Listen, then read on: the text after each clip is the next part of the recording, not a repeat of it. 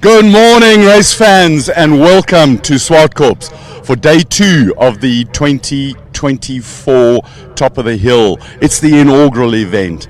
I'm Colin Hasty. I'm joined by Brendan Kelly and Greg Maloney. We are halfway through qualifying. Yesterday we had 3 qualifying sessions. Today we've got another 3, followed by King of the Hill. We're in a quiet pre-race paddock today. Greg? Yeah, I think a lot of guys have sort of spent the time overnight to get those little tweaks done, little things that need to be sorted out that didn't quite work out yesterday. They've had a look at possibly the live stream that we put out yesterday and seen. I was just chatting now to Mo from Mercedes-Benz AMG Driving Academy. He said he watched some of his laps and was actually seeing where things went wrong, where he can possibly find that little edge for today. Brendan, highlights from yesterday from you?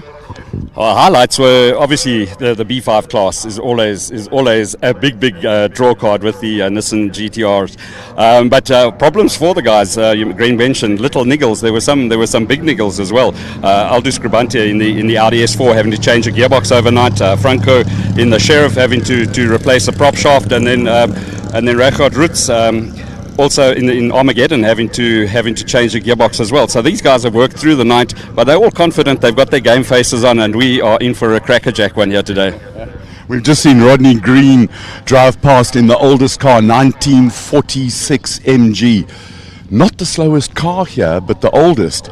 We also had the Rookie Cup, and 0.3 of a second between the top 3 and the Rookie Cup. It's properly close with these young guys. Yeah, loving to see those rookie guys going at it, because the cool thing about that, of course, is that they run a championship all the way through the season, and this is a chance for them to have a little bit of fun. They're also teaming up with media guys for the weekend too, so the media team and the junior driver are together. They score points as one, and that's how they're going to finalize the results for that part of the competition. But you're talking about Rodney Green going through there in the MG Spider, the oldest car in the pack, but also one of the most seasoned campaigners in terms of hill climb time attack events in the country, because he's participated at literally every single one of the hill climbs down in Eisner, and he's at the first one here today. And he's hilarious when racing around the track, and he doesn't have the proper seats that a normal racing car does, and he comes out of a corner and does a little hop and another hop. It's absolute entertainment. We've got rotary engines. Well, the biggest surprise for me yesterday was the AMG C63 SE, yes. 0.2 of a second quicker than Vic Camphor in the Porsche GT3. You look at those things and you say, it's electric and it's flat 6. Oh, the electrics are coming. Yeah, it's the future, and Vic, I mean, in that the Volvo, that car, very impressive, and as when we chatted to him, so that's the electric vehicle with the biggest market share in the country. So for them to come and showcase it at an event like this is just brilliant, and what is really encouraging to see is how many people are already in the house here this morning. So things are starting to hot up. The car's going out for the first of today's qualifying session. So I think we need to sit back and enjoy the ride. Well, before you sit back and enjoy the ride, you guys have got a bit of a run to get to your commentary box, and while you are running there, we'll give you some time to recover from, how many flights of stairs is it, Greg? No, it's only one, so it's not too bad. Fortunately, it's not right to the top. We only go to the first level, but yeah, it's a long day in the saddle for the two of us, and of course for you. And I think everybody needs to sit back, enjoy it, get yourselves out there. Remember to like and share all of the platforms that we're sharing on, because that's how we grow the event. And also, I've got to just say one more thing. It's great to see already manufacturer involvement in terms of the OEMs using this as leverage for their sponsorships for the cars that they're involved in. Way to go. It's a brilliant, motorsport is a brilliant marketing platform. Right, we'll see you later. Off you guys go, have a run. What's happening behind us now, cars are lining up to go to the start line. They go in groups of 4. We've got somebody here. Reggie Roots, you smiling today? I'm always smiling. When I'm at a motorsport event and I hear these cars and I smell the smells, how can you not smile? It's a beautiful day today. Little bit of wind, keep things cool. Wind is changing a little bit from yesterday. We don't expect rain. Your guys worked super hard last night. Yeah, our car was good yesterday. I thought let's just change the box to make sure it's going to be right. And unfortunately now another niggle has crept in, so we're going to... What? Tell us what it is. Come on, it's just you and I. Yesterday we had a problem with the clutches that started slipping a little bit, especially in the tight corners, so I couldn't get on the power the way we want to, and use that four-wheel drive and all that horsepower. And this morning it's just not selecting gears the way we wanted to, so the guys have rushed back to the workshop quickly to go get some more parts, and so we're going to miss a session or two. But let's always hold thumbs, sometimes the weekends that start hard end good. There's a brilliant race between you, Franco Scribanti, Peter Zealy. You guys seem to be almost in a class of your own at the top of the modified saloons. The times are very quick, I must be honest. They're quicker than I expected. I thought a low 54, high 53 is going to be the pace before we came here, but the times just kept tumbling the whole day. And when Franco did that 52, I thought there's no ways. And then we did, and in a logging, that's the time we would have done, if we didn't have the issue. So it's going to be a close race, and Peter's right there, And I think the other guys also, I can see there's some guys snapping at our heels. It's going to be close. It's going to be good. You're ready for today, no doubt. We're going to be ready. Richard Rutz, good luck. Keep the car in one piece, please. No, we'll keep it in one piece. But you know what? I hope the stands are going to fill up. You know what I mean? It's like you said, it's awesome weather, and this event is really, it's been brilliant so far. I can see this is going to be a yearly thing for sure. Lovely. If you listen to him, if you're in doubt on what to do, come to Zwartkops, because it is glorious weather. There's fast cars, there's sounds, there's smells, there's entertainment. Get here. Reggie, good luck. We're going to have a quick walk while we're waiting for Greg to finish things. A fleet of Shelbys that are absolutely fantastic. The sound, the V8s are Paige Lindenberg having a lot of fun. Right, the guys are ready in the commentary box. We've got cars on the track. Up to the commentary.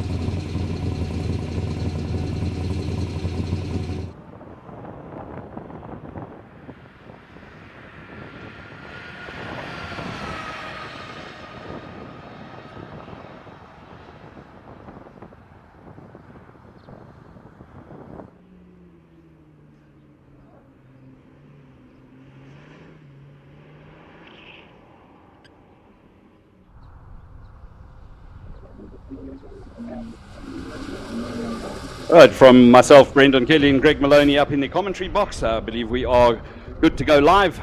A very, very warm welcome to Zwartkops Raceway for the inaugural Top of the Hill Challenge. Get ready for the competition. I like to first of the cars off Ian Schofield. It's out to The first one we've seen. first one. That's the first one we've seen. It was the 118i block where it was out there first. I think it was the first car on track. So that's the first car that would get out to go to battle today. And I think, when we mentioned in the opening link there with Colin, yesterday it was all about fun and games. It was all about playing around with the setup, looking for the ideal set, looking to see what your car can and can't do at a track like this, particularly when you're running the wrong way around. And a lot of people are going to be looking at this track going, this is the first time you've joined us on a live stream, saying, hang on a second, this is not how Zwartkops works. Well, today this is exactly how Zwartkops works. So keep an eye on that, and just enjoy the fact that we've now got something completely unique and different here. The inaugural running, as we said in the opening link as well, but it's also a chance for guys with the likes of Franco Scribanti, Aldo Scribanti, Richard Rutz, Peter Zealy, all the hill climb and time attack specialist cars that are sitting in garages all year long and only have one event to go and play at. We've now got a second option for them, and they're all here. Yeah, that's, the guys have certainly got their game faces on today. Yesterday, a lot of the guys feeling the track, and a lot of them the corner where the Studebaker's heading up to now, you'll see the camber runs the wrong way. So lots of technical issues that the guys have had to come to grips with. A bit of a problem there, and feeding straight into the pit lane. So something's gone wrong with the Studebaker. But a lot of them, as we mentioned, they go in the wrong way around the circuit, and a lot of it is just a mental preparation. Yeah. It's just your mind memory and that is just to reprogram all of that now to adapt to a completely unique concept. The other thing, of course, is we're running separate classes, so don't think the Studebaker is running up against that March 77B that you saw Schofield in, or the 118i Super Hatch car that Mark Totoy was in. And of course, there's going to be separate categories on a similar vein to what the Hill Climb runs. So you've got historic cars, you've got road-going cars, you've got electric vehicles, you've got production cars that are modified, you've got the single-seater category as well. So all of those categories, and of course the Rookie Cup. Our youngsters in the Rookie Cup will be there too. So there's separate categories for each of these cars, but a lot of them will be looking to try and find that something special that allows them to walk away with potentially what would be the best run of the day. And a lot of those guys are in that zone where they go, you know what, I want to win my class. I'd love to win the top of the hill class itself, the top 10 shootout. But it would be awesome to walk away with having the best time of the weekend as well. And that's always one that's sort of. We got down to a 52.804 yesterday, I think, with Rechard Ritz. With Franco Scribanti. Rechard tried hard to get it in the last run, didn't quite get there. He got to a 53, a low 53. But I think there's going to be some playing around this morning in the 3 qualifying sessions that we've got, Bren, for them to sort of say, well, okay, now I've got the setup. Now everything's working. I can now push it in maybe a little bit of a walk session for the class final to get the car 100% dialed in for the top 10 shootout.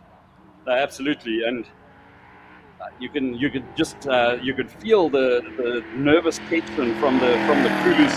The guys have worked. A lot of them worked through the night to get the cars back up to speed again. So you could just feel the nervous tension from all of the guys, and it's so far has been an absolutely brilliant experience. And it looks like this event is certainly set to stay. And we mentioned yesterday, Zwartkops Raceway just once again reinventing themselves. And another unique concept that they've brought here. So the fans coming in, and already on social media, the guys making contact with Martin Jeffrey from Nelspruit, wishing morning, Mr. Magoo and Mr. Kelly. Good morning to you, Martin. Mm-hmm. Great to see that you enjoying all of the action on the live stream. We saw the numbers just building as the day progressed yesterday on social media across the various platforms that we're going out on. Yeah. So it's really a special occasion, and we just once again encourage anybody that's close by, come in here, come and just listen to the cars, the likes of Paige Lindenberg in the Fairlane out on the track at the moment. So it is definitely worth to come and be part of the inaugural Top of the Hill Challenge here at Zwartkops Raceway. And of course, the other thing is, of course, if you are here and you've got a smart device with you, you can log into the live timing. It's on you can check out all the times that are happening on each of the cars that are out on track at a particular time. And then you can also log on to our live stream, because there are certain vantage points around the circuit that you can't see everything. So, for instance, if you're at turn 4, it's probably the ideal spot to be, or on that grass banking, which is always a fan favourite here at Zwartkops, and we are going live on the PA system as well. Welcome to all you guys out there. But if you have found a spot somewhere around the track and you don't have full view of everything, particularly maybe even turn 2 here at Cashel Corner, if you're watching the live stream, there you go. You've got, depending on your internet connection, it's between 5 and 15 second delay, but that 5 and 15 second delay still gives you a chance to see what you might not have seen around the circuit, and it gives you a chance to chat to the two of us as well, because that's what we love. We want the interaction. So yeah, from my side, I've already got Marius Bester who's joined us, and McQueen's here as well. I'm sure we're going to have a lot more people joining us on the Zwartkops page, on Motormouth page throughout the day as well. And then, of course, on YouTube, to all those people watching on YouTube, hope you're enjoying all the action so far. This is qualifying number 4, and we're running into the second batch of cars onto the circuit at the moment to see if we can get those qualifyings done. And we're looking forward to seeing what's going to happen, because from there on out, we go into the class finals. and that's a top 3 in each class, if there are 3 cars. Of course, some of the classes have only got 1 or 2 cars involved, so they'll just get a free run. Jade Whitehouse has joined us as well. And then from there, we go to the top of the hill for the rookies, and that Rookie Cup shootout could possibly be whichever of the 2 drivers is the faster. So remember, with the Rookie Cup, as I explained up front, Brent, you've got Volkswagen Rookie Cup competitors, the 5 drivers that come out of that Rookie Cup, teamed up with 5 media support and teammates. Yeah, Judd Berthold and Brendan Stanifort are leading that partnership, or they are the leading pair at the moment, and Judd also leading the Rookie Cup Championship by a mere 3 points. So that one's going to really go down to the wire on the 19th of October at the Extreme Festival finale right here at Zwartkops Raceway. Yep, 100%. Lots of race action coming your way very, very soon as well, because the weekend before that we go to Red Star Raceway for the penultimate round of the regional side of the Extreme Festival. So non-stop race action coming up over the next couple of weekends. The one you have to definitely have in your diaries, of course, is the 19th of October, and that's to be here at Zwartkops for the final of the National Championship Extreme Festival. That's going to be a massive one. There's only, I think, 2 championships that are wrapped up so far. One is the Sunday Canal Masters Cup that went to Princella at Kyle Army, and the other one is Robert Falk taking the championship in the South African touring cars. Other than that, everything else is still up for grabs. So there's lots of race action and lots of potential races to be sorted out on the day in the National Championship categories at Zwartkops on the 19th of October. Schofield has set the pace early on. He gets down to 1:07.26. So not quite under the minute bracket there for Schof in the March 77B. Jared Rousseau, good run from him in the golf. And then for James Temple up there as well, from the word go into 3rd place, 1:05.174. What we're going to find as well, Brent, and I know we've sort of got the times from yesterday that were sort of handy around at some point. The times from yesterday are definitely going to come down, I believe. I would say possibly in the third of today's qualifying sections. That's when we're going to see guys really looking to push the envelope a bit more than what they have. I've just chatted now to Oscar D'Oliveira, who's on track. He's running a 2.5 turbo in that thing. That's not the stock standard engine that came out of a Mazda MX-5. And he said to us, by the way, it's not a hairdresser's car. I said to him, no, don't worry. All the other ones are. Your one isn't. That's for sure. But that thing certainly has got a great turn of pace. He goes 2nd quickest on a 1:01.4 in the Point S Meadowvale machine. So good run there from him. And certainly a man to watch out for. He'll be running pretty high up there in his category. But that's the kind of race action we're going to see. Now, what you'll find is, if you have just joined us, these little breaks in the proceedings are for the marshals to have an opportunity to get a batch of cars back into pit lane and the next batch of cars out on track. And when they go out on track, unlike what we did earlier on in the year, they get top of the hill section I should say, to get a bit of heat in the rubber, get a bit of heat into the brakes, and then make their way down to the start line, which is at turn 4. Remember, we're going in the reverse direction of the circuit. So when you're watching us now and you come in and you think, hang on a second, is this Zwartkops? Yes, this is definitely Zwartkops. This is all the Super Snakes coming out of the Shelby stable, and they're all making their way onto the track now for their first run in qualifying 4.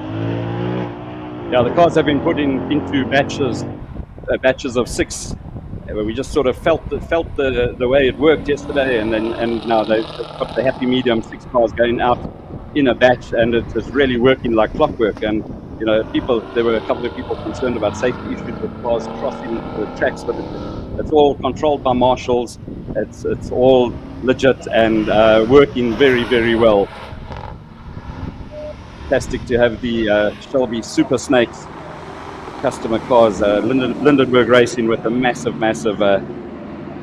setup here this weekend, and certainly making a big statement. And showing how it should be done to look after their sponsors. You know, the whole idea is that you need to make sure your sponsors are happy and that they've got an opportunity to leverage that sponsorship, not only to see them out on the cars or to be on some photos on Facebook. The idea is that you can come here and you can actually live and feel the brand. Speaking of living and feeling the brand, one man who's certainly living and loving himself in his Pink Panther Lotus 7 is Joseph Kotzer, and our man down in pit lane, Colin Hasty, has caught up with him.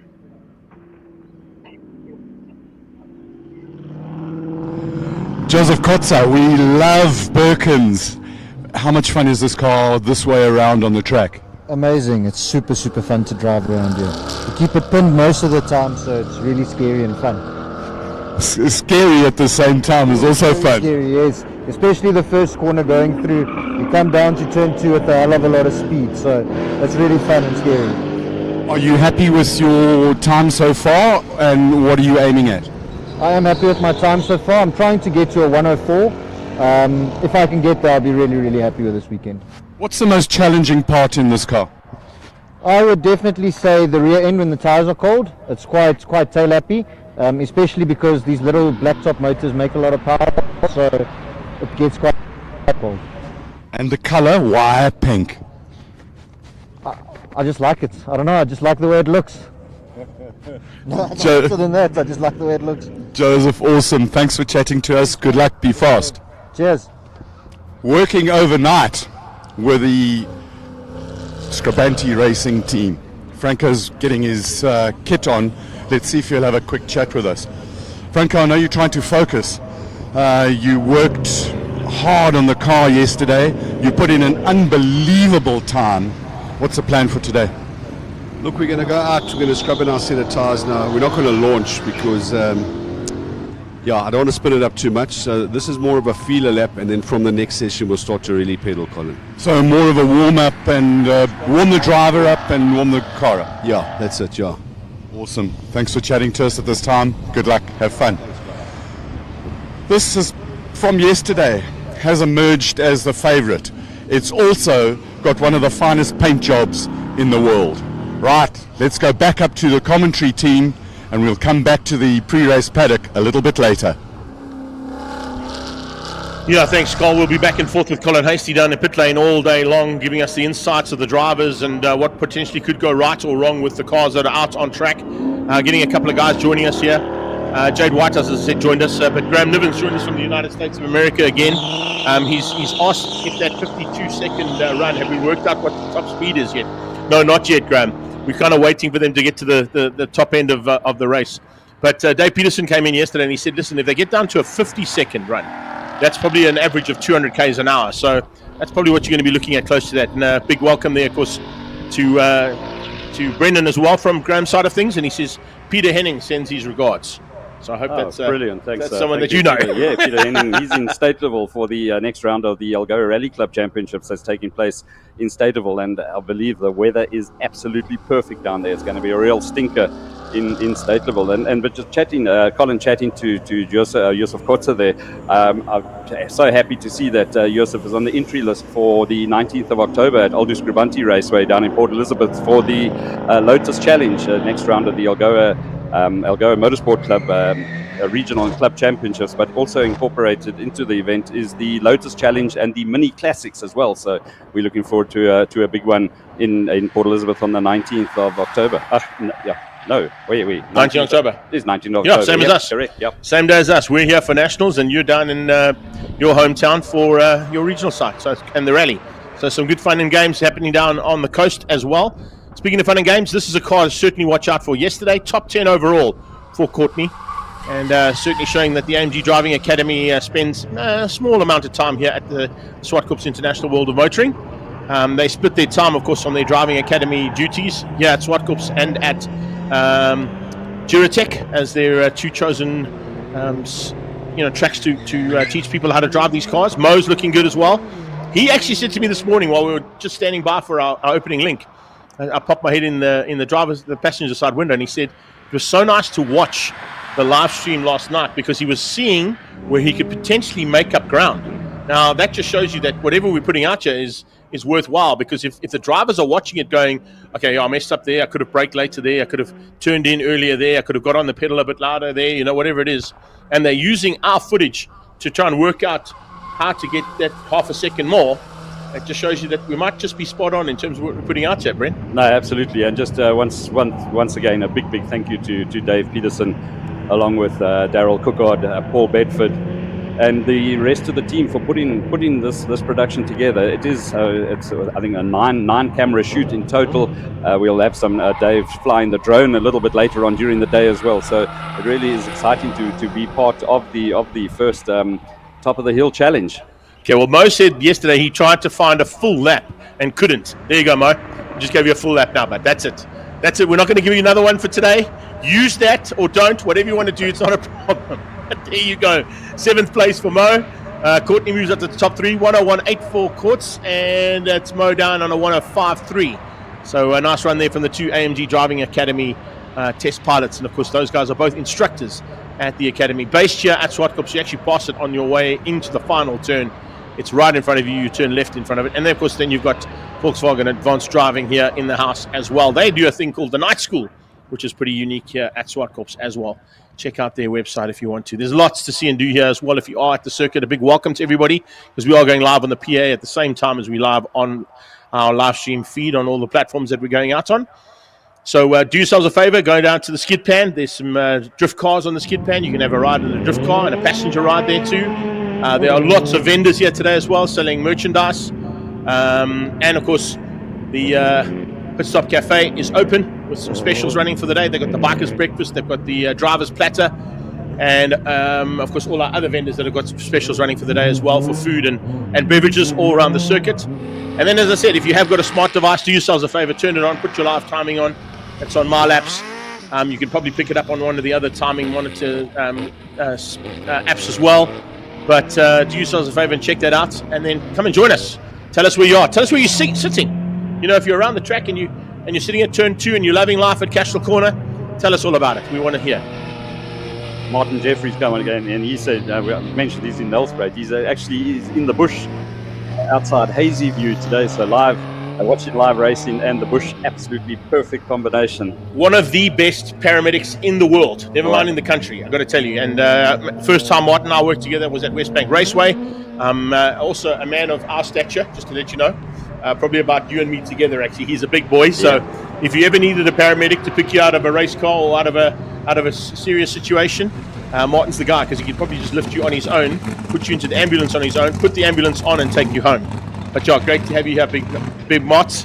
Hope you're enjoying all the action, buddy. It would have been great to have you here at the track as well, but I know that you're working well and doing an amazing job along with all of our paramedics, and that also gives us a chance, of course, to shout out to our medical team, to our marshalling team as well. And Bren, on a bit of a sad note as well, one of our marshals unfortunately passing away during the week, so we wish him and his entire family all the very best. And yeah, you know, those are the times, and unfortunately sometimes things go right, sometimes they go wrong. But from our side, we love the fact that without these people that come to the track in their orange shirts, we can't go racing. So when we do lose one of the team, it's always a sad day, and we wish them all the very best. And please pass on our condolences from the entire team and everybody watching as well on the loss there. Out on track at the moment, one of the big Ford Fairlanes. It's just the battle that I've been watching. This is Mark Dutoy, and just comparing his times to what Paige Lindenberg is doing in the similar car.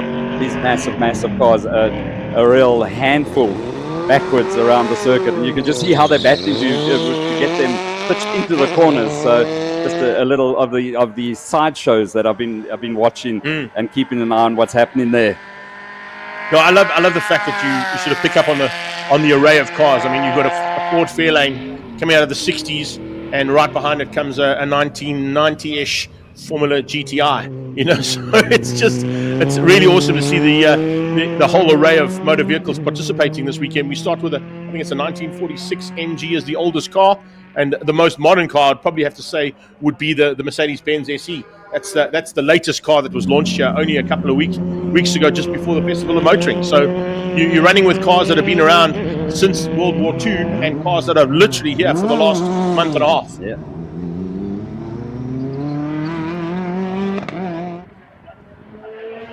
Next up, the 37, the car, the little Alpha of Miguel Ribeiro. That car has certainly made me stand up and take note this weekend. But then, you know, we discovered the secret to it. It's got a Camry V6 engine in it, so that's why it sounds so different. But it certainly goes like the clappers, that little thing. Oh, it goes really well, and of course Migs loves driving it. Short ratio gearbox in it as well, which he said was a bit difficult to get used to initially, but since he's found that little niche, he's got it working well. Certainly in contention for a class victory, and potentially to make it up into what would be the road class, because unfortunately with the modifications he's done on that car, it doesn't slot into the historic class that he was hoping to be participating against. Yes, of course, out next in the 54 car, the Birkin 7.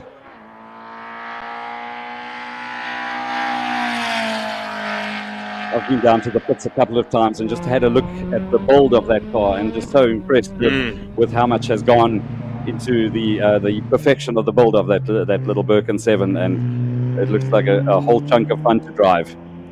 Yeah, when we got on asked him why pink, he said, "Why not?" I like Pink's the new black, but it's fast. So if that's the kind of color you want to paint your race car and it makes you feel good, well, that's half the battle won. So he certainly had a fantastic outing. He was, I was just about to say, he was the only car that spun yesterday. And thank you, Yusuf, right on cue, man. And it wasn't me there. That wasn't the commentator's curse, because you did it before I said it. That's a rather unusual place to spin it so early into the corner. We've seen a couple of guys getting it wrong. Yeah, locked up on the brakes there. Yeah, running wide out of the corner. So holding the Sheriff slightly, but we know that he's only going to go for a shakedown lap here. It's not going to be a full tilt lap coming from Franco to Colin just before he got on circuit. So Sheriff makes its way down towards turn number 1. And there's a problem. That's a big problem. It got off the line, okay, but it hasn't made it to turn 1 at all. It's literally trailing into turn 1. There's some kind of an issue there on the Sheriff from Franco Scribanti's point of view. I wonder what's broken on the launch there, but certainly not what he wanted. You can see him fiddling with the controls inside the cockpit there. Oh, he's got it going again, by the sounds of it. Oh, my goodness, that's not good. That is not good. So he runs into turn 1 and just freewheels through turn 1. May have to get a recovery vehicle out there to assist him back, because it looks like something has gone dramatically wrong there for Franco Scribanti. That is not what you wanted to see, Brent. No, that's absolute heartbreak. And the team having worked into the wee hours this morning to get that car sorted, and it looks like it's possibly gone into limp mode. It is starting to go up that small incline. So if we can get it back to the when I did the first video, I thought this was the back of the to the car. pits at this stage, but it or something. Then I saw the big fucking thing at the back, the spoiler.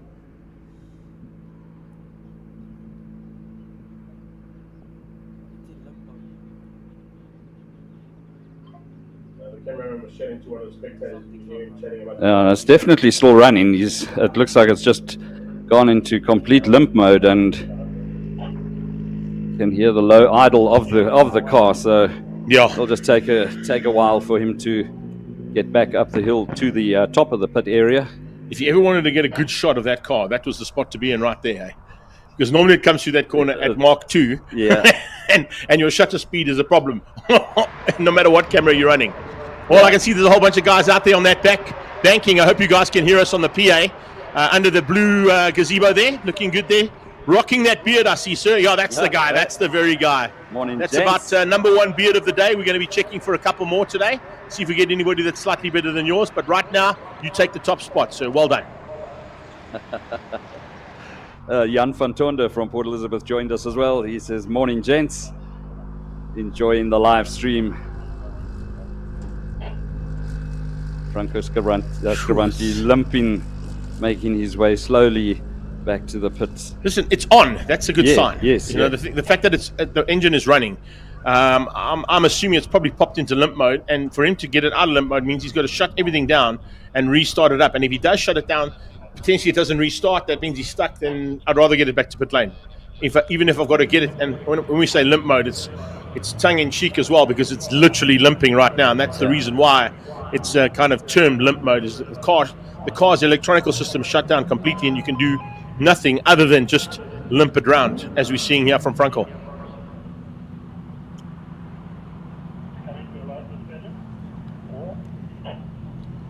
So Lenny, of course, are the guys that help out with the preparation of these.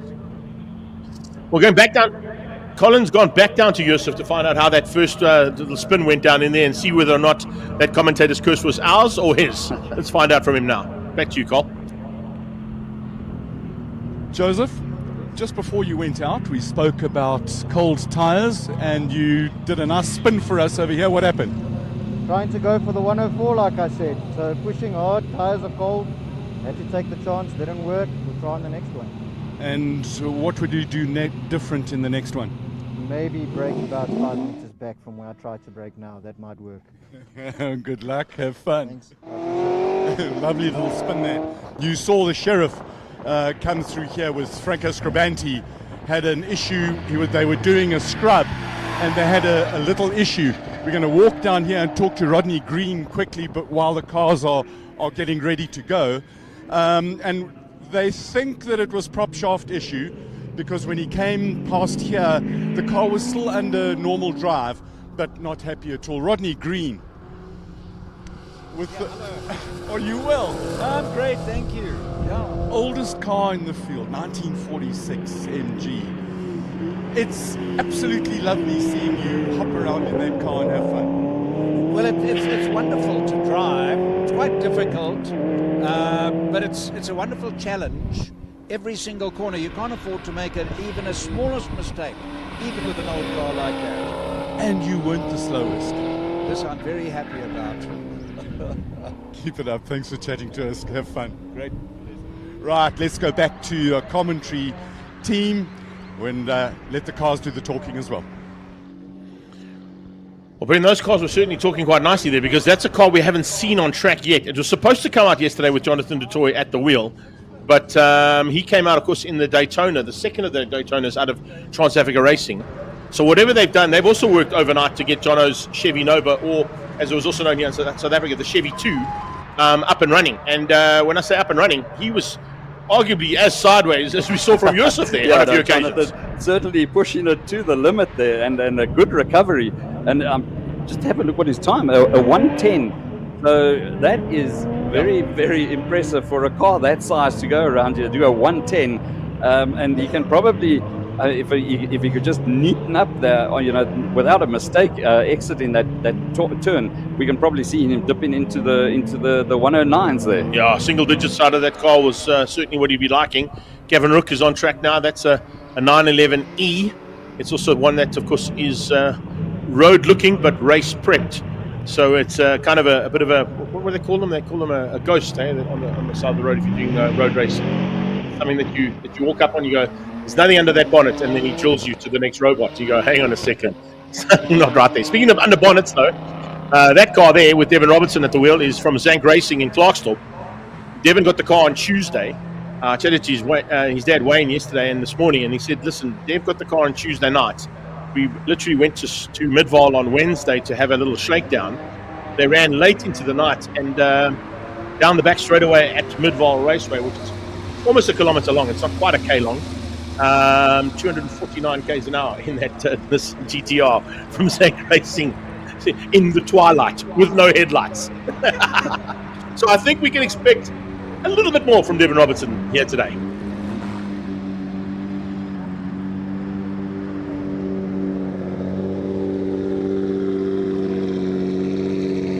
The big thing, of course, happening here as well.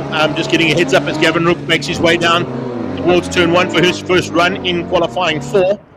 Badger Athletics are in the house. They've joined us as part of the outside entertainment that Zwartkops is providing here this weekend. And they are welcoming and inviting all members of the public to come and test your strength. They're just outside the canteen. And, of course, they've got a weightlifting competition there. So anybody that thinks that they missed their gym session this morning, we've catered for you. Don't worry.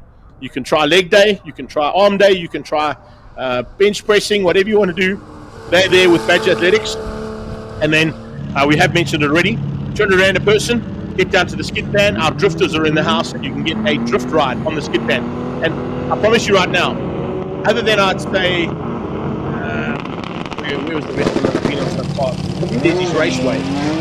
Zwartkops skid pan is arguably the best place to get into a drifting car, especially with the team that are down there today. So do yourselves a favour, get down to the skid pan and go and have some fun with our drifters as well while you're watching the entertainment unfold here on track. Devin Robertson certainly on a flyer this time around. Looks like he's got those little niggles that he was battling with all dialed in and sorted out now. And let's see what sort of time he can post. Starts heading up the main straight now. Oh, that car's certainly looking in better shape than the best shape that we've so far this weekend. A nice little drift through and gets the power down quickly. Nice little all-wheel drive drift as well, by the way. Yep. You know, to get a car drifting when it's a rear-wheel drive is pretty spectacular, but when it's an all-wheel drive car and you get it that sideways, then you know what you're doing. Renzo Ribeiro, his cousin, is currently top spot and gets demoted. And Robertson moves up there nicely, 56.6. Oh, it's a brilliant time from Devon. Times are coming down. That's what we like to see.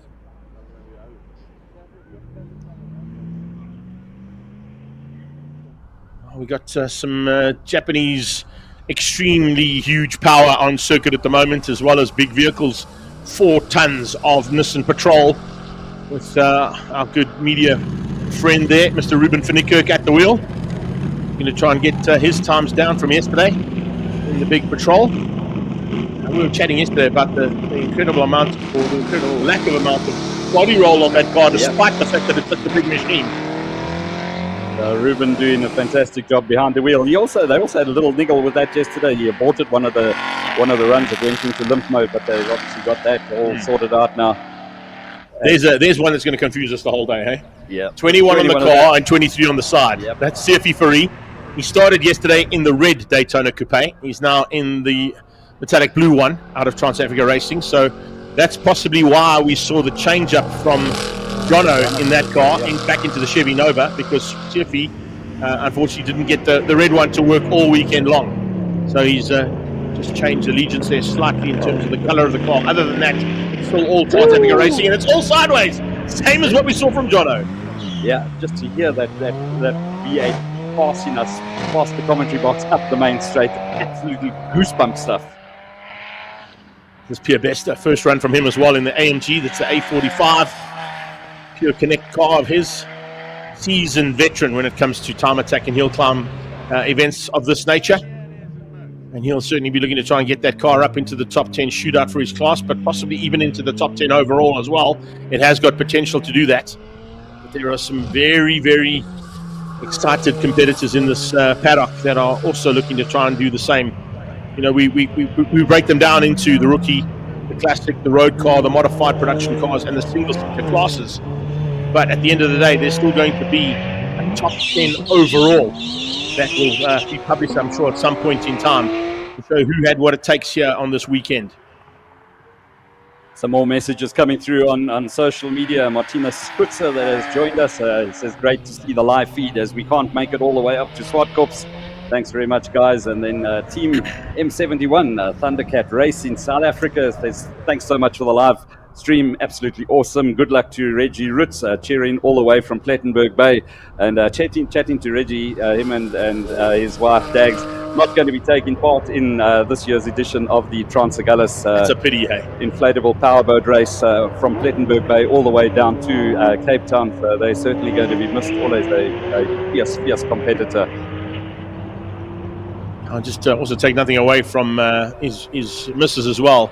One of the best deep sea diving competitors in the world as well. Have been represented South Africa on numerous occasions. Also got a couple of notes coming through on my side from Moira Thompson. Koya Moira, as always. Samantha's in there. Oh, you should have come and joined us. That's what you should have done. And more importantly, it looks like the mayor of Rand Francisco Fontaine, Mr. Rolf Duplessis, has just jumped in and said, Mora, petrol heads. Or did he say more petrol heads? I don't know. I'm not quite sure. You know, you never know with Rolfie. But good to have you here, Rolfie. It's great to have you here, buddy. And of course, you would be in your element at one of these events. So I think it's time to chat to your mate Spissy, and between the two of you, come up with some kind of time attack car, and come and join us for the next one. Because this is certainly right up your alley, I think, my brother. You mentioned more and more petrol heads, and more and more petrol heads joining. I mean, the numbers absolutely fantastic. The people that are watching us live on all the various platforms, as you mentioned, going out on Zwartkops Raceway, Greg Maloney, Voice of Choice, going out on Motormouth, going out on VW Motorsport, and then live on YouTube, on Two Wheels TV as well. So a whole host of places that you can catch all of the action live here from Zwartkops.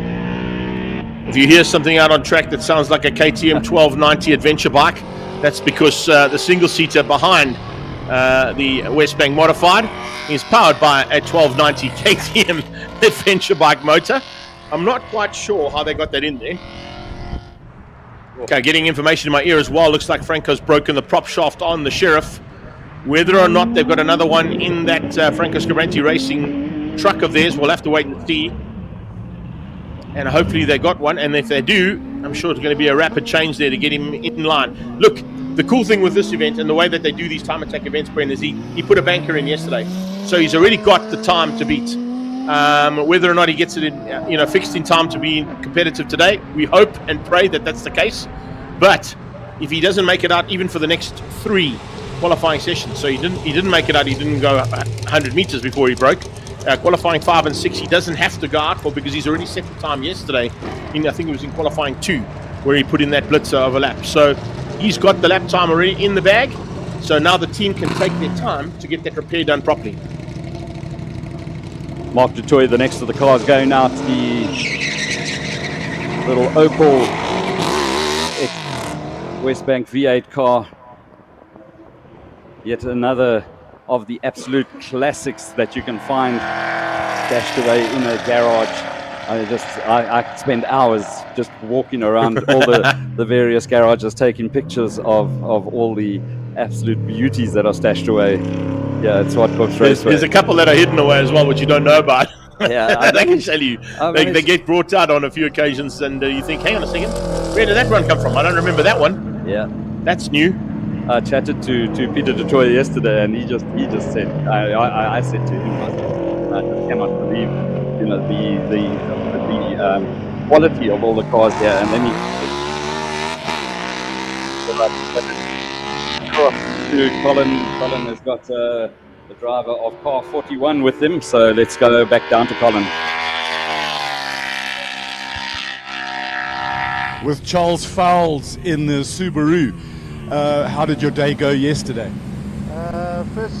First round, I had a misfire. Second round, the turbo blew, cracked the shaft. So last night we worked until 12 o'clock, get the new turbo in. This morning we had to work again. I came in straight off the road now up here, so we'll see. A bit of a trying day for you. You go into qualifying, you got 3 runs before the finals. Bit of tension there. Well, this is top of the hill. It's been an uphill battle already with this car, so I'm already at the top. So we'll see how it goes. Charles, good luck and thanks for chatting to us. Have fun. Be safe.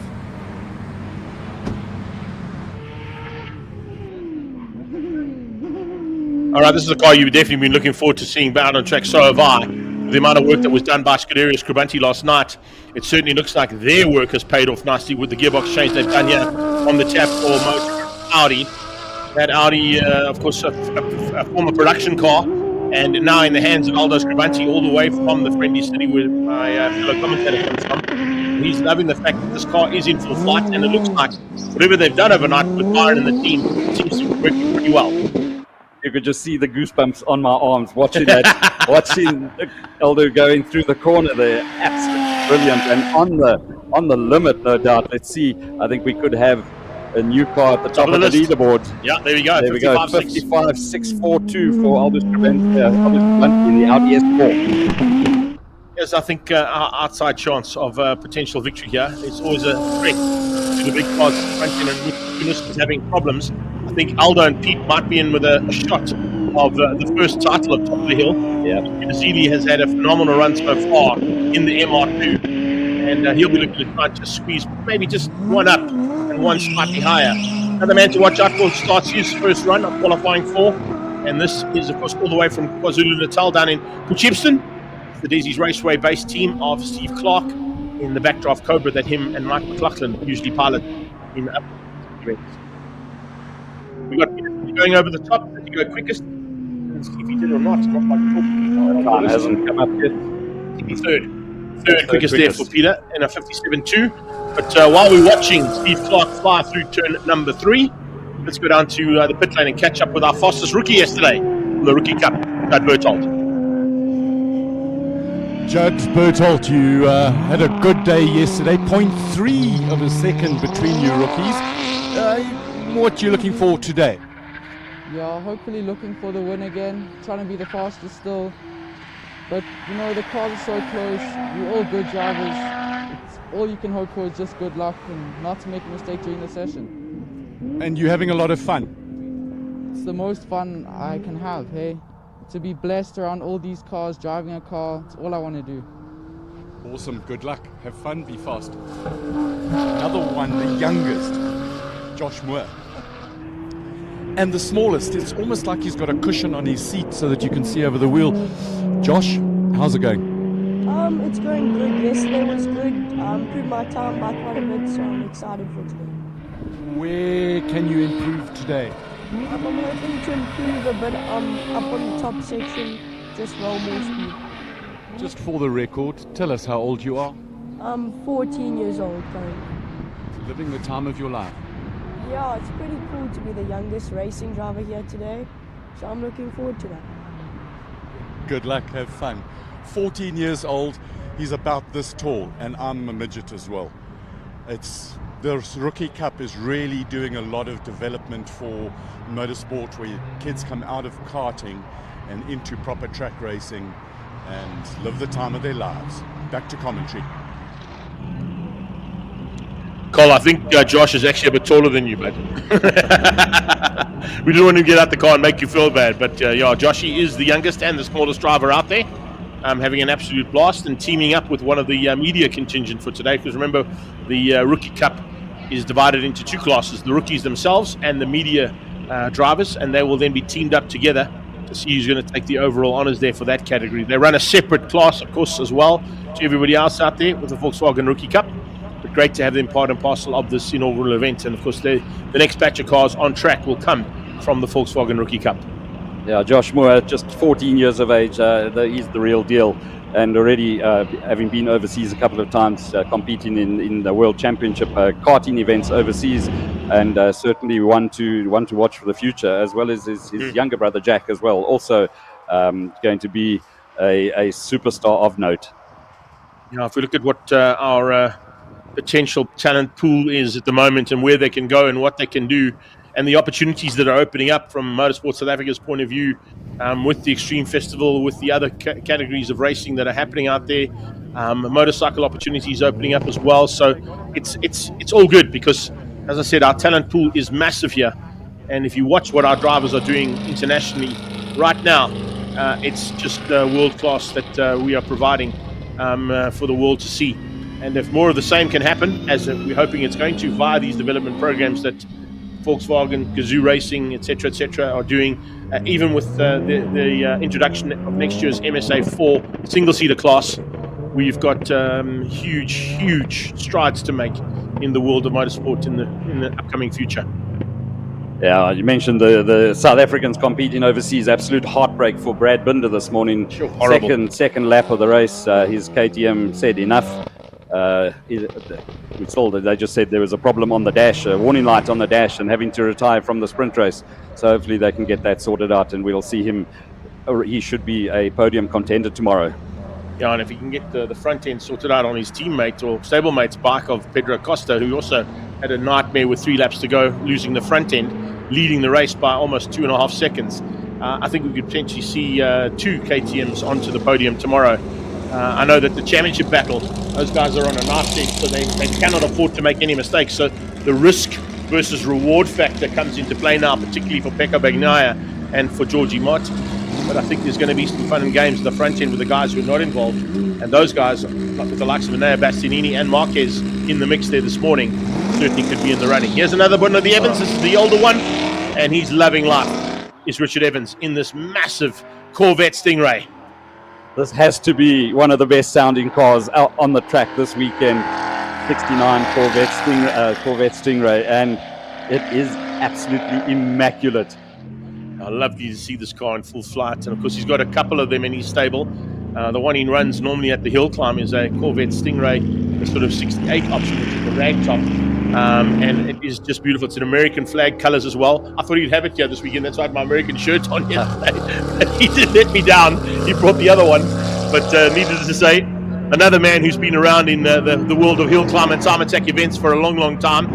And of course the Evans Racing team are here in full effect, with Georgie just being out in the previous batch there in that R35 GTR. Yeah, a little bit more subdued there through the turn. He was running running wide onto the curb, really pushing it to the limit, but also possibly just having done enough, scrub the tyres in and get ready for the finals later today. Spoke to this man at the front gate this morning. He was collecting his tickets from the ticket office, and Juba was saying to me that he's pretty happy with the performance so far. They've done a little bit of development on that car, so he's found something a bit more than what he had when we were at Neisner earlier on in the year. Maybe not quite as quick as Charles' Honda-powered version, but certainly enjoying every aspect of it. And he said to me this morning, he says he just loves this format. He enjoys the format that Zwartkops has provided here for them to have fun. This car as well, and Charles' car as well, which we're about to see take off behind him, not only participating in hill climb and time attack events like this and the Samola hill climb. Oh, big one there. Giving him the commentator's curse, haven't I? Juba, sorry about that, brother. That's out of turn 5 by the looks of things. That's not going to be good. So that's near the top of the hill, or is it coming out of... I think that's coming out of turn 6 and 7. We're close to the end of the race there, right in front of our cameraman at turn 5. Normal turn 5, which of course is turn 6 here for this format. So Shaw, of course, we get a chance to go back and reset because he will probably be hindered. There'll be flags for him, which means he'll roll out of that one. So Shaw will get a possibility of going back into the start gate to redo the run. But it means we are going to have a little bit of time to get that car sorted. It's right in front of us. Yep. Where this camera position is now is where he went off. So it's just in front of our camera position now. We're just following Charles to the line to see if he goes quickest, and he does on a 54.8. Looks like they've let him complete his run. He's going to carry on his run as well, so they must think the car is in a safe enough position to let Makotsi go. Makotsi, of course, in the Volkswagen Motorsport, Sonics and Motul sponsored machine, running Astron Energy fuel, and prepped, of course, by Nathan's Motorsport.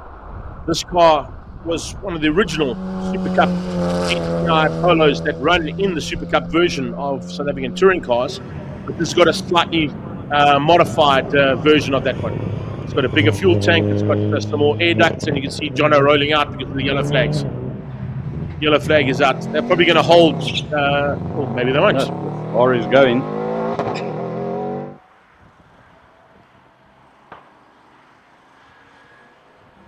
So you got yellow flags into turn number 5, and that's why Jono rolled out. I think Jono will go and reset and have to do a rerun because they're going to have to get Jubair's car out of the way. Maybe they're just sending these cars round so that they can reset them and put them back into the start gates again. Because certainly I don't think these times are going to count because of the car parked on the sideline up at the normal turn 6, but this time turn 5 of the top of the hill. Jono nowhere near what he was doing yesterday. So yeah, I think that's basically they're just rolling these cars around to get them back into the start gates in the order they were in originally. If Jubair's car is not damaged too badly, although he did get up close and personal to the wall, he might still be able to retake the start position. You could see the tyre marks where he went off straight off the circuit, and certainly got himself buried fairly deeply into the kitty litter that is on the outside of that turn. Look, there's the marks. Yeah, you can see he's got left, right there. He's lost the front, lost the back, caught it, and now they've sent them back in the pit lane. So they'll probably give those guys a chance to reset and bring them out maybe at the end of the session. We are sort of close to the end of the first qualifying session for the day.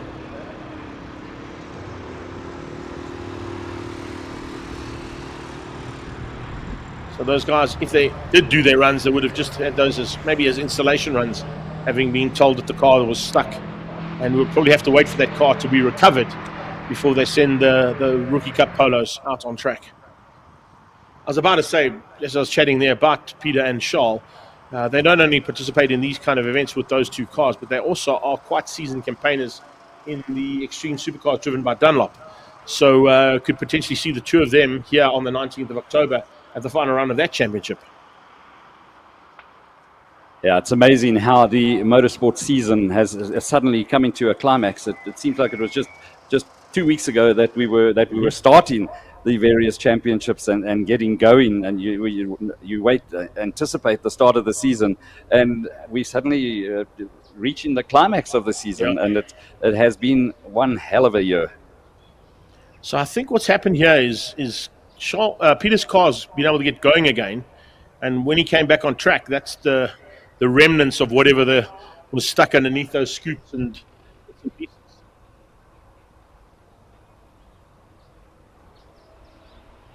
So while we're watching our Zwartkops Marshall team go to work as efficiently as they do, let's head back down into pit lane. Colin's caught up with a couple more of the drivers involved in the Rookie Cup and Media Challenge. Divya Naidu, yesterday you had an absolutely fantastic day, quickest of the rookies. How does that feel? Yeah, it felt good, but it was really fun, the main thing. So yeah, looking forward to another good day. I had a good sleep, so yeah. You think you can go a little bit quicker? Yeah, of course, that's the goal for today. So I'm comparing myself to everyone else and myself mainly. So I just want to see where I can improve on every session and see where we can be by the end of the day. It's fantastic that within the Rookie Cup, the top three are like 0.3 of a second apart. It's really, really close. Yes, yeah, that's the beauty when you give everyone the exact same car. So yeah, it's really fun and yeah, just enjoying it. Awesome. Good luck. Have fun. Be fast. Oh, let's talk to another youngster, Uzay Khan. Uzay, it's super close between you guys. How can you go a bit quicker? Well, honestly, I really think we are going as quick as we can right now, if I have to be honest with you. But I mean, if I really want to be quicker, I guess I just have to drive more, learn a lot more, and just learn everything, I guess. For other youngsters out there, just for the record, how old are you? I'm 15 years old. 15, and what do your mates say at school when you take time off and, hey, I'm going racing again? Well, I mean, they all say that I'm mad for doing what I do. Like, they say, what if you get into an accident? And I said, no, I'll never do that. I'm too good. And you've got the right kind of safety equipment. I mean, Volkswagen Motorsport build these cars really, really strong, good helmet overalls, and a proper harness. Definitely. Have to be quite thankful for all the equipment that we've been given and, well, all the equipment that we actually need. Like motorsport nowadays, it's extremely safe, so yeah, it's really good. Awesome. Good luck. Have fun. Appreciate it. I think the fact that Volkswagen have put together the Rookie Cup and now paired with the media involved as well, and it's quite a wake-up call for a lot of media to see how quick these youngsters are. Now, they may have a bit of advantage because they're a little bit lighter, but it really is a great development program, and I think that hats off to and thanks to Volkswagen for the Rookie Cup and what they do for motorsport. Back to the commentary team.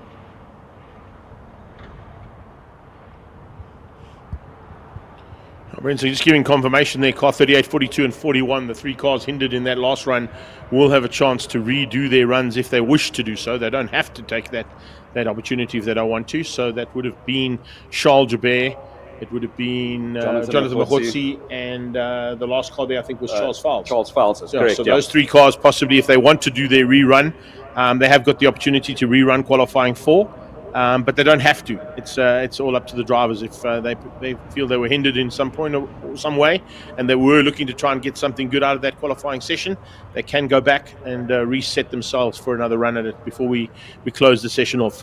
We're into the last part of qualifying 4 now because we're sending our Rookie Cup drivers out, and behind them will be the media side of the Rookie Cup, or maybe just in front. I'm not quite sure. They've kind of lined up there all together. So. Not getting a good look at all the cars. It looked like most of the rookies were at the back of that queue, and I think the media guys might be at the front, or they may not even rolled out yet. So we'll have to wait and see who the next batch of cars will be, but it will certainly come from that Rookie Cup paddock. While that action was going on there, did we miss the fact that Charles Joubert had just gone quickest in the Lotus Elise, 488?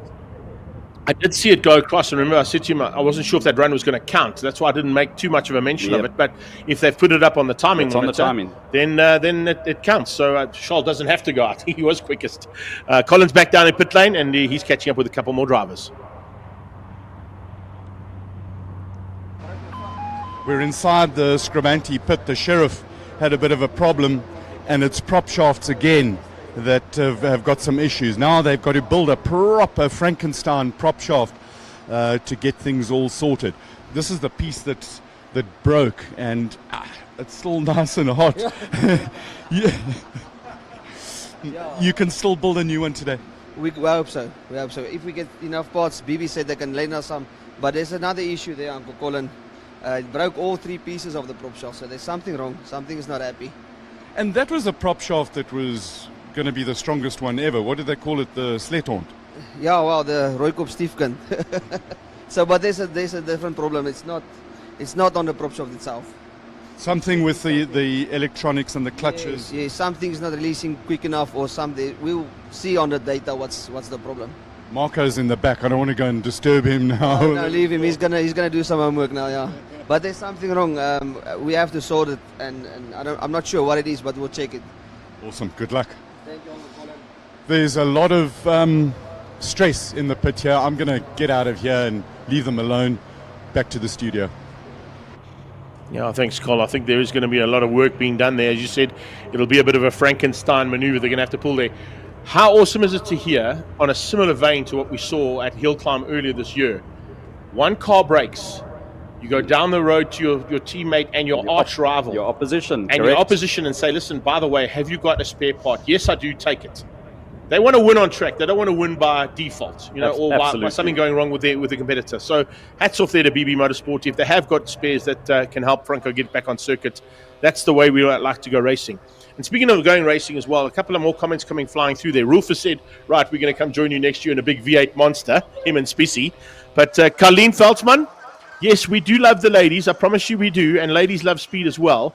And we have mentioned that we have 2 very fast ladies, one particularly in Paige Lindenberg, and one out of our media contingent who are racing here today as well. So don't worry, we'll be giving lots of love to the ladies today who are enjoying themselves. And we're also going to be watching out for a couple of guys out there with some special occasions. And when we see him, we'll tell you all about him.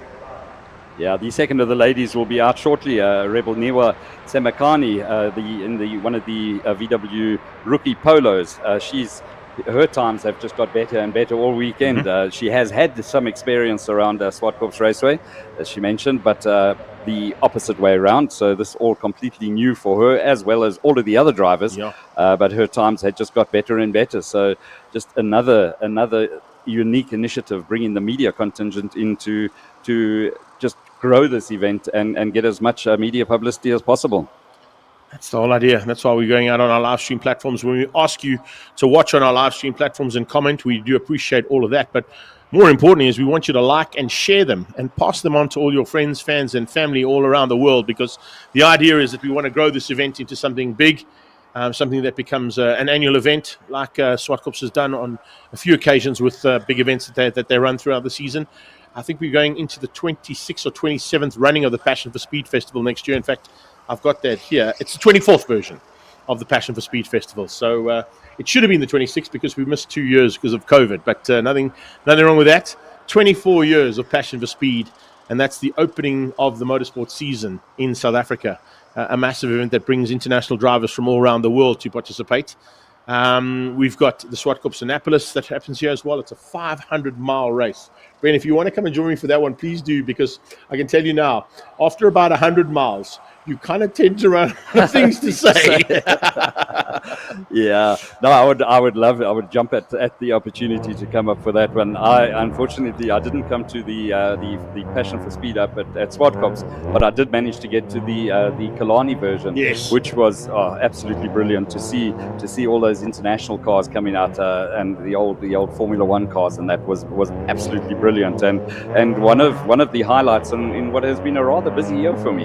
Yeah, for sure, 100%. We've had a busy year, both of us. But I'll tell you something. I know we're sort of on to the 5th of October, but I'm already looking at opportunities to once again head back to my second favorite country in the world in May and June next year, with possibilities of trying to up what we did this year at the Isle of Man TT. Eventually got to 10.7 million views over a 2-week period. So that's the plan. If anybody wants to jump in on that, they're more than welcome to contact me or just get involved, because we're going to be, of course, covering all the antics of our South African TT rider, Alan John Venter, who, of course, went fastest ever of a South African rider around the Isle of Man this year, and went quickest in every single category he raced in, getting up into the top 10 in the 650 class as well. So amazing stuff there from him, and that's the reason why we want to make sure that we're back there again next year to cover him, and potentially Magic Michael White joining him as a teammate. Didn't quite get there this year, just ran out of the funding in the last minute. But Michael White working frantically to join Alan John for 2 SA riders on the Isle of Man for 2025. Berthold on track for the first time. That is our championship leader in this class and looking to try and get back onto the top of the current leader standings in the Rookie Cup class. He's got to catch Divian. And I think, as you said, it was, 0.3 of a second between the three of them? That's nothing, bud. So Judd Berthold is the man who leads this championship in the Rookie Cup itself. Ooh, a little bit of a lock up there and some understeer coming out of turn 2 as he headed up over the crest there on the first time. Seasonani Plastics car looking good for a potential top spot. Will he reverse the roles in terms of those characters from the word go? That's what he's hoping to do. And if he does that, of course, he'll join his teammate for the weekend, which is Brendan Staniforth, to make sure that that team is also at the top step for now of the standings in Rookie Cup.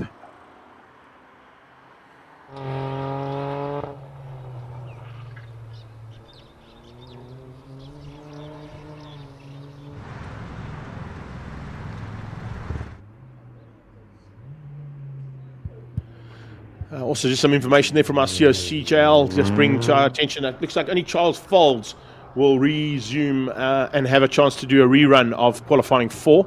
I think that's a good call from him, because remember yesterday when he had some, you heard from Colin's interview with him, he had a bit of a nightmare. Misfire in the first run, Turbo went in the second run, so he didn't really get any chance to put in a decent time. And then, of course, on the fourth attempt, someone else's issues cost him a chance to have a full go at it. So he'll be lining up just in the back of all of these cars, and he'll be the last car to run in qualifying 4. Yeah, Jonathan Mokotsi opting not to go out again. He was given the opportunity, but rather deciding to sit that one out. I've just jumped across onto the Zwartkops Raceway Facebook page, and the message is coming through. Stephen Galgosi, morning guys, have a great day ahead. Till what time is this going on? And gate fees, the gate fees was 110 today. Under 12s are free. Steve Galgocci also, he's one of our Sunbed ZX10R Masters riders, and of course him and his Mrs. Bron are actually behind the scenes in terms of the organisation of the logistics around that category 2. So they'll be here in 2 weeks' time. Stevie hoping to be on the bike as well after a couple of offs during the season, and we wish him all the best if that is the case. But Steve, if you are coming through, it's $110 a person to get in. All of your youngsters are under 12, so they'll get in for free. But otherwise, just enjoy what you're seeing here on our live stream, and we'll catch you on the 19th of October, buddy. Thanks for the comments there, pal. Yeah, just a quick. It seems to be a contradiction of the entrance fees. I know I'd seen on one of the posters it was 150 rand for a one day pass, but then what I was given in the media brief that I was given, it says 110 rand. So I'm going to go with the. Yeah, I think it was 150 for the week for the 2 days. For the 2 days. Yeah. So if it's just you come in today, then it's 110, gets you through the gates. Children under 12 free, and so much to do. Lots of trackside entertainment as well. Lots of vendors, food vendors. You're welcome to bring your own gazebos, cooler boxes. It was fantastic when we arrived at the track here 6:20 this morning. The guys were already the queue was setting up, got their favorite spots around the bank, so they're setting up the gazebos. You can see the gazebos just to the right of the start area there. So the guys certainly getting here early at Zwartkops. And also just a heads up, if you missed gym, you can join the Badger Athletics boys and girls. They're in front of the canteen. They're doing a weightlifting competition there. We're going to see who the best weightlifter is here. So, Rulf Duplessis, you should be here, pal. That's one competition I think you'd possibly win without even hands down. More importantly, though, if we look at how things are going right now, top of the list is looking like it's going to be a bit of a fight. But at the bottom of the list, looking at the way things have ended up there right now, Judd Berthold has gone quickest. So, Berthold ahead of Azir Khan, Divian Naidu, and quite a long way down to Josh Moore. So, a bit of a split there between them. Watching how they finished up in terms of the media. I don't see Brendan. Oh, that's because he's not gone out yet. There he is. He's waiting to go. So apologies on that one. I thought he'd already gone out. I thought he might be one of the first ones. Fanele is on his way. The Isolo Ezwe magazine that he writes for is on the back of that car. This is our other lady driver, Ribbonilwe. Fantastic to see her going past. And also look up on that gallery there at AMG. A couple of the AMG Mercedes-Benz VIPs are in the house here today as well, joining us as part of the proceedings for the day. Now there, of course, a bit of news coming from the sidelines. Graham Niven sending us some information for the speed junkies out there. Last night at the Brandon Fort Dragway, FL2K24, a GTR ran a 6.7 second run on a 400 meter strip at 256 miles per hour. That is a proper cool run there, Graham. Thanks for that, buddy. That must have been mind-blowing. Wow, 236 miles an hour, 6.7 second run, and GTR, must have been an R35, I'm sure, on a 400 meter strip in the US of A. They make them fast there, bud. Absolutely. Brendan standing fourth in the Marula Media car, the next car out on track at the moment. Now we're watching that back end of the field. Of course, Ruben Nealway drops to the bottom of the list. 127.2, that's not her fastest, but that's a lot quicker than yesterday. So she'll be pretty happy with that. I think she got to 25, and that was her sort of goal where she was looking to try and maybe get into the 24s when we chatted to her yesterday. Yeah, she was aiming for a 24. Yeah. So not a bad effort there from her. Here comes the Hulk. I only say that because it's got the green wing mirrors and lipstick on it, but Brendan Staniforth will be pretty happy if I refer to his car as the Hulk. My favourite Marvel character, of course. And heading into the battleground, last car on track. Well, it'll be the second last car on track because we've still got to get that Subaru back onto the circuit as well for a final run for qualifying 4. If I look at the way we've gone, we're about 3 minutes out in terms of what should have happened and what happened. And we did have a couple of cars to recover, so pretty much spot on in terms of timing. A lot better than yesterday. As I said, we had a few tweaks and niggles, which JL and the race control team did to ensure that we ran smoothly. Jacob Mashukwa, he's the final car. The car's not scared today. And he's got a proper cool one, running the purple livery there. And as I mentioned, it's the fastest coffee shop owner in the world there. And he's pretty much a good talker as well. He knows a few things about cars here and there. He's done a couple of things out on the car end of the world. Normally the presenter and MC at the Festival of Motoring, but getting a chance now with Volkswagen. As he makes his way down to the line, he's going to finish up probably in second spot or third spot there in the Rookie Media Challenge. Let's go down to Colin, who's got caught up with Oscar de Oliveira to find out what's happening with that hairdresser's car of his. Oscar de Oliveira, Point S Tyre Shop. Mazda, it's not a hairdresser's car. No, definitely not. So if we can just let Greg Maloney know, it's definitely not a hairdresser's car. Not anymore anyways, not ours. Okay, what makes it not a hairdresser's car? Well, we've done big block motor, so it's got a 2.5 Mazda motor. It's got a nice big turbo, Garrett GT 3071. We've upgraded the diff. It's got suspension, brakes, semis. So it's still on the road. It's still got number plates and road legal, but I think barely. Got a lack of obnoxious exhaust out the bonnet. So yeah, it's halfway no longer a hairdresser's car. Oh, no, actually no, it's not a hairdresser's car. Definitely not. I think the exhaust out of the bonnet, that makes it not a hairdresser's car. Definitely a bit of a giveaway. But yeah, I think for what it is, I think I'm quite happy with the times. Trying to get into 60 seconds, so if we can do that, I need to find half a second. But I haven't done this in about 15 years, since the good old Forza racing days, so I think I'm not as fast as I thought I was. So I need to, if I was only as fast as I thought I was, I think I'd be okay. But I need to find another half a second, and I think we'll be good. Where do you think you can find it? I need to grow some gentleman bits. So therefore it might be a hairdresser's car. Colin, that's not nice. We just discussed it. No, I think after the launch, the turn 3 section is quick, and a little bit more through there. So I think for the rest of the track we're good. I think there's a little bit of time for us through there. And it's a brand new build. I mean, we literally finished the car like on Thursday night. So we were out road tuning it this morning, and the map's not 100% right. So there's a little bit more in it. I think if we do come back next year, I think we could actually break 60 seconds with this little car.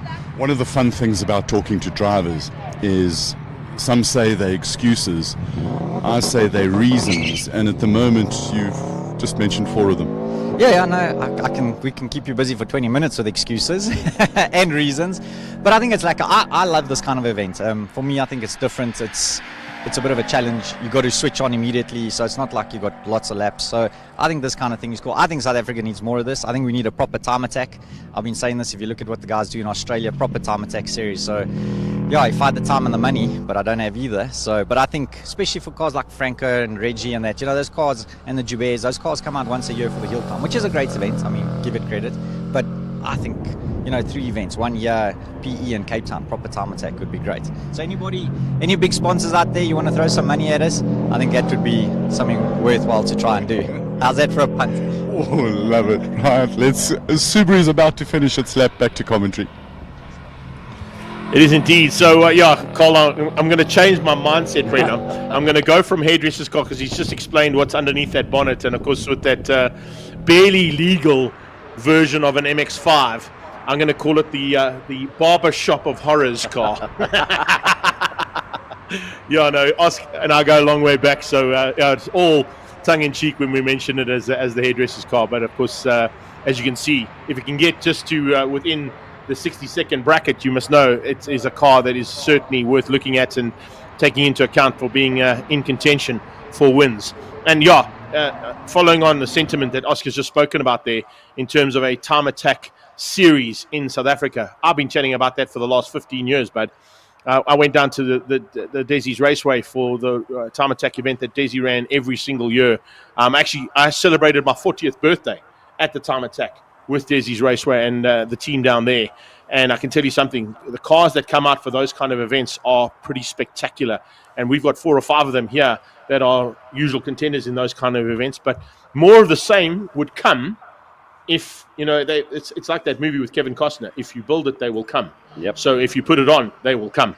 And that's why we're doing it here at Zwartkops. So do you think Sparky's listening and wants to maybe take him up on his offer? Oh, he hasn't sent me any corrections to my commentary yet today, so I'm hoping he's listening. But yeah, it would be great, as you see. I mean, these guys spend lots and lots of money on these cars for them to participate once a year, and so it's great to have other events happening, and a proper time attack series. I think is certainly on the cards. We just saw the rerun there of the 41 car. Charles Folds. Charles Folds. He ended up 20th overall, a 106.7 of his. So that concludes the qualifying 4 session. We go straight into qualifying 5, and I believe the cars are already lining up to get going with qualifying 5. Oh, that's the cool thing about it, and you know, it would not take away the prestige of hill climb. You know, I know I've done the hill climb now. This year, coming in 2025, will be 15 years that they've run the event, and of those 15, I've done 10 of them. So 10 events of the 15 hill climb shows you the progress that they made. And, you know, they also started on their first event with low numbers, people talking about whether it was going to be success or not, and they're going into their 15th year now with massive sponsors and everybody behind the scenes. 10 years of sponsorship from Jaguar alone was huge. You know, so to get an OEM like Jaguar to sponsor an event for 10 years means that you've got something special. And continuing my thought is that the prestige of the hill climb event would not be taken away by this event and an event at your track or an event at Killarney, providing maybe a 4-race series, different styles of format, but on a similar vein to hill climb / time attack. And exactly what Oscar was just saying there, you put that all together, a national championship could come into play as well. No, exactly. There has been talk. Oh, is it just a little bit of a drift there, getting some extra heat into those tires? There has been lots of talk, lots of plans in the pipeline. So I'm seriously hoping that it does pan out and we can see something different. You know, you always want to see something different. And I mean, I throw in, you know, when we were doing the Superbike Championship, when Interfile were involved, I was still with Westbank Super Series at that day and looking after the Westbank Super Series as the motorsport manager there. On a few occasions, we took the 600s and thousands and put them together and ran what we called a Mr. Motorcycle, which was basically every man for themselves, out on track, eliminate a rider every lap until you're down to the top 4. The top 4 then run for 4 laps, and whoever wins that gets 10,000 rand worth of money and a dollar jacket. It was a huge success. You know, they've run 2 or 3 events here at Zwartkops where they've run into the night under floodlights. You've got floodlights. Yep. You know, maybe what we do is we have this top of the hill as the Zwartkops event, we do a time attack at night in Aldo, because you've got the floodlights and you've got the ability to run at night, and something else that happens at Cape Town, so that those four different regions of the country have each got their own input, and from there you put it together along with your climb, whether Shiraz is in agreement or not, and make a series out of it. I mean, I think it would be a huge success in terms of South African motorsport. If you look at what they're doing worldwide, it certainly is becoming a massive success. The time attack events and the time attack classes running all over the world are huge, and guys are spending big money on their cars. Speaking of guys who spent money on their cars, this man spends hardly any money on any cars. He gets gifted opportunities to drive. This weekend he's with Lindenberg Racing in the Ford Pinto Escort. Let's catch up with Michael Koenig.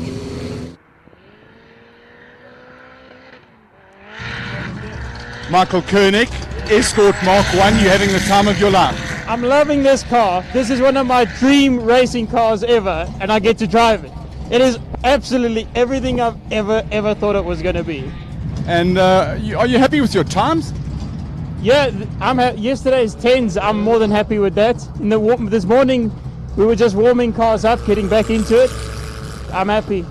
This thing is just an amazing car. Lindenberg Racing and Shell BSA have let me use a fantastic machine. Awesome. Good. Keep the smile. I can just see it's huge in the helmet there. Have fun. I'm loving it. Thank you, guys. Cheers. Let's see while we're going, Lawrence, if we can get to Paige Lindenberg in the Galaxy.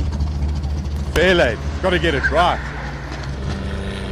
Paige, let's see if I can get it right. You're in the Fairlane today. Yes, I am. And you first practiced today, qualifying today. You happy with your times from yesterday? No, not 100% happy. I think I can pull it down quite a bit. Just trying to get used to the runway round with my head. But also this car's tough, eh? It's a very heavy car.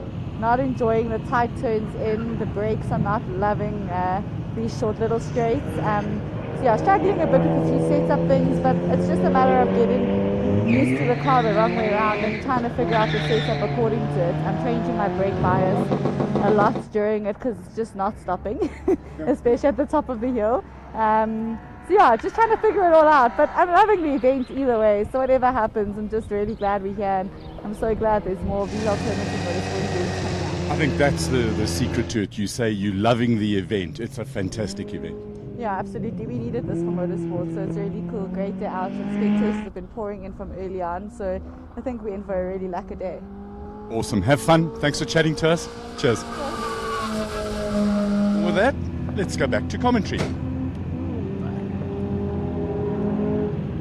Just watching there, we haven't seen a lot of him, and I kind of want to give him a mention if I can, Bren. I was watching yesterday for the progress of it because I saw it in pit lane, and I wasn't quite sure if it was a GTI or a Golf R. It's a 6R that Jared Rousseau's in. He's just gone quickest, but I think his time will probably be elapsed pretty quickly there, although De Oliveira just missed out on it.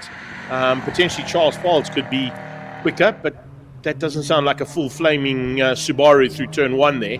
The Marauder of John Tendashate crosses the line. I don't think he's going to be quicker. He won't be, but only to the tune of about 5.1 seconds. Now the Subaru kicks in. Yeah. Going through turn one, it was very cool, calm and collected. Gingerly, yeah. All of a sudden, it seems to have just, woken up coming out of turn three.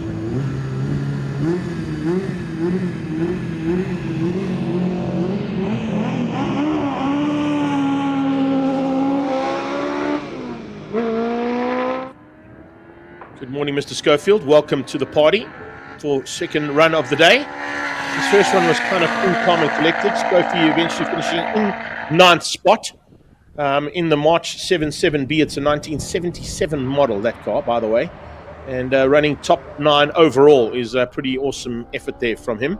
But there were a couple of cars, of course, that didn't make it out and didn't do the first runs in anger for qualifying 4. So Schofield will be looking to sort of just make it to the top end of the single-seater class, I'm sure, and walk away with the honours there. He has been crowned, of course, classic car conqueror in the hill climb on 2 occasions, if I'm not mistaken. So certainly knows what to do in a race car. And this is the man behind the scenes of single-seater racing in South Africa, putting his money where his mouth is from chemical logistics and, of course, Investchem.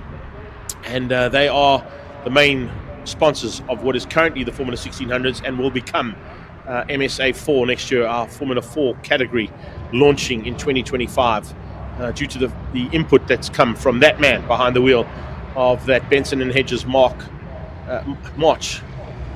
77B. A former Atlantic car, really great to have it at this kind of an event.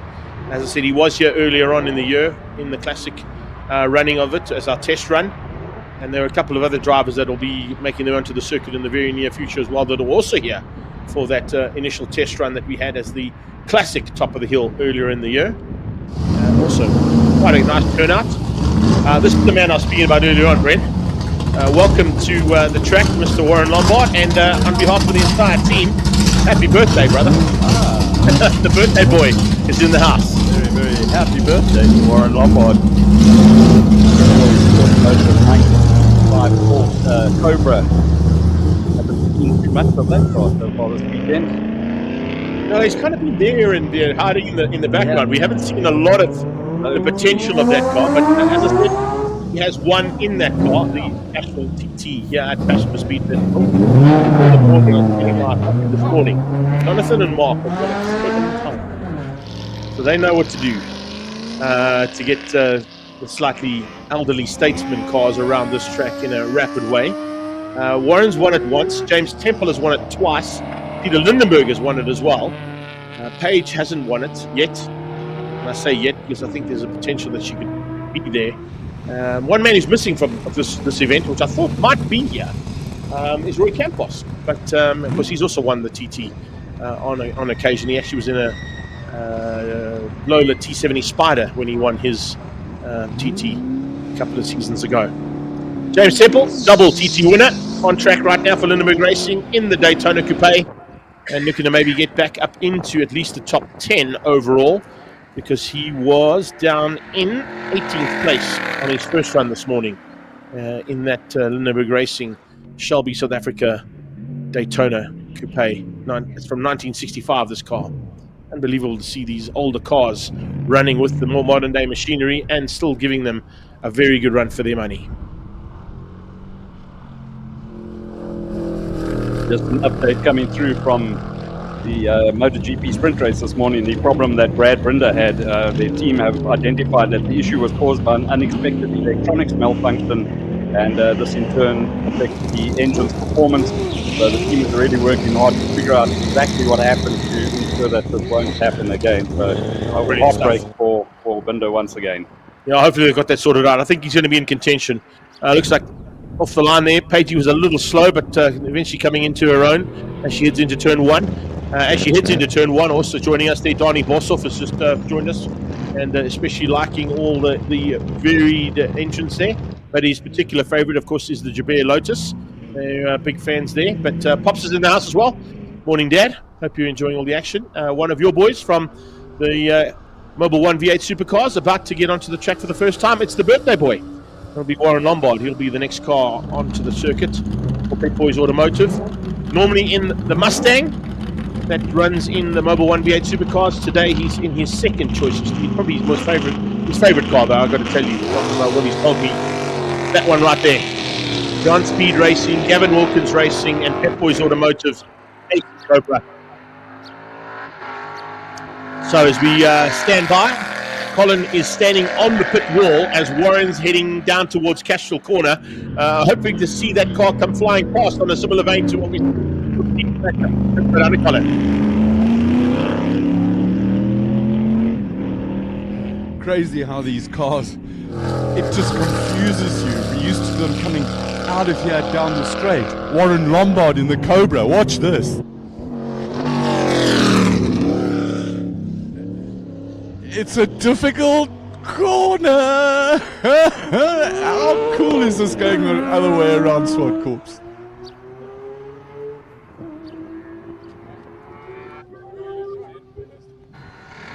Lombard locked up there into turn 5. He's got it all sorted out, fortunately. Yep. So through 6 and 7, he seems to have sorted it out. Now he gets down to the line. Does he go top of the list?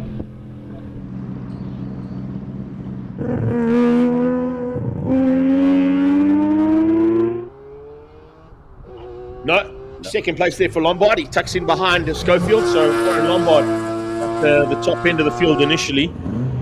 Watching once again here as we're seeing this man go at it once more. Bit of a lock up there for Coral Phelps.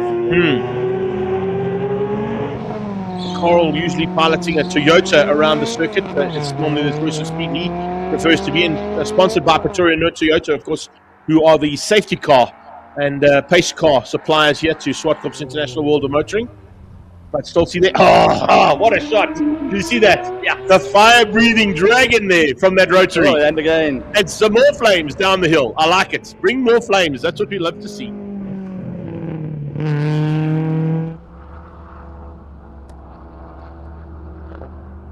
Koenig into turn 3.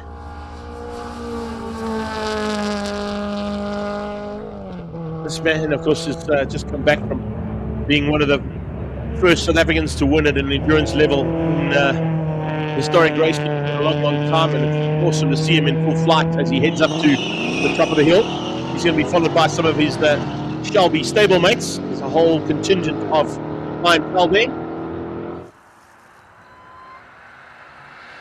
As that Super Snake heads down towards turn 2. Collins waiting once again, as I said, on a similar vein to what we see Steve Plater do at the Isle of Man TT.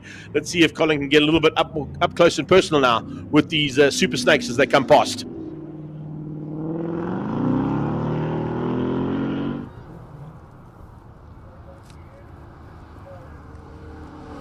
So interesting sitting here. We're used to the cars coming this way around Zwartkops. The Mustang is coming this way. It's absolutely crazy and lovely.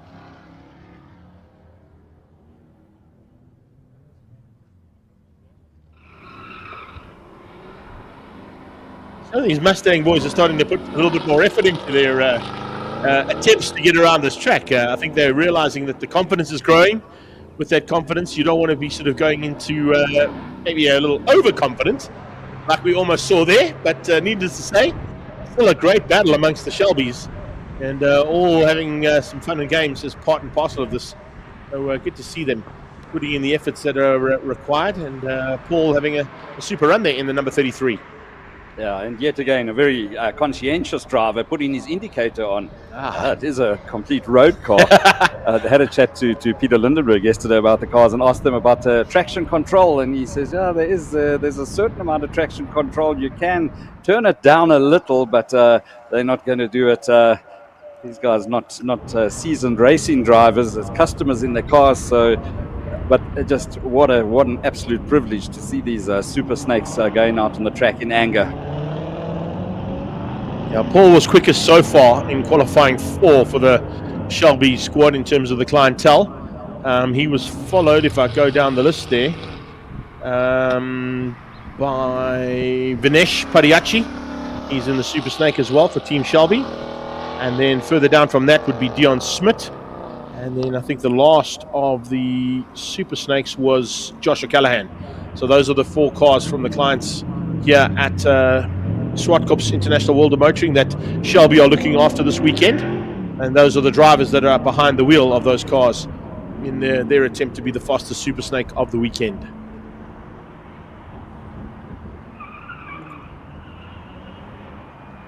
Looks like we're going to be joined now by the return of Lieutenant Colonel retired, Mr. Alan Mayer. He'll be behind O'Callaghan and Padiachi. I think on track I also spotted the 2 Super Hatch BMWs of Mark and John Odutoy. So they'll be making their way around there. I still haven't seen Ishmael Baloy yet in the Noddy car. I think he was supposed to be in that car, eh? He was on the entry list, and I actually made a point of going to try and find out how come the car hasn't gone out. It was taken from the workshop down to the pit area yesterday, but I see it's back up in the workshop. So obviously a mechanical issue of sorts that has kept that car off the circuit this weekend. 31 in full flight there, pushing hard. And while we're watching action on track, let's go and find out what's happening in pit lane and see if the spectators are enjoying themselves as much as we are. Carl, you've got a few of our fans down there. Johan, you come to Zwartkops every now and then. How beautiful is it that we're going the other way around today? No, it's quite beautiful. It's interesting to see. I think the track is quite tricky the other way around, but the sounds and everything is just beautiful today. You found a great spot here where you can see the corner and you can see the start. Are you going to walk around the track today, or are you going to stay mostly here? Walk around a bit, but this is definitely the best spot to view all the corners. Awesome. Thanks a lot for chatting to us. Enjoy the day with your family. Cheers. Thanks a lot. Nice to catch up with the fans there, Bren, but also just picking up as Callahan heads into turn number 6 and 7 and down the hill to complete the lap. The car just behind him there, I think it might be Pariachi's car, Vinesh Pariachi, the red one, has, I just want to double check that it is Vinesh. Yeah, it is Vinesh who's the next car on track there. So the 32 car there, he's decided to, you can't really call those piranha grills on the back. It'd probably have to be a Cobra grill or something, because that Super Snake has got something special on there, and maybe a little bit of additional downforce coming from that what would be originally the Piranha grill that we put onto our cars. Yeah. I think I must have to send Peter or Paige a message to find out what the actual term is on the louve that's on the back windscreen from that car. Yeah, it's nice to see that the hospitality suites are starting to fill up. More and more spectators coming out to enjoy the action. Here comes the fourth of our Super Snakes.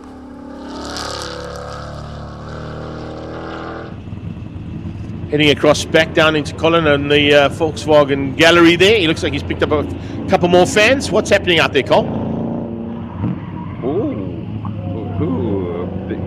Big moment there. Dion Smith.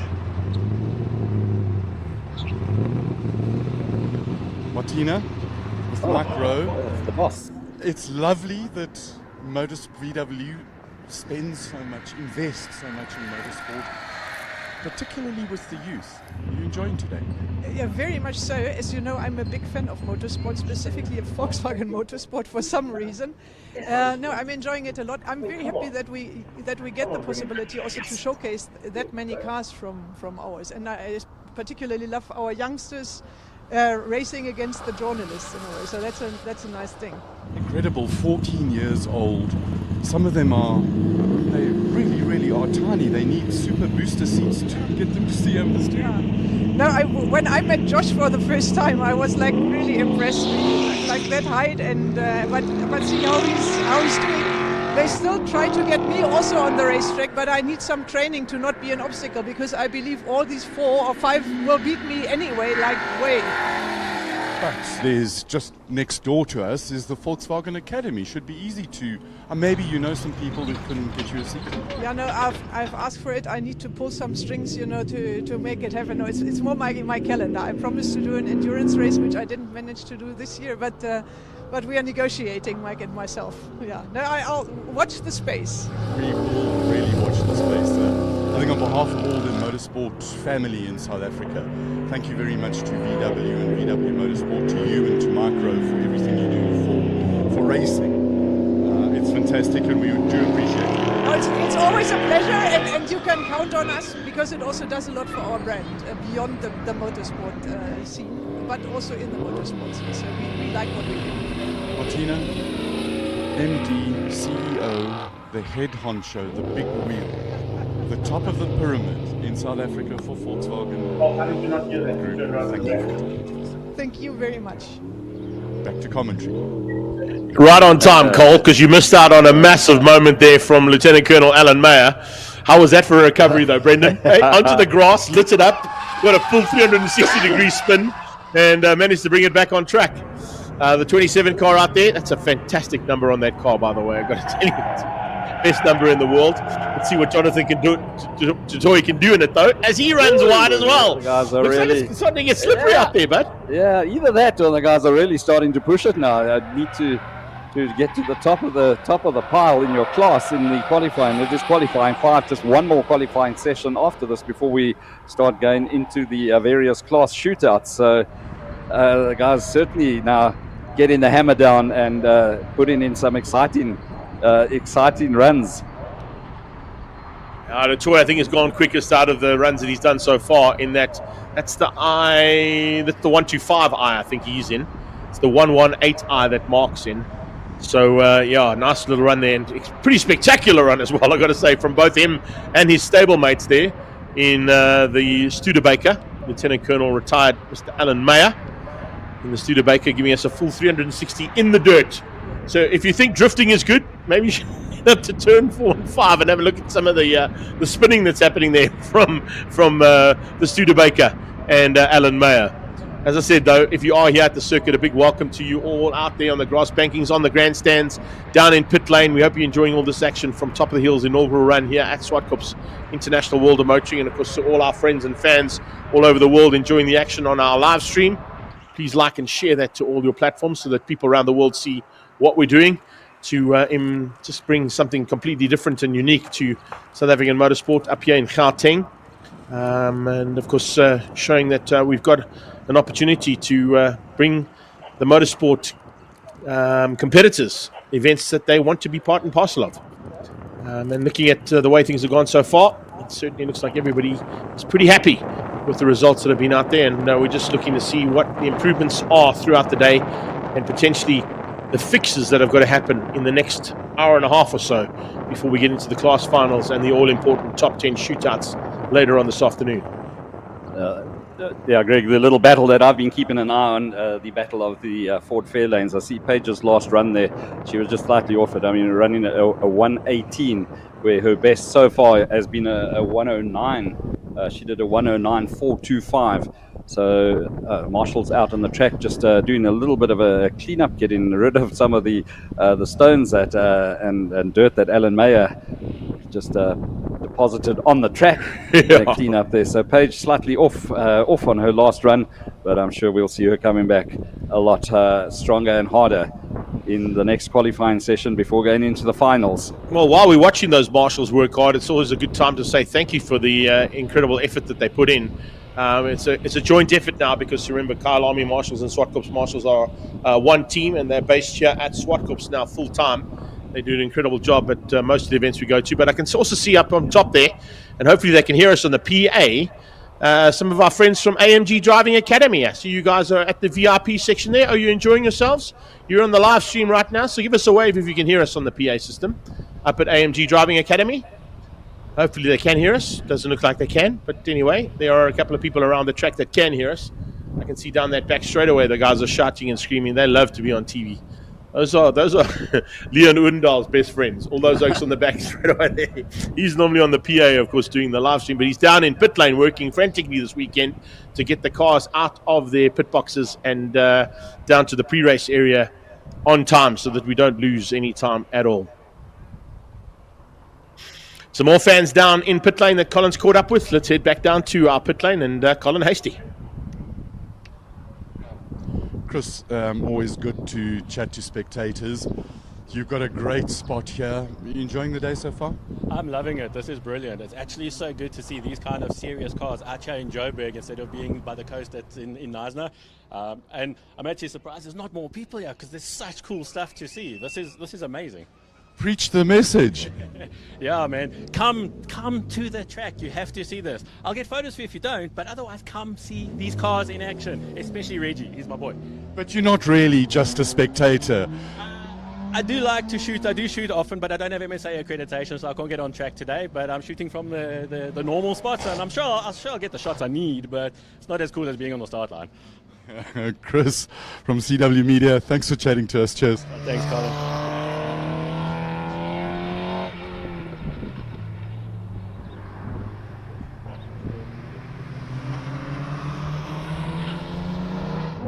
I can tell you something about Chris as well, Brent, which you might not know. He's got one of the finest retro BMX collections in the country.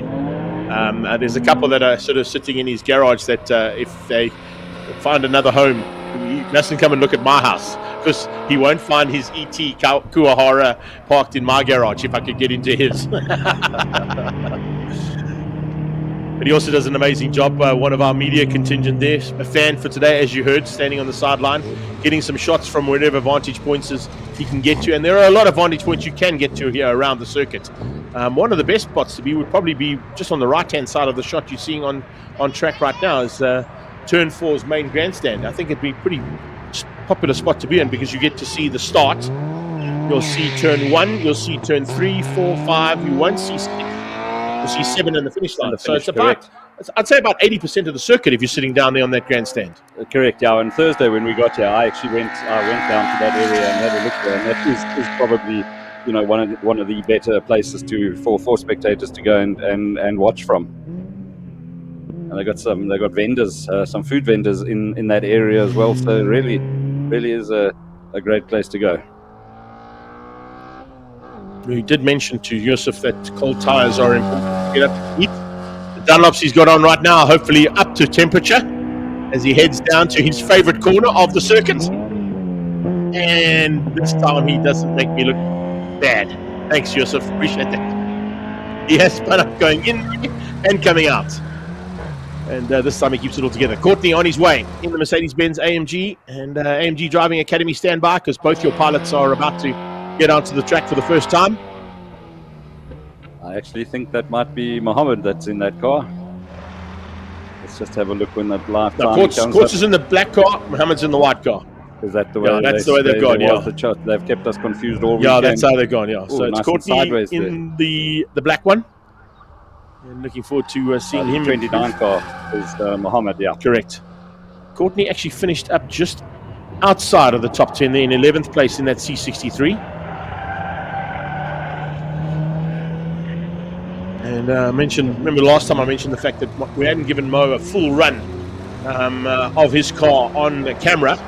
So he got that the last time, and looks like he might get it this time as well with maybe a little interruption from his teammate. Let's see what happens as AMG. Yeah, they're liking it at AMG now. Now all of a sudden the AMG gallery opens up and starts to shout and scream. They're using every single piece of the track. Mohammed Hussain out of turn 2, Castrol corner. Little short squirt down to what is normally turn 1, but now turn 3 this way around.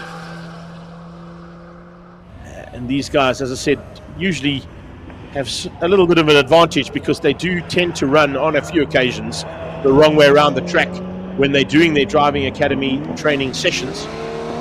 So they'll probably have a little bit of, I wouldn't say it's a huge advantage, but they've certainly got an idea of what to do and where the lines are around this track. But then, as I said earlier on as well, Mo was talking to me saying, you know, watching the live stream last night, he actually saw a few mistakes that he'd made and he would try and put those all together.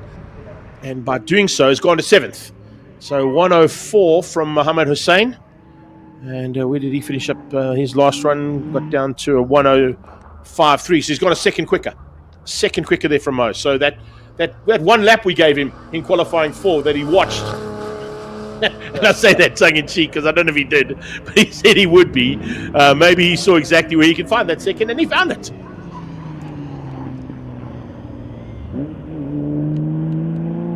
Gavin Rook up the hill in the 911E.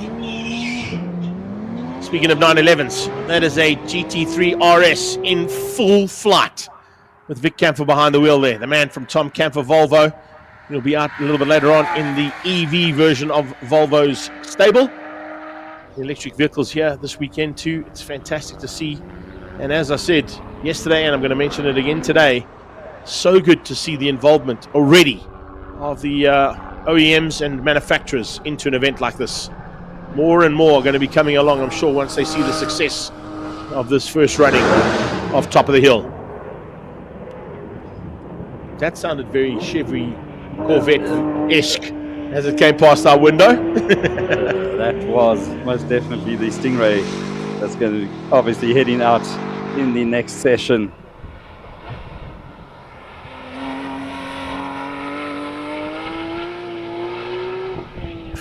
Oh, Little Tail happy there on the Porsche coming out of turn 6. 9 to 7 back down the hill, and this time, where does Vic go? Nice run from him. So Vic Camphor moving himself up in the top 4 overall. 102.9 there for Camphor.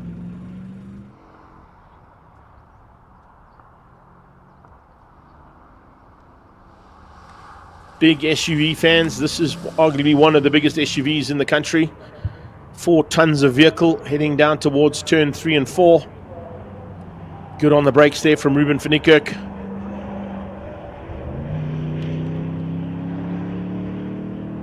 And back up the hill goes Rubes. Getting just to the crest as they come through there. Nice line from him actually there, but a little squirty on the brakes there. Just tapped the brake a bit, maybe too hard, and got the tyres to squeak a bit there. Using a bit of the curb on the exit, and then on the loud pedal down the hill. That'll bring him into probably just outside of that. Yeah, there we go. I gotta say, just outside of the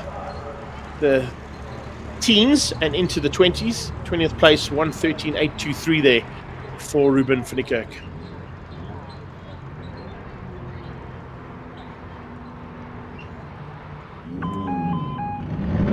There you go. There's our fans on the back straight away there. How are you guys doing? I see the combi has got the boot up to give it a little bit of shade. Looks like we got some fans out there. There we go. Thumbs up, sir. Thanks for that. Appreciate it. We can see you. You're on the live stream as well. You can shout and scream and tell your moms and dads that you're here as well, if they're still around. There we go. There you can see just a prime example of how the youngsters enjoy motorsport these days. Action aplenty right in front of him, and what's he doing? He's on his cell phone. He's on his cell phone. Yep.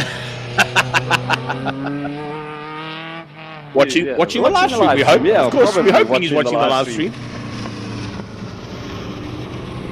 Just having a look at the gone back and had a look at the provisional results in the various classes, and the H6 class is one that I've been watching with the fair lanes, and some of them heading out on track now, and it's a Sia Farid that leads at the moment at 104, and James Temple just behind him at 105. So it's virtually exactly a second, but separates them. And then Jonathan Detroy is third, and then Paige Lindenberg and Mark Detroy involved in that battle with the fair lanes. Paige with the advantage. Now she's done a 109.4 and Mark a 110. So that's going to get quite interesting. Yeah. We go into And you're looking at, well, here's one of them. It's the Daytona Coupes versus the Ford Fairlane versus the Chevy Nova. So that's the battle that we're expecting to see here. AMG Driving Academy, can you hear us? Because we saw you on camera again. Hopefully you guys can hear us up there. About to see some more cars going to battle here as they head on to the circuit. This is Miguel Ribeiro, Alpha GT Jr. His son Renzo lining up in the background there in the Formula GTI as he heads into turn 1. Some of you asking on the live stream, I refer to the H6 class. It's the racing saloon cars, rotary 6-cylinder and above, up to 1974. So some absolute beauts in the H6 class. Yeah, they are for sure. Shane Steenkamp, hope you're enjoying all the action. Thanks for that, Chris, joining us on the live stream as well. Enjoying race action here from Zwartkops' inaugural running of the Top of the Hill Challenge. So far, Charles Dubert has set the pace this morning, getting down into the 54-second bracket. He was fastest of the first qualifying session. We're into qualifying 5, of course. A couple of cars that have had a couple of niggles this morning that need to be sorted out. A couple of cars who still haven't come out onto track as well. So we'll wait and see if those big bangers make their way in and the contenders make their way onto the circuit here in qualifying 5. Are they going to keep it for the next session? Or have they done enough to get them through to the class finals? And just going to look for the class final runs and Top of the Hill runs later on this afternoon. Schofield goes quickest, also just outside. He can't seem to break that 59-second bracket, can he? 1 minute flat again from Ian Schofield. Renzo now looking for a chance to maybe get slightly higher up there as well in the Formula GTI. After Troy, and Brendan was just talking about right now in that Ford Fairlane. Heads on to the battleground towards turn 1 as we watch Renz coming out of the final corner. Birthday boy currently in second spot. Where does Renzo go? He goes top. 59.5. Past the single-seater.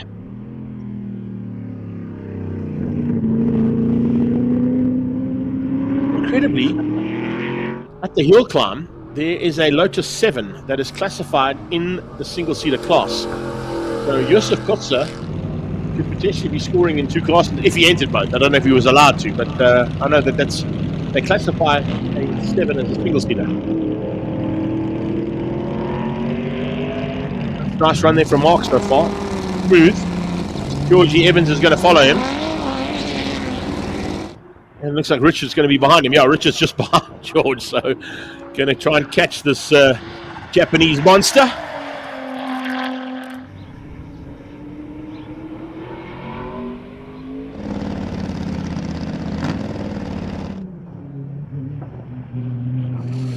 So certainly one of our top contenders in this category for today is the man in the Toyota MR2. He's waiting to get up onto circuit, so let's head down to Colin and find out what his plans are for Q5. Peter Zilli, it's you're in the top 3. It's almost go time. Yeah, I'm ready now. You always come with a slow burn and develop, and you've got 2 more runs and then class the top 10 shootout. Yeah, that's still the plan. I want to build up slowly.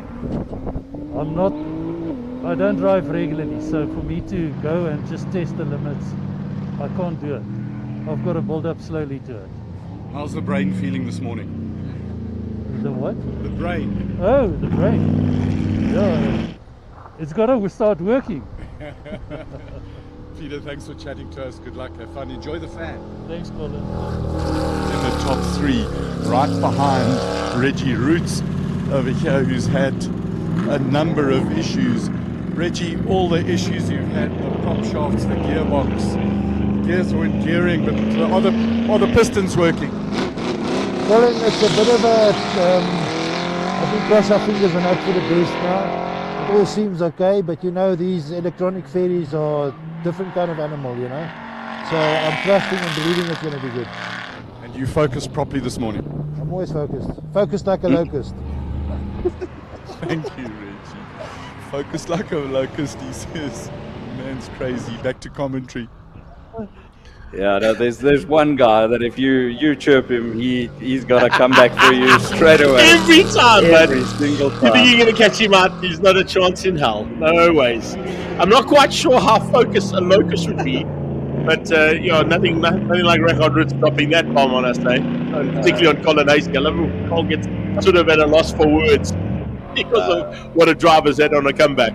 He got caught out earlier on by Oscar De Oliveira as well, but doing a superb job down in pit lane is our pit lane host there, Colin Hasty, having a quick chat there with Record Roots. Hopefully, you just heard now from Record, this car on track right now, it's all about the driver. So that's Siafari into 7th place on a 103.6. That car runs on their driver's ability to get the power down, the clutch right, the brakes to work, and being a 1965 model, can he keep it all together for the run that's required?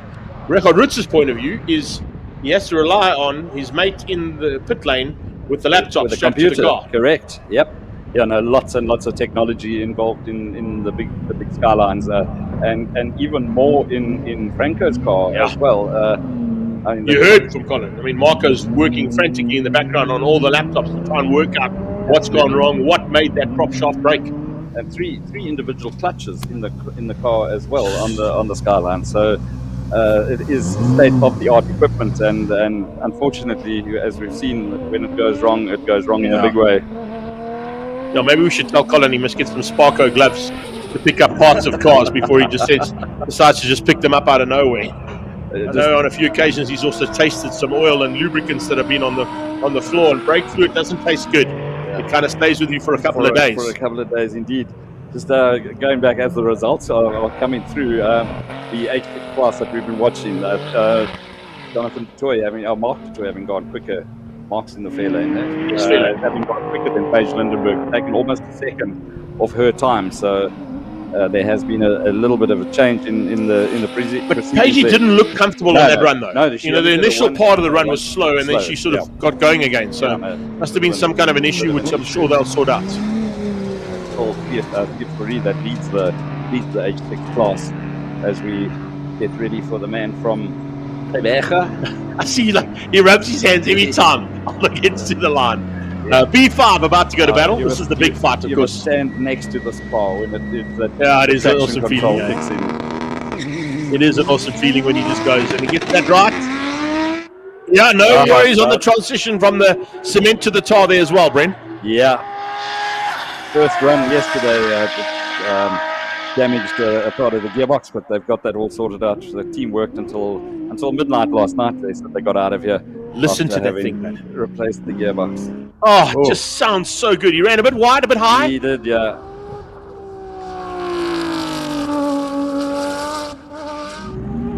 It's to the white line he's pushing this car. It's amazing to see. Aldo Scribenti in full flight here for Tafcar Motor Group. Fighting the wheel there a little bit, but they're keeping it nice and tidy. Stevie Clark on the way, follow him down the line. Literally down the black line that was lit up there earlier on, I think by Warren Lombard, the birthday boy. He's also in an AC Cobra, but that backdraft Cobra now heading into the battleground as you're about to see Aldo go across the line. Does he go quickest of the day so far? Scribenti across the line, I'm sure it's going to be pretty high up there. He comes in, yes, 56.3. Not the fastest of the day, but certainly one of his quickest runs we've seen out of that car, and massive improvements coming from the Scribenti team.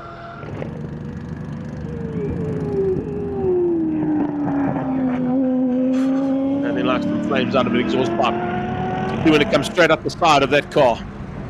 Richard Roots in Armageddon, about to be sent on his way. Waiting patiently behind him is the MR2 of Peter Zeely. Those are two very much top contenders. Oh man! There you see how things can break. Coming from that slightly sweeter concrete on the launch pad to the slightly more traction ability there of the tarmac, and Richard is absolutely on it there, Brent. Absolutely, yeah. We've seen, we've said he drives it to the limit and over. That was there was a bit of concern with that transition from the cement to the tar, that the car gets out of shape, but handled it well there. And if we can get through this section as well as we've seen him get through, brilliant. That's it. That's what you want. So this is going to be an exceptionally quick lap from Richard Roots.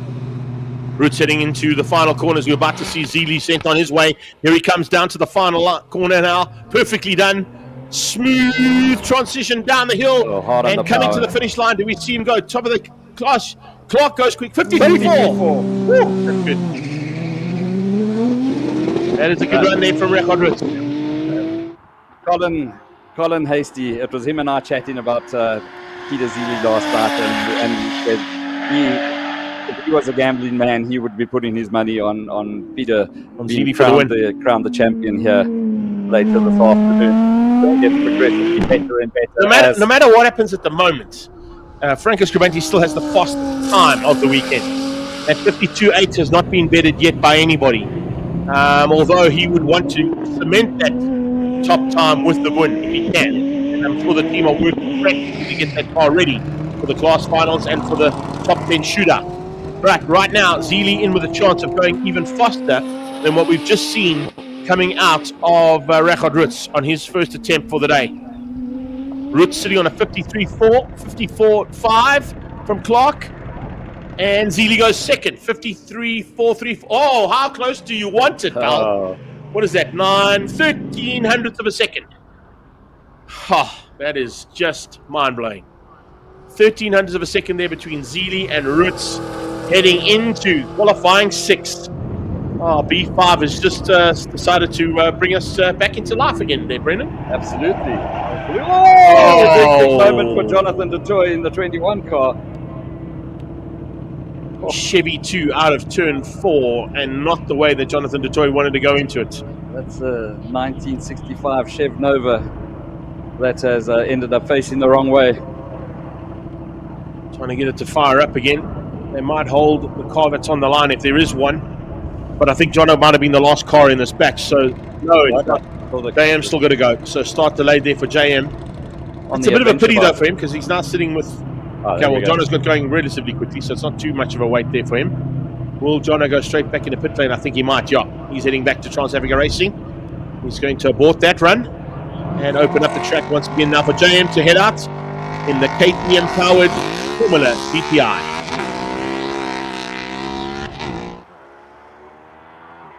Just looking at the start area, the cement, that I would have thought there would have been more rubber down there. There is lots of it down, but I thought by this stage of the weekend there would have been a lot more rubber having been put down on the slippery cement.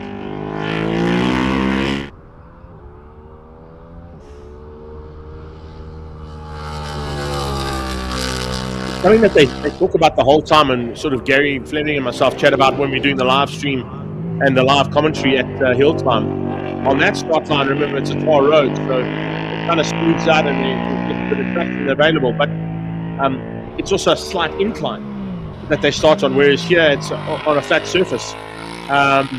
What you've got to take into account, which Reggie did, and which Franco said he was going to attempt to do before the car broke, was do you sacrifice the launch in order to negate the change of surface from concrete to tar, and then make it up in the run, or do you give it everything off the line and just take the risk of it, breaking off that change of surface? Well, it looked like from that last run of his and from Aldu's run as well, there was no holding back there. That was launch control. Let's get going and get going in a hurry. Man waiting to get going in a hurry there. I think there's a red flag though. No, there's a green flag. There we go. Being shown to Jonathan Machotsi as he'll make his way back onto track, followed by Peter Jabert. Spinner in qualifying 4. So he'll be looking to just regain the confidence of staying on track for a full run in the Mercedes-Benz AMG powered. Yeah, both. Just a little practice start there from him. Practice start, yeah. Jonathan Machotsi having an off-track moment yesterday as well. So Shaw was quickest in qualifying 4, 54.4 in the Honda-powered Lotus Lease.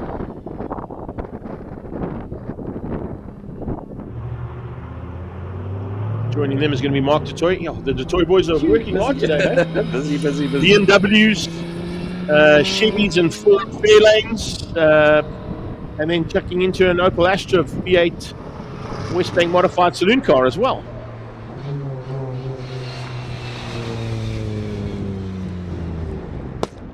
Well, we chatted to the boss lady and the CEO of Volkswagen brand, Martina.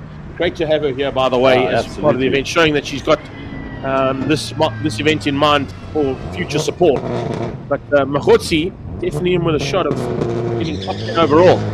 He has been most impressive around the circuit. So I think we predicted yesterday, or I predicted, that he's going to run into the 56s. So let's see how he manages this part of the section. He was a bit nervous about this area. They were lifting the wheel higher than we've seen him in the last couple of runs. So definitely, given it is all this time in that absolutely magnificent VW GTI.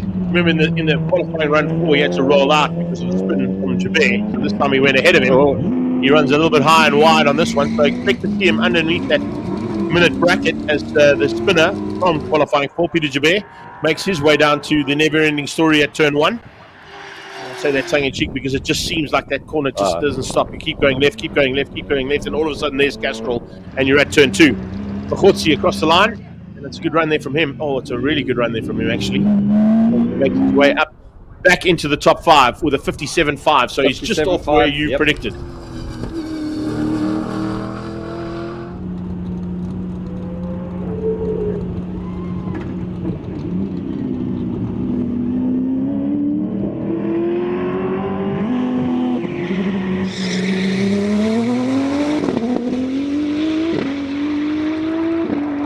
Top of the list from Q4 was that man in the grey Lotus. It's got a Honda power package underneath that rear hood. As his brother makes his way across the line. Where does Peter end up? I'm sure he'll be happier that he's just crossed the line and not ended up on the sideline. 6th place for him with a 58.3. Charles now pushing into turn 3, heading towards 4 down the main straightaway, the wrong way around. You've just joined us here on our live stream or here at the circuit, and you're wondering why the cars are going the wrong way around. Because it's top of the hill challenge, the inaugural one, having an opportunity here to do something completely different.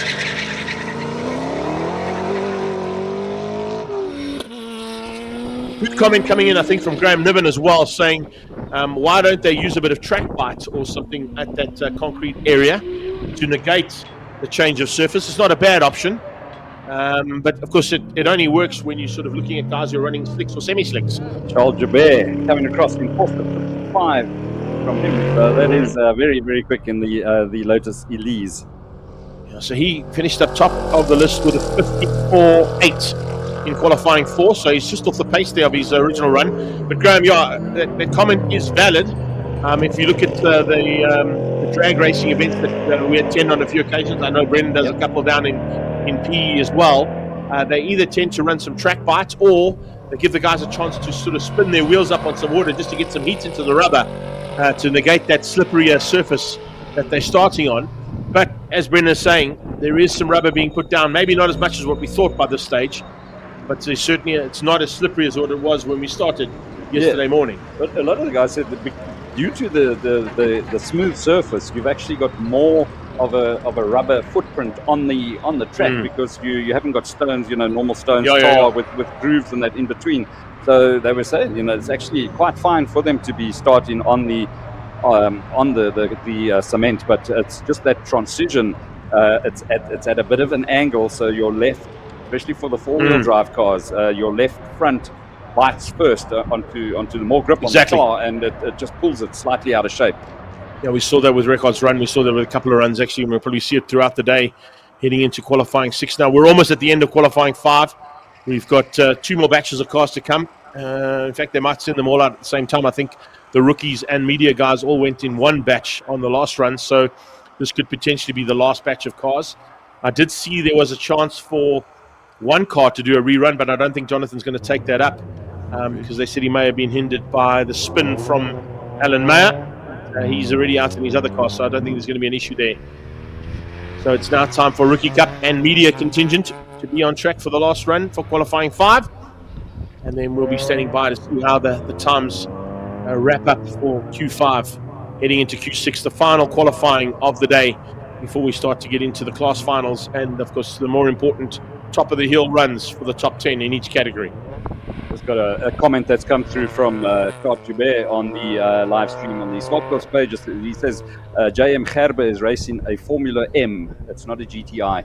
I think it's a Van Diemen chassis. Yeah, no, I will. Yeah, I'll agree 100%. It is a Formula M because it runs a motorcycle engine, but I think the chassis comes from a Formula GTI. So I know it's not a Formula GTI. Yeah, corrections on that one, and thanks for that, Charles. Appreciate it. That it runs as Formula. They actually run as Formula M, Monoposto, and Libra all combined at the Inland and Regional Championships that run here at Zwartkops Red Star and the likes. But the reason why he says it's the Formula M is because it's not running the motorcycle engine. So most of the Formula M category cars run Suzuki GSXR 600 or 1000 engines, but he's decided on that 1290 KTM adventure bike engine to put into his. So yeah, thanks for that, Charles. Yeah, and thanks for correcting us. It's not an exact science commentary, but most of the time we try not to spoil the story with the facts. But yeah, you are spot on. Correct. But that's the beauty of that is. It's what I love. It's what I love. It really is. I mean, any mistakes that you make, there's going to be somebody that's going to jump on and correct you, and it's absolutely brilliant. But talking about cars with motorcycle engines, we've got down in Port Elizabeth. A Lotus 7 with the Hayabusa motor in it as well. Elvin Kretzmann, that little Lotus. So we look forward to that. I know a man who's given a car to Devin Robertson that has a Mini Cooper with a Hayabusa engine in it. Mr. Zank. Okay. So if you want to see it's well, it's not much better than that. Exactly. We'll see both of them in action with the Lotus Challenge and the Mini Classic Challenge happening down at Aldous Gravante on the 19th of October. So yeah, if you're down in Kwabecha, that's where you want to be. If you're here in Gauteng, Zwartkops is where you want to be on the 19th of October because that is our final of the National Championship Extreme Festival here at the World of Motoring Zwartkops Raceway. These guys are going to be at it. In terms of wrapping up their championship, Judd Berthold will be looking to try and wrap up the championship for the Volkswagen Rookie Cup with the 3-point advantage he's got. But there's going to be a huge fight between himself, Uslia Khan, and Divya Naidu, who are the top 3 in that championship heading into that final round. This weekend doesn't count towards the points for Rookie Cup. It's just for some fun. And as I said, we said all weekend long, teaming up with some media contingent to make it a team effort there for them.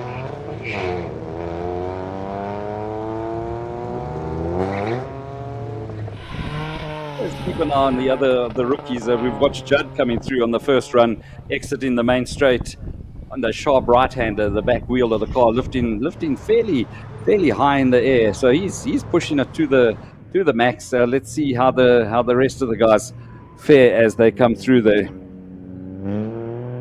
Do love the fact 31st place there at 1:11, so he qualifies for 111 Sports and Saloons. And I know that Luigi Ferro, the sponsor of 111 Sports and Saloons, is here from Ferro Energia. So hopefully he's watching Judd and saying, well, listen, if you can put it into the 111s, that car can come and play with us in 111s. So bring it along. Yeah, no lift there from his there. Vivian Naidu, he's been the quickest straight line speed. Vivian has been the one that has really impressed. And was quickest yesterday afternoon as well. And a confident youngster. I've got lots of time for Vivian Naidu. He's been involved in the Rookie Cup series for a while, and it's just to see the amount of development and locking confidence building. You can see he's got the hammer down. Yeah, back left, lifting there. Let's see what happens when he exits the main straight. There goes a 111.5, 111.1, 111.5 for the top two so far. Let's see what Naidu can do. Can he go a little bit quicker than the 111.5 set by Judd Berthold for qualifying 5? Oh, a little bit out of shape under braking. It might cost him a little bit. Runs wide. Downlofts on the dirt are not good, but let's see if they keep it all together now.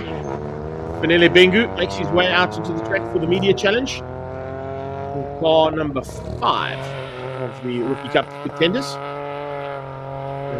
Naidu, come on, let's see what he got now. Clean it all up here for the last part. Right in the curbs, running a bit wide on the exit. Here comes the times. Does he go quicker? Sure. Just. Only just. 111.1, 111.1, 111.5. How close do you want it between the top 3 in the Rookie Cup for top of the hill? Those top 3 are going to be that evenly matched heading into the final round of the championship here on the 19th of October as well. But they'll be going the other way around, of course. Sure, that's amazing.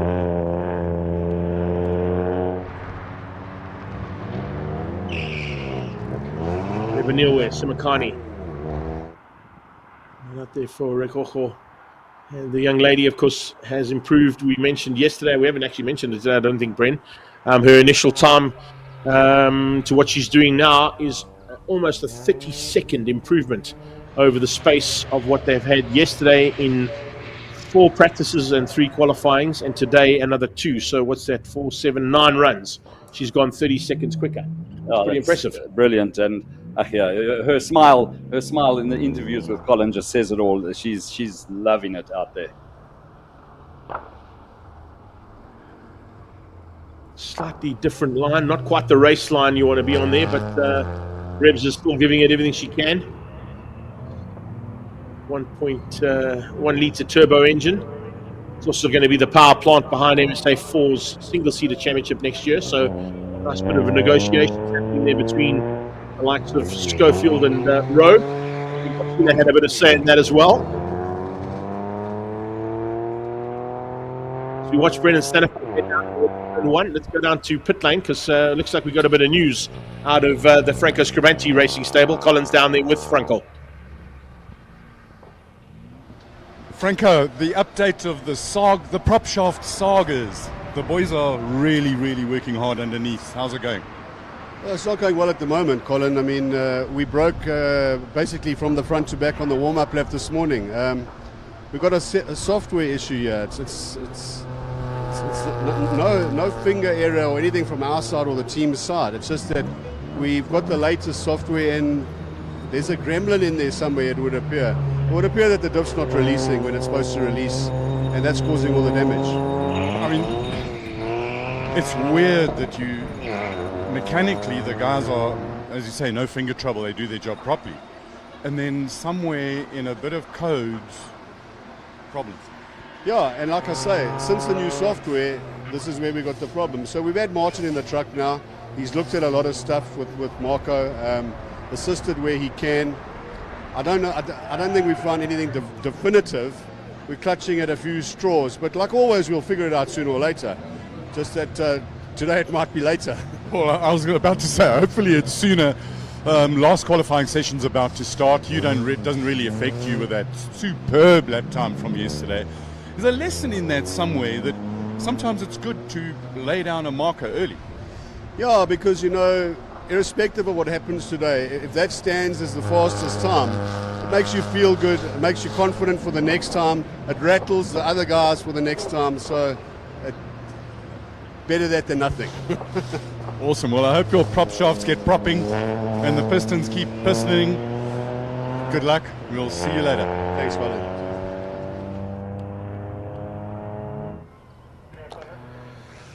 Well, how many times we want to go to an interview in pit lane and then we get action on track? Jacob Mashukwa shot for that, bud. Sideways into Cashville corner. I think he wanted to open up a coffee shop there, maybe. Well, certainly ended in a cloud of dust there, backwards off the circuit. That'll drop him right to the bottom of the pack, I'm sure. There's no doubt about it. That was the slowest lap we've seen out of Mashuks. But he'll be coming back for more, no doubt, as we wrap up qualifying 5. So Q5 in the bag, all sorted, done and dusted. As you heard there from Colin and from Franco, they've not have to worry too much about rushing. They've still got a chance of getting into that class final. They've set the lap time yesterday of the fastest lap so far, or of the weekend, a 52.8 from Franco yesterday. Will certainly still remain as the best time of the weekend. And if no one beats it through the weekend, it'll still remain that best time. And as you heard there from Franco, that's just a confidence booster for the next time they come. They realize what they can do and what the potential of the car is. But Brent, you're kind of a bit more au fait on how the technology works from a car's point of view when they're running those electronics and those systems in the cars. Is there no way they can put the prop shaft back in and just turn the electronics off and leave it to Franco? Unfortunately, there's such high technology with all the various sensors in those cars, and to shut them down, is it worth the risk? My first thought was, well, go back to the last version of the software, because that worked. With the old software in. If I don't know if that's an option, but those cars are protected by so many different sensors, and because when it goes wrong, that engine goes wrong in a big way, and it's a whole chunk of money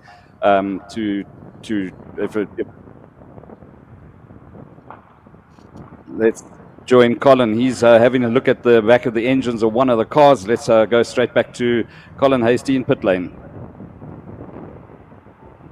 We're back at the back end of Charles Joubert's Honda. Thought it might be a good, interesting time to run through all the stuff that's inside the heart. It's almost like we've opened up the cavity and we can see deep inside the chest. Let's start at the exit of the gases. Exhaust coming out of the twin scroll turbo that is still incredibly hot, the wastegate exit pipe. This is the part that drives the fan in here, air sucked in here and compresses it. Let's go over the wing, Lawrence, and have a look and follow this air. So our air comes in here through the turbo, and then interestingly, this is his intercooler, and it's a water to air intercooler. So this radiator over here cools the water, which goes all the way back here to cool the air that goes into the plenum chamber into Honda's finest V6 engines. And you'll notice lots of carbon fiber and bodywork. And there's so much horsepower here, and Albin's sequential gearbox deep down in the depths of the beast over there. And with all the torque, the idea, in order to get the suspension to keep the tires on the road, we need a proper triangulated back end of the chassis here to keep it all nice and stiff. And the plenum chamber over here, nice and strong, so it can take probably in the region of 2.8 to 3 bars of boost at pressure inside here that they run. Down here, we've got the exhaust cast manifold inside here and into the exhaust with a exhaust gas temperature thing here, which will help the computer to understand. And you've got to love little items like the gold tape. And it's very, very hot in here. The gold tape to protect the alternator from heat. I hope you enjoyed that as much as I did, because to sit here and stare into the depths of the beast is interesting. Back to commentary. Thanks very much, Colin. Interesting little insight into that little the Lotus Elise. And as you said, that V6 power light, I'd be interested to know the power to weight ratio of that car, as we've gone straight into qualifying 6, the last of the qualifying sessions before we start with the heat finals. So Rodney Green in the MG. Once again, I'm going to ask you a question. At this point in time, qualifying 6, third qualifying of the day. We had the third qualifying yesterday afternoon of this entire weekend. A couple of non-starters.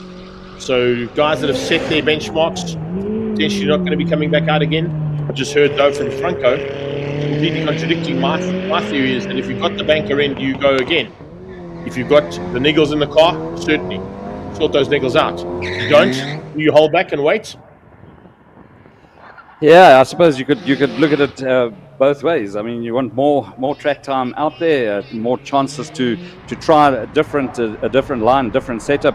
Because now we can see these guys are really starting to push it. You can just see the cars. Oliveira fastest of the weekend, 101. Yeah, and you can see just the car twisting and running to the max now. So yeah, do you just bank it and hope that everybody just save the best for the finals? I hope that you actually make it into the finals. The way I understand it, it's only top 3 per class. Per class, yes. That Top go, 3 that in the go class. into the finals. So yeah, so you could look at it. You could look at it both ways. And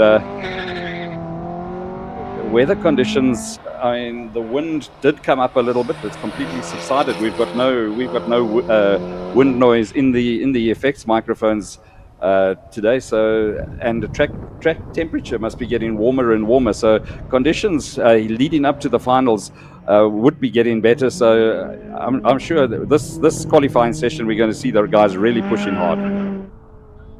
Okay, well that just threw my theory completely out the window. I'm going to just shut up and let you carry on doing what you're doing. My theory is that if I've got the banker in the bag, I'm going to hold the car back so that I've got 2 runs still to come. We're sitting at a real feel of about 23 degrees Celsius at the moment here in Zwartkops, which is just up the road where the station closest to Zwartkops, which means track temperature is about 30 degrees Celsius. So it's almost ideal conditions right now for these cars to be on the circuit, particularly if you're running a slick tire. Might not be the ideal condition to be if you're on semi-slicks or anything like that, but more importantly right now is whether or not these guys have got those runs in that they want. The guys that are here for the fun might not be competing to take championships and wins in their classes.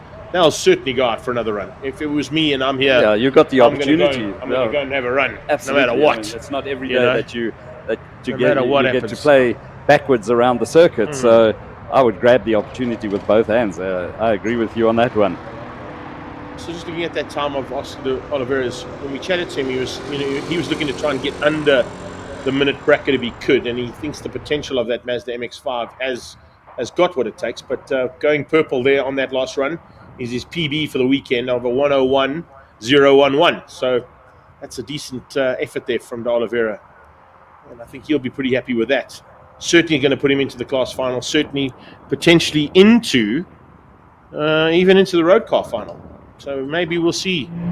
We're going to have to try and get the timing guys. I might have to pop out here, or maybe you want to pop out at some point and just shoot next door and say to them, by the end of qualifying 6, we are going to need a list of who's in the class finals and who's in the top 10 shootout as well, because otherwise we're going to be looking for cars that might not be there. Just having a look on the live timing, I think it's all available at the fingertips on. Okay, good. So we won't have to go and on the MyLabs app. We're going to use your technology. I like when you come sit next to me, you bring your technology to the fore.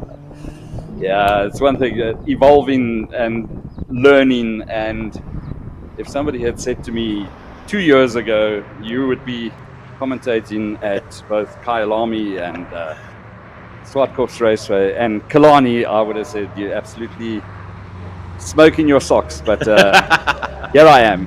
Yeah, another day, another racetrack, eh? Another day, another racetrack. I like it. It has been a phenomenal year of growth and just so much learnt and really enjoying a sudden change of direction in my career.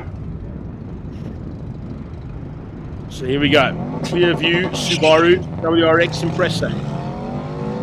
Charles Cole's behind the wheel. There you can see there's a great example of how the traction broke there between the two surfaces. And he hasn't had really a full tilt run just yet. And I think he's probably looking to try and get one in now to get that banked time in. Improve on what he's done so far. And unfortunately, yesterday didn't quite work according to plan from the Subaru team's point of view. But the only Scooby this weekend is flying the flag high there for the Works Impreza fans.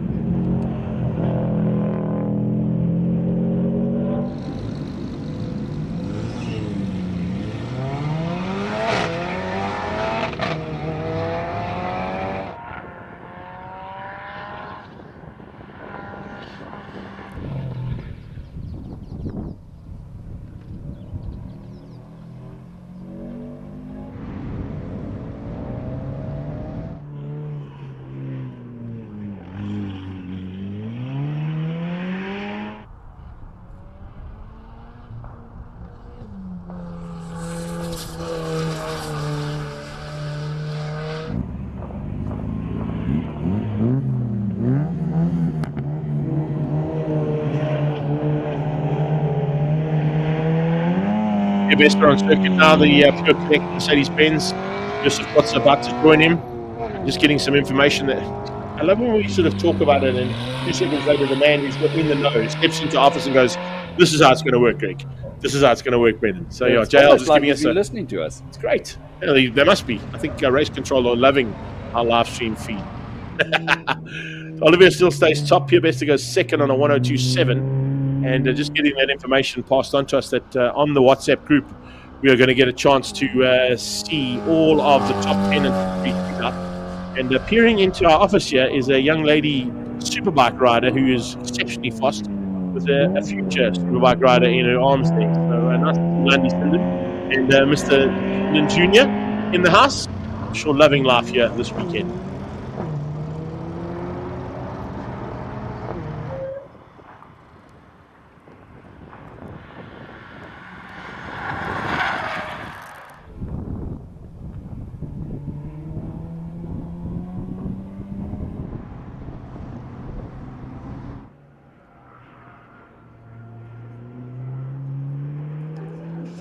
All right, Mo on track, looking good for Mercedes-Benz AMG Driving Academy. Looking for a possibility of going quicker than what he's done so far, and he's certainly one man we know who's been watching and trying to learn what he needs to do.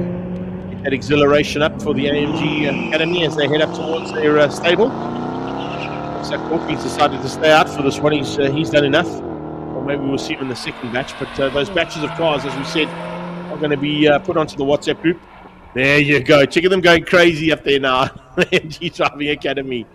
Loving life as their car comes flying past with Mo Hussein at the wheel. Muhammad doing a super job there. And he finishes up. 104.7. 104.7. A PB from him as well. Did I see or no? No, I don't didn't go purple. I didn't go purple, no. So he's got not quite the fastest that he's had, but certainly loving life in his choice of steed for the weekend. Jasper's already get out of that on the next. Yeah, there we go. Top of the hill, qualifying 5 would be the one we want to get at now, Greg. If I look at that one, where do we go? There's Mo, and Mo finished up on a 104.4. Maybe not quite as quick as what he wants. Yeah, he's kind of staying there. His consistency has been pretty good. But 53.4 from the Nissan from Richard Ritz was the time to beat in Q5. And I think he might hang on now for potentially be one more run to get maybe the launch control sorted out, because I don't think he would have been happy with the launch there. Eh, Yeah, Graham? no, it got completely out of shape. So does he risk it for a qualifying 6 run and sort the launch out so that everything works 100%? Or does he just say, listen, I can catch that little bit of fraction loss and we can make it work? I can almost guarantee that is the thinking behind it. Just with Reggie, it's go for glory. It's amazing to think. I mean, I always talk about it when we're at the hill climb, and you see Peter Kaedi. He normally goes up the hill in a 2001 BMW, or sometimes he's in the CSL if Graham decides not to drive it. But Peter Kaedi and his involvement in motorsport also has to have a bit of a mention when you talk about Richard Ritz, Graham Nathan, the likes of some of the production car and Group N drivers of the past. 9 out of 10 of those drivers, if you've got to mention them, have all come through the Kaedi Estates sponsorship at some point, and it just shows you, that even those kind of people in motorsport in the background, long-standing sponsors, long-standing supporters of motorsport in general. Peter normally walks around the hill climb with a shirt on, and on the back of his shirt are all the champions that have come through his racing stable in their careers before moving on to whatever they've done as their chosen paths in motorsport. Richard being one of them. Yep. We just caught a glimpse of the main straight, and just nice to see how the grandstands are filling up, and lots more spectators having come in. So it is great that they've come out to support the. Now look at that. The gallery's full as well, which is nice to see. The VW gallery nice and full there. So support for the very first Zwartkops Raceway top of the hill challenge. Yeah, looks like Cape Town's just joined us. They've woken up. A sizzling Cape Town has just joined us here on the live stream. It's Tiny. Hey, from Tiny, there we go. He's joined us along with Linda. Hope you're enjoying all the action so far. Just jumped in here in the last couple of minutes, so sorry for missing those comments while we were concentrating on other things there. But Tiny's Pitbox is in the house and giving us a bit of support there as well. I like it when Tiny joins us and Linda says how's it. I'm not really worried when Tiny says. I always like when Linda says hi to me. Only kidding. Oh, Courts is out. Actually, he stayed out. He came out late. So he came out in the second batch there, heading to AMG and about to cross the line. Possibly moving up in the overall standings as well. Wanting to get back into, I think, the top 10 overall would be Courtney. So Courtney Nickel in the AMG Driving Academy machine. His last run in that C63 was a 102.5 and eventually made him finish up in 14th. So losing a little bit of ground there. A couple more of the bigger bangers out the front end. Remember those two cars though from AMG Driving Academy, stock standard road cars. Absolutely nothing to literally the seatbelt what you'd get in a car they're running with. Same thing here from the Shelbys. That race car though of Michael Koenig's was a full race spec Ford Escort Pinto. That Daytona certainly is a full race spec Daytona coupe that Jimmy T's in. Wants to move up now. And does so up to top 4 there for James Temple, 103.5.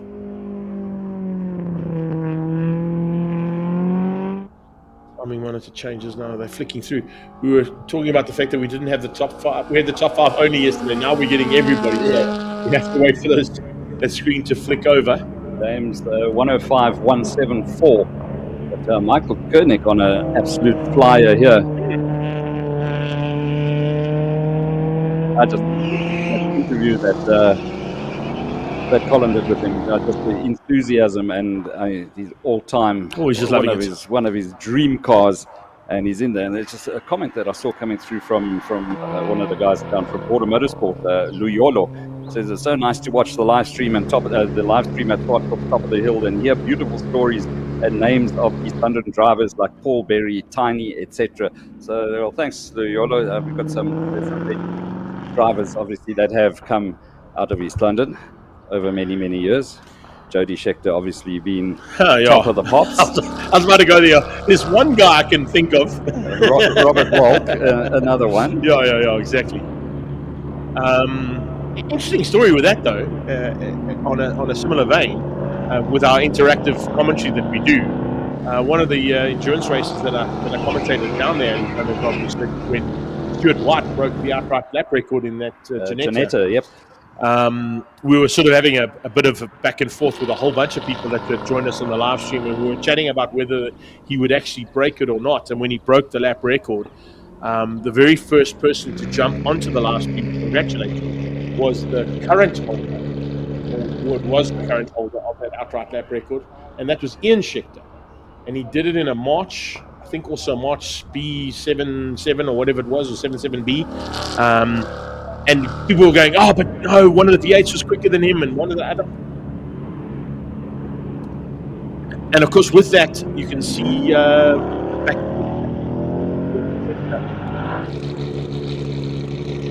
We're going to go to Colin in 2 seconds' time, but to finish my thought there, Incheck actually puts his time sheet up.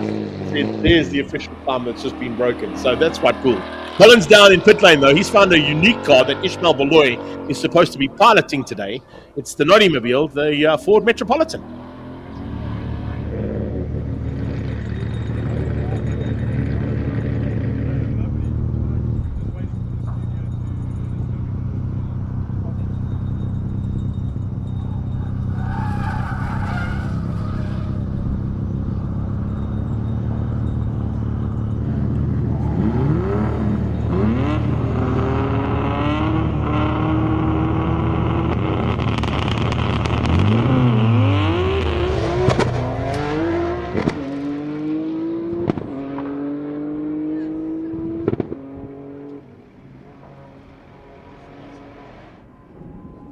Audio from Colin.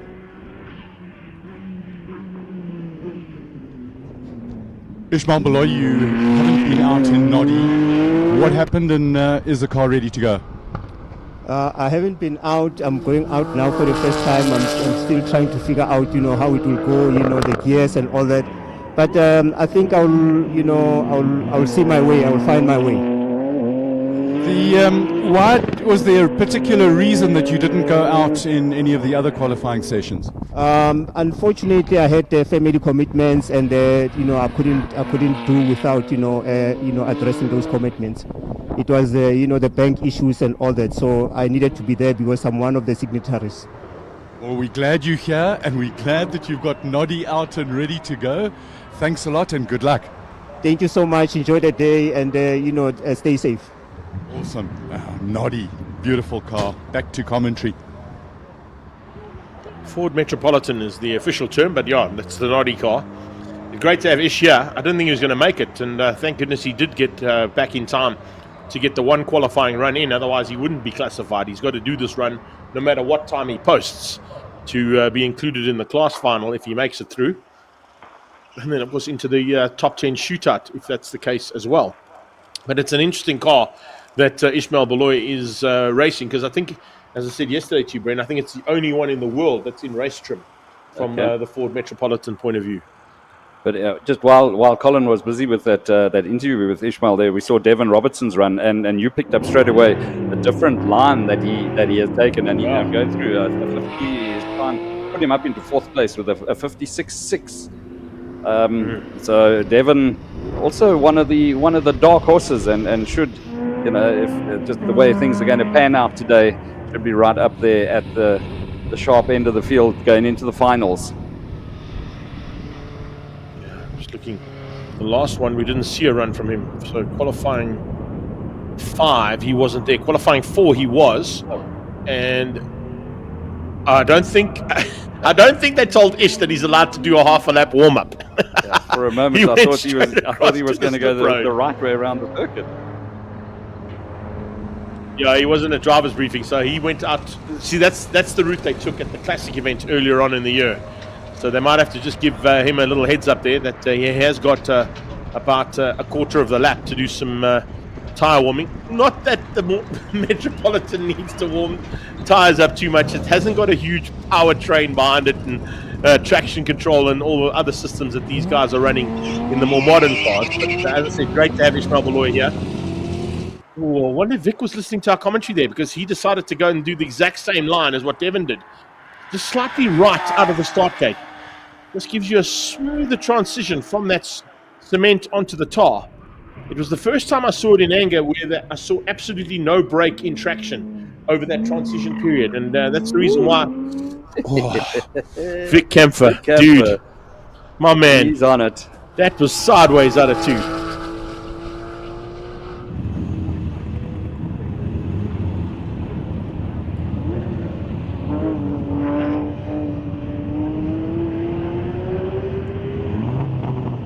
He's a seasoned campaigner when it comes to race format. There goes Noddy for the first time. Welcome to the party, Ishmael Baloy. I really enjoy that. To see about a 1:30 from that Metropolitan. Let's see what happens. Enjoy the little noddy face and the noddy hat on the back of that Ford Metropolitan. The message coming through all the way from Neisner. Groete van die Vlok en Groot collection. Appreciate your commentary. That's from Ernst Vlok's. Got him at the exact same time on my side too. Yeah, always nice to have him here. And of course, you cannot go down to the hill climb without making a pass and going to the Vlok en Groot collection there in Neisner. And we were great to catch up with privileged to spend some time there together. And what a magnificent collection of motorsport memorabilia that he is busy building there. Absolutely priceless stuff that he's got. Here we go, up to the top of the hill for Ishmael Baloy in Noddy. I'm sorry, I'm getting myself completely wrong. He's not even out of turn 3 yet. So, as I said, I got a little bit of a misfire there by the sound of things. I think Rebs might have some competition here now. She's going to have someone to play with. Devon Robertson.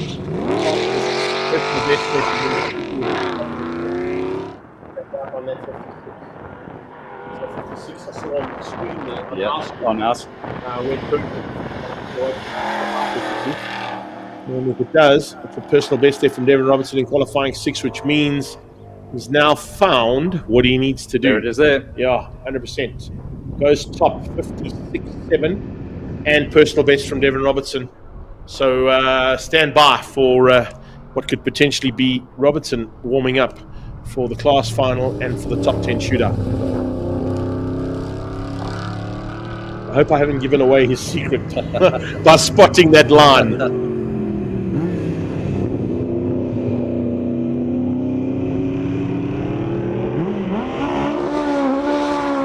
Schofield get off the line there in the 7-7B that March. Formula Atlantic single-seater. He was just outgunned by Renzo Rivera. Renzo the top single-seater time in qualifying 5. But going back to Devon Robertson, who's at the top at the moment, 56.7. Remember, he's a production car champion. He's a Class T production car champion, a Polo Cup champion. He also had a couple of karting championships under his belt. And the sort of highest accolade he's got is Inex Legends World Champion. So went across to the United States of America, represented South Africa in his first attempt. Came home 7 seconds ahead of the rest of the pack of cars. Those guys are trainers in the Inex Legends. So let's go from 1977 March 77B in Ian Schofield's hands down to Colin Hastie, who's picked up on the electric car down in pit lane. Vic, you've just come out of Porsche's finest GT3 6-cylinder, 8,000 RPM, and getting into Volvo's finest electric stuff. Which model is this? And this is interesting what you say. This is a lot of fun around here. There's some traction, but there's a softer suspension, and it's a heavy car. It's 1.9 tons of car. So you got a really acceleration is unbelievable, but you got to choose your braking spots really nicely. And of course, around corner 1 there, that sweep, it gets a bit heady. But yeah, it's really nice to drive.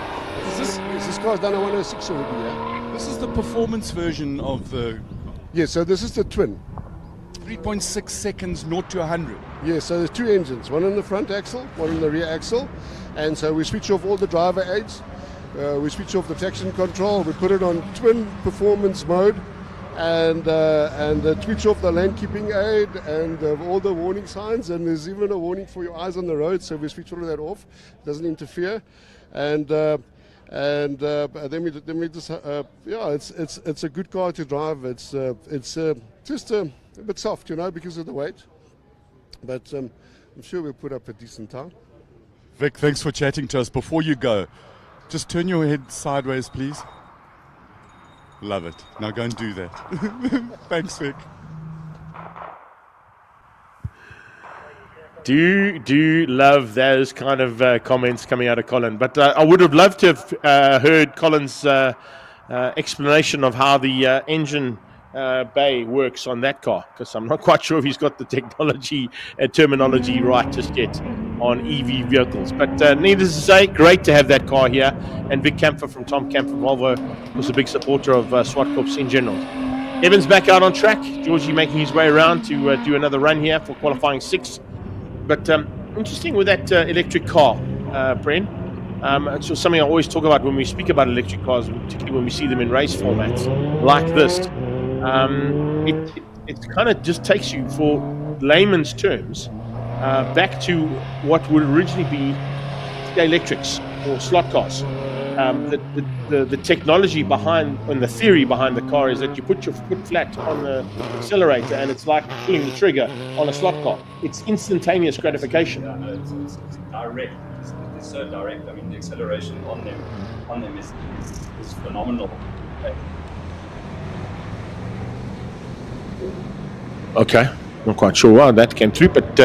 apologies, I had my microphone switched off. Oh, he had his microphone switched off, Paul. Apologies on that sorry, one. I do apologize, yeah. But it was saying, but the acceleration of the electric cars is phenomenal. You cannot believe how they jump off the line, and that particular car it's got the biggest market share of electric vehicles in the country. Mm-hmm. As we mentioned yesterday, we spent on Thursday we had the opportunity to get up close and personal with it, and it's really, really next level when it comes to electric vehicles. Jonathan du Toit is on next level right now, trying to get this BMW of his to fire in the right direction. We saw him get a little bit out of shape at the top of the hill. He's pushing it way over the limit of what that car should usually do. Usually participates, of course, in Super Hatch, but he's found something special here this weekend. His brother's, of course, in the 118i, the red version of the BMWs out of Trans Africa Racing, but du Toit certainly looking to push this one, and it's one of 4 or 5 cars that he's in, and yet again running high and wide out of turn number 4 as Georgie Evans makes his way back onto the battleground. He doesn't seem to have a problem though. See, that's the crazy thing about these cars. I mean, that car has also got a massive amount of traction control technology in it, and it seems to get off the line and just purrs along without any issues.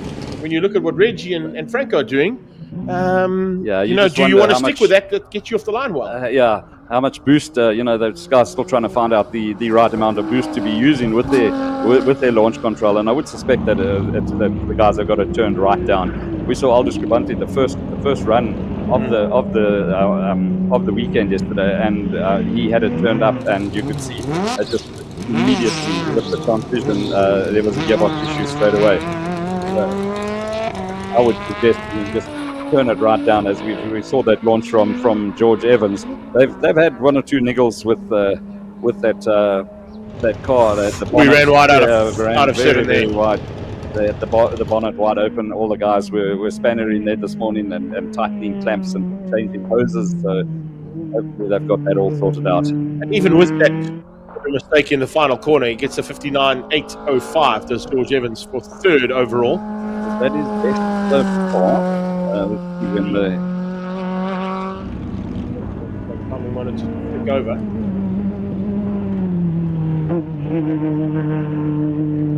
Coming up now.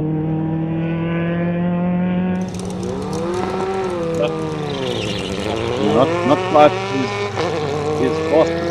We've got some more people that are joining and commenting on the live stream. Francois Malan, welcome to the live stream. He's supporting Mo all the way. 1047. He says absolutely awesome. And then Donnie Boshoff has said, has asked, can you put the model of car in the timesheets as well? We'll be able to do No, that. the problem we got there is we don't have enough space. So unfortunately, no, we can't do that. So if you want to, Donnie, do yourself a favor. Just climb onto your smart device and go into My Laps. On the My Laps option, that you've got a chance to play around with the columns that you can look at, and it would include the car derivative that's in there. So if you are looking for a specific car, just pop up a comment there like you just have, and we can maybe tell you what the driver's in. But unfortunately, on our timing for the live stream, we can only give you the driver's name and his time. We don't have the ability to do more than that. So because otherwise it'll take up too much screen time. And we look at that, we're really halfway across the screen there just by giving you the difference in times between the drivers, their position, and what their lap time is. So if we had to chuck the car in at the same time, it would go right across the screen, which unfortunately would then detract from what we're giving you as the live action. And Ethan Davids has joined us, and a proper South African comment. He says, "That's Skyline, yo." And Hans van der Merwe as well. He says, "Well done, julle. Geniet elke seconde daarvoor." And I'll tell you what, we are absolutely loving it here at the inaugural Zwartkops International World of Motoring Top of the Hill Challenge. 2 kilometers of action backwards around the circuit. It has been an absolute humdinger so far, and building up the crescendo, building up to the upcoming finals. We're in qualifying 6. Once we're finished with qualifying 6, there will be a short break. Short break for circuit cleanup, and then we go into the class finals. Top 3 of each class. Evans in the Corvette Stingray pushing hard at this point in time.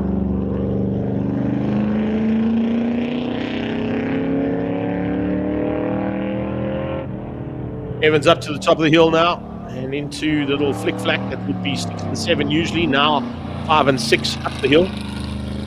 Past the Gazoo Racing Stable, past AMG Driving Academy, and down the hill to the finish line. Evans looking to possibly get himself a little bit higher up than what he was in qualifying number 5, where he finished down in 34th place, and it was on a time of 1:12:04.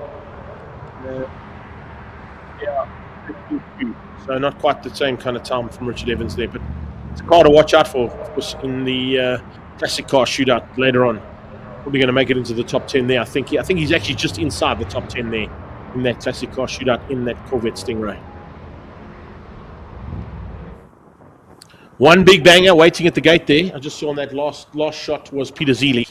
So Zeely's going to have one more attempt at possibly putting in another top time. I don't know who else is going to join him on those top cars. I don't expect to see Richard Ritz, but I'm hoping that I might be sadly mistaken. But how's that for a red and white? Yeah, red and white. Slight derivative in terms of top speeds out of those cars. Two total contrasts. Yes. Zeely's hill climb monster up against Noddy's favorite car.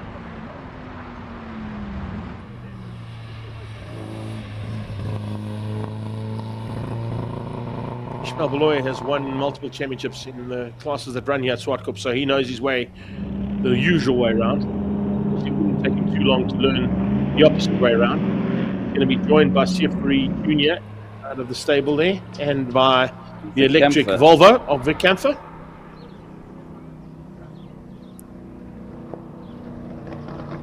Vic said it had done a 106, the best so far in the Volvo, 106, so certainly no slouch.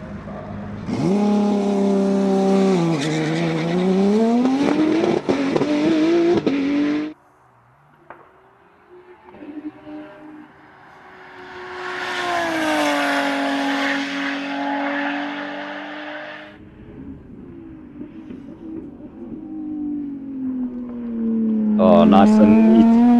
Very, very neatly through there for Peter Zeely. I think we're going to go into the 55s here with this run. If he can keep it all together, this is looking very, very quick. Oh, so impressive through there, that big wing. Obviously a massive, massive benefit.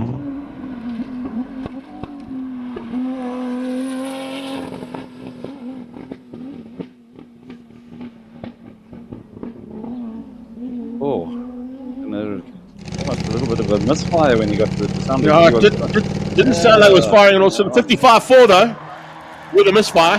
You said a 55. Yeah, there it is. 55, yeah. But that could have been a lot quicker if he had, like he hadn't planted it down the back, that short back straight down to the finish line.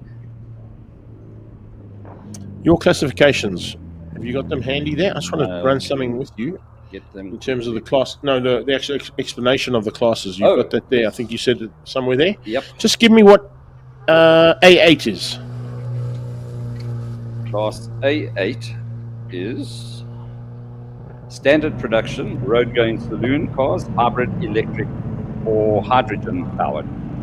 So that car of Quick Canvas will be up against Courtney Nichols SE63. I'm not quite sure he's going to be able to give Courts a run for his money, but needless to say, because the SE is a hybrid, so it doesn't fall into the road class. I've just double checked that now. I thought to myself, hang on a second, I'm sure the SE is also an electric vehicle. It's not a full electric vehicle, but it's a hybrid, which means he'd be up against Vic Kempfer for honours, and we'll have to wait and see when we get qualifying 6. But just running through the classifications of those classes so far, Du Toit is the only car in class A1. Jad Rousseau and Mohammed Hussein are in A2. Vic Kempfer's in A5, but that's in the Porsche. Padiachi, Malaki, and Dion Smith are A7. Courtney will be joined by Vic in A8. B1 will be Miguel Rivera. B10 will be Oscar de Oliveira. B2 will be Courtney and Mark Troy. B3 will be Charles Fowles. B4 will be Zili and Charles Jabert. B5, Rechard Rutz, Aldo Scavanti, and hopefully Franco Scavanti. George Evans is in B6 on his own. No, sorry, Carl Stoltz is B6 on his own. George Evans would join those cars as well if Franco doesn't make it into the top 3 class shootout. I'm just running through those classes as we're watching the Reggie go at it here. He has gone for another run. Didn't think we'd see a last run out of him, but he's started to risk it here a little bit for that top time. That also might be just the mind game he's playing for here as well. Remember, it's all about having that advantage on the sheet when you go into the class finals in the top 10 shootout. So if Reg gets this right, his current time, of course, was a 53.4. Right. And does he go top? I would imagine. He goes second, 55.9. So maybe rolled out slightly there in the closing stages. But going back to the classes we were just talking about there, Rechard leading that class at this point in time. B7 is Clark and Jabert. B9 would be Ruben Nikok all on his own sim in that big Nissan Patrol. C2, we got 3 cars. H1 we got 1, H4 we got 1, H5 we got 1. H6 is the battle you mentioned. That's going to be the hotly contested one in the classic category. Lombard leads that out in terms of the birthday boy on a 1016, I should say. And then H8 has got Mark Tutu on his own sim. H9 has got one with Schofield, and then it's the Rookie Cup and the Media Challenge that are your class finals. It'll be up after the lunch break. So that's why I'm just running through those for you guys, just in terms of information. Down in pit lane as we're watching Ruben Finnicker go into Cashel Corner, running very wide in the Big Nissan Patrol, is Colin Hasty, and he's picked up some information there, and hopefully going to find us with some more of our race. Steve Clark, last qualifying session, have you got everything turned up and all the bells ready to ring? Yeah, I hope so. I think I've got it. I've got to fix up a little bit in this top section, yeah.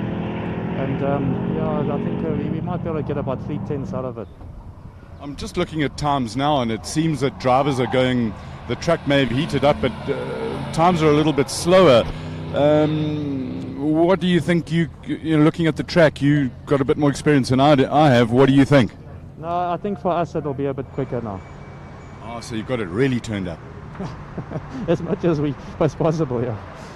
Awesome, Steve. Good luck. Thanks for chatting to us. Have fun. Back to commentary. Well, that wraps up that batch of cars. A couple more batches of cars to make their way onto the circuit. As you can see, Zili is one of them. You've seen him go at it right now. He's putting a personal best, but Steve Clark looking to do the same thing. Just behind him, I saw Brendan looking at the screen as we were watching that interview and peeping into the possibilities of Aldo going for another run here in qualifying 6, and it looks like he is lined up and ready to go there.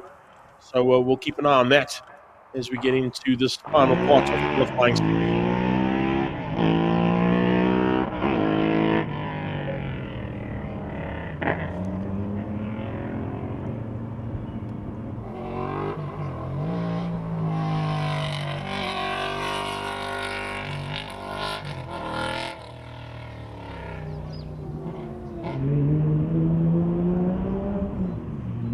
I'll just want Scribanti making his way onto the track now, and immediately you see the guys just weaving as they get onto the track, try and just get a little bit of extra heat into those tyres. Jonathan Mkhotsi, the next of the cars out behind him. So this is what it's all going to come down to.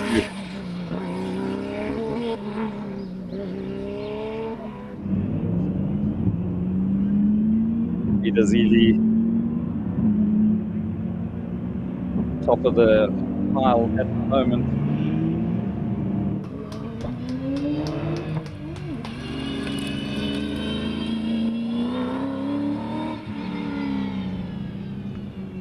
The Lotus Exige of Peter Dubé, the 50 car out on track well as we go now. The KTM powered single seater, the first cars off in this match.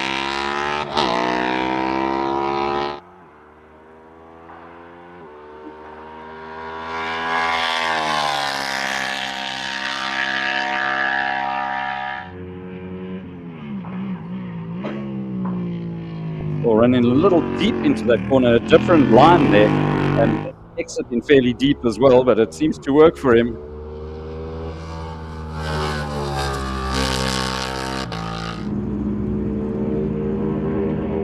Well, James kind of got some different lines in this car. I've been watching on a few occasions. Guys, using the car to get the drive down. That Formula M. On a GTR chassis, but it's running in Formula M, of course, with that KTM engine. Here's Stevie. You just heard from Colin in his interview with Stevie. Might just risk it all here to see what the potential of that car actually is now. You just see it looked a lot more aggressive. The takeoff, takeoff and the attack, and it's a long downhill section. You don't realize how much speed you're taking into that first long, never-ending left-hander. This is really going to be an interesting. Have we got a spanner in the works here? Yep. Suddenly a dark horse.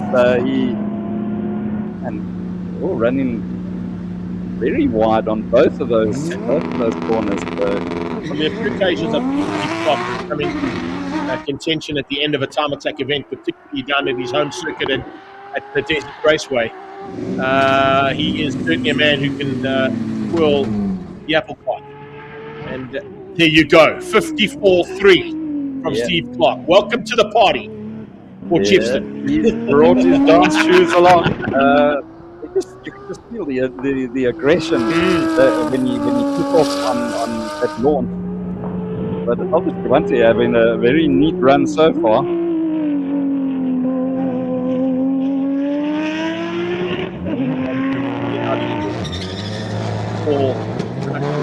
Now with hill climb and time attack capability thrown at it, rings, and I think he might have stolen the front end of a MotoGP Ducati there with those wings. Brad had problems. He's taking his front wing. Right, he goes third, 55-7. 55-7. There we go. 55s out of the, what's it? Top 5, we've got 4 out of 5 in the 55.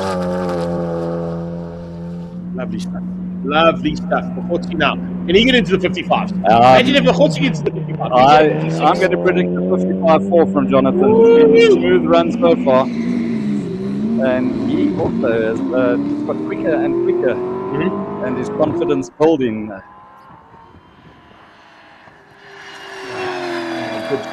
Good in the Lotus Exige. Here he comes to the line. Look at that timing sheet pop up on the screen, and what does he do? Mkhotsi goes 57. All right. Maybe he's just gone for a little bit of a sighter there. They do sighter marker, and then they slot that one in. So that's the sighter. The marker will come in top three, and then the final. Yeah, the final will be the one that decides. A lot of guys liking that outside line. They know there's this there that they can use. Give it a little bit extra traction. That's Charles now off the line. His last qualifying run here. Qualifying 6 coming to a close here pretty rapidly. Amazing to think how quickly this has gone. I mean, we're sitting now, this morning's start, when we said 3 qualifying sessions to go, to 2 more batches of cars, and we're done with qualifying.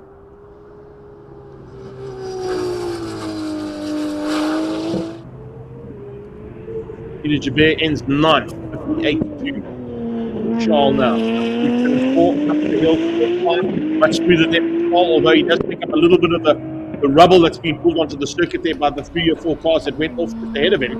Pulled some dirt onto the track. Didn't seem to affect his ability there to get up the hill, and he's still looking pretty good there in the Honda-powered version of Lotus. This is the Elise, and top of the list. Does he hit the top? Clark kept him out. Clark kept him out for the first time. 54-4 from Charles Jabir. Steve Clark remains at the top. Yeah, Charles Jabir has been one of the guys that has certainly made me stand up and take note this weekend. That little Lotus Elise. Fantastic performance there for him to go into the 54s.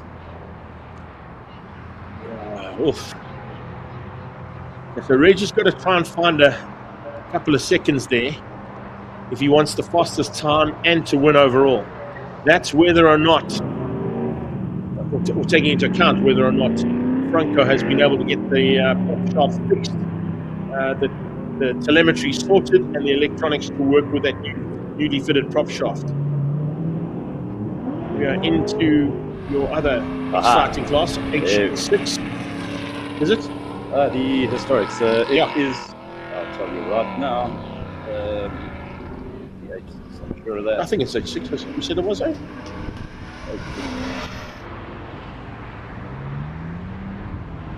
H6, and it's Jonathan DeToy that actually leads out proceedings in the H6 class. 1099, is that correct? Okay, well, I've got on qualifying 5. It went to Warren Lombard, Sia Faree, James Temple, Mark DeToy. Jono was down further back. He was down in 9th. Not quite. Remember, he spun up. Yes, but I spun on that last one. So yeah, that was after qualifying 5. Lombard was on a 101.6, 103.6 from Mark. 104s, 108s, 109s, 112s, 118s, and of course Jono didn't set a time for 3 spin. That was after qualifying 5. Yeah, there was some finger trouble there. The wrong. No problem. And we've got us there. It's the H6 class. But Steve Faree is the man on the top of the pile there. 103.297. Oh, that's not the class. That's the one, but I think he's not Warren Lombard's time. Lombard with a 101. And he's got to still lose push there. On current standings, with our class classifications from the timing that we had for that one, I've got Warren on top in the Pep Boys Automotive car, 101.697. Then it went to Sia Faree in a 103.644. What have you got? What have you got CFB at there? I've got a 103.297. It looks like this thing will be updating the lines. Moving, or that's marked on the track at the moment. Don't worry, in the break I'm going to shoot next door and see if we can get some hard copies. Virtually at the, probably easier to get the hard copies to work from. Heading quickly towards the lunch break. They did say they were going to post it on the group, so I wouldn't worry too much. Going to be there. So both the toys on track at the same time. Mark leading his brother. He only runs 2:07 on that Ford Fairlane. This time out, running the number 15 for the hill climb, top of the hill. Jono locking up into turn 2, Casper corner. Jono seems to be driving pretty aggressively today in every car he climbs into. So it's not the normal way I see Jonathan DeToy behind the wheel of a race car. He's normally buttery smooth and hardly ever puts a wheel wrong in terms of lockups and maybe getting cars sideways. So you can see how hard he's trying. He's pushing it. Look at the understeer on that. Yeah. Huge understeer coming out of turn 4. Joy moving up into third in the class, a 107.6 from him. So also and a bit of an improvement there. This is the one that look at the body roll, the back end all loose. Fantastic to see these classics out on track.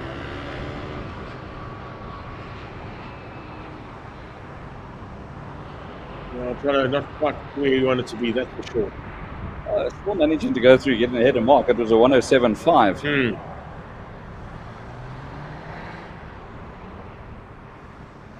You can imagine if without that bit of understeer out of turn 8 there, could have possibly, or out of turn 4 heading up the hill, what is originally turn 8, probably would have been a bit quicker than that.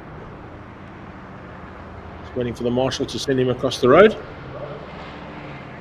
and back into the pit box. A couple of batches of cars still to go, and once those cars are done, we are then done with qualifying. And it looks like we might be making up some time here, but yeah, slightly ahead of schedule. The lunch break scheduled for 12:30. Still 12 minutes to go. With the last batch of cars about to move out onto the track now. There they go. Rookie Cup and media contingent on their way. 8 more cars to head around the track.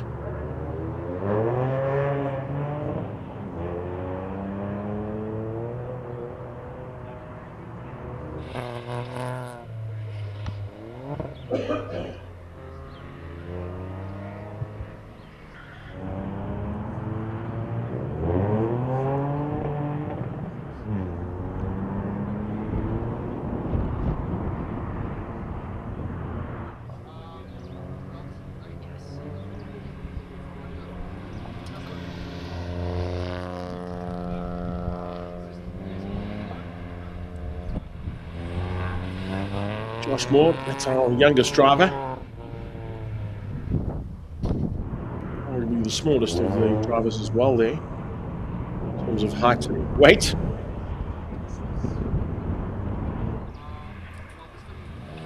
Second of our ladies there. She's had a fantastic weekend so far. I'm sure she's going to be walking away with lots of memories and some really nice material to add to the content that she's going to provide for being part of the media challenge here for Volkswagen Rookie Cup.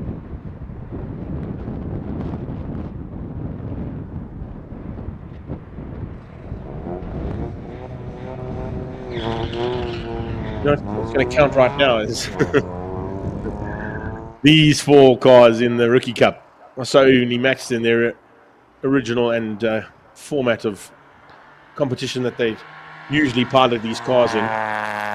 So it's now just it's an honours game, I think. Yeah, I think it's to have that little advantage heading into the last round of the championship, having come off the top of the hill going, I was quickest. Correct. Yeah, as we mentioned earlier, not this event for them, purely a fun event, doesn't count towards their championship, which comes to an end here on the 19th of October at the Extreme Festival right here at Zwartkops.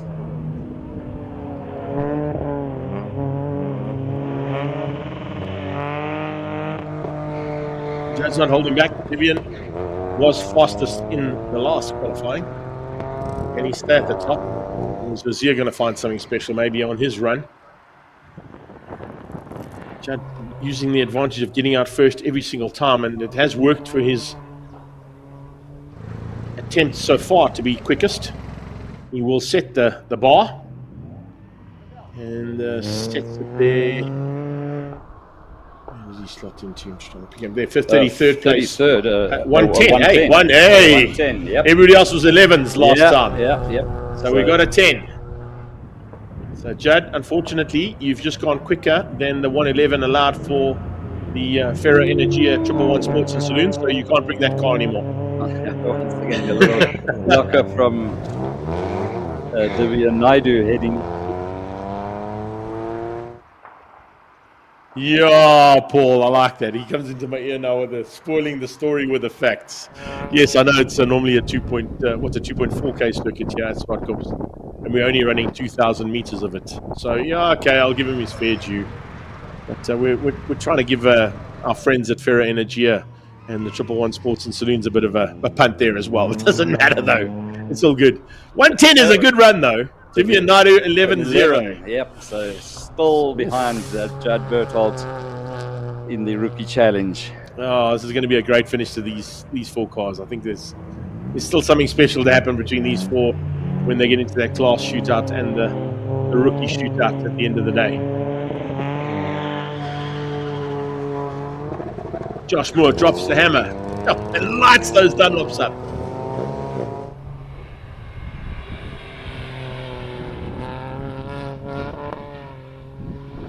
All right, so from sort of slightly more easy and controlled driving from our rookies, let's go down to one of the most reckless drivers we've seen, and particularly from this man. We don't see a lot of reckless driving from him normally, but Colin's caught up with Jonathan du Toit. Jonathan du Toit, it's never ideal to have a flat front left. Yeah, look, I mean, we've been struggling with this car today. It's got a prop shaft that's catching, so it makes a grinding sound in a minute. In the 5th run, I had brake failure coming backwards into turn 8, so that caused me to have a spin, and now this run we've got a flat wheel. So it's an historic car. They tend to give you trouble sometimes. It's a bit of a trouble today, but yeah, happy to be here. I think that's happy to be here is the motto almost. It's the rallying cry of everybody is here. I haven't seen an unhappy driver, even those that are broken cars. Everybody is just super complimentary about the event. Yeah, look, I mean, it's great. I mean, it's the first one at Zwartkops, so yeah, it's fantastic. I mean, I'm not used to driving Zwartkops backwards. All the corners tighten on you, so it's a little bit different. But yeah, it's good fun to be here. Awesome, Jonathan. I think you'll be very proud of what your family have put together at this brilliant track. The crowd is coming in. We've got a lovely afternoon coming up with the shootout. Sure. I'm not sure if I'm going to be in it, but yeah, we're good. Thanks for chatting. Good luck. Thank you.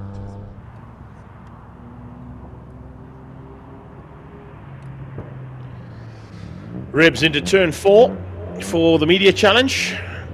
She's in a phenomenal outing, as we said, all weekend long, improving every time behind the wheel. Benele Bengu makes his way into the circuit as well. Eka Mushuko won't be too far behind him, trying to stay on track this time, if possible. You can see the purple livery there of the wing mirrors and lipstick on the front of that car. Mushuko's machine.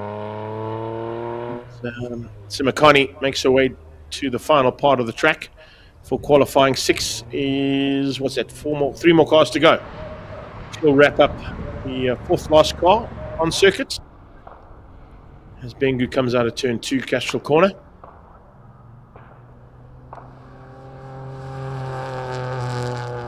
Had another comment coming through, or question that's coming through, and that's from Machiavelli West, and she's I was wondering why there are not many birds around. Maybe the pollution around the circuit. There are certainly birds here as we. Oh no, there's plenty of kibitz around. For sure. There are plenty. Now, Bengu gets it wrong out of turn 4 there. He's going the right way around if you come to Zwartkops normally.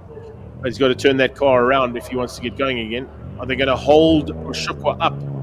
They probably will, having seen him spin at turn 8, and that's a good recovery and straight back at it. So Finelli's now found the margin of error and where not to brake. They've got to take it half a second more. Here we go. Last car on circuit. Jacob Mashoko there for Cars Let's Get It today. Making his way down towards turn 1.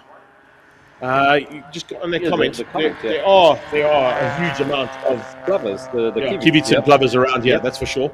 Of course, with the racetrack, it's the noise factor that brings, the distraction of the wildlife. But I can tell you right now, the wildlife are taken into account here big time from Zwartkops. If you drive into the circuit, there's actually an official kibitz and mongoose crossing coming past developments there.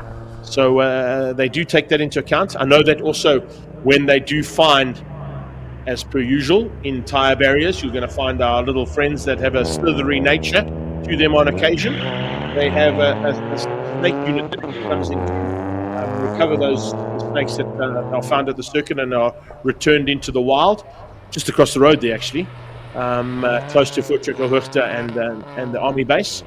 And then there's also, there you go, on the right-hand side, prime example. there's one of the kibits waiting in the kitty litter. Yep, watching the action. So no, listen, the comment is a valid comment, and it's something that Zwartkops does take into account. They have a very green, eco-friendly style circuit that they like to portray. All around the track as well, you'll see warning signs about motorsport being dangerous, and also take into account that you should have earmuffs on your kids and make sure that you know that the noise factor is taken into account on all occasions too. So, yeah, we do also look after the environment when we go racing. And there are lots of trees around the outskirts of the circuit. It's a very woody And actually, area. if you look as we watch stand forth the last car over the back of AMG, about 500 meters to what would be the northeast of the circuit, is a equestrian farm.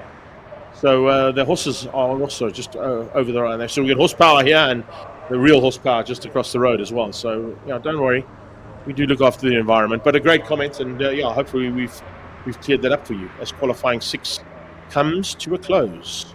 Yeah, bang on time as well. The lunch break scheduled for 12:30. We got 2 minutes to go, and Ian Walker having come along, and he's also one of the Richard Roots supporters. He says, "Go Reggie, gooi cookies."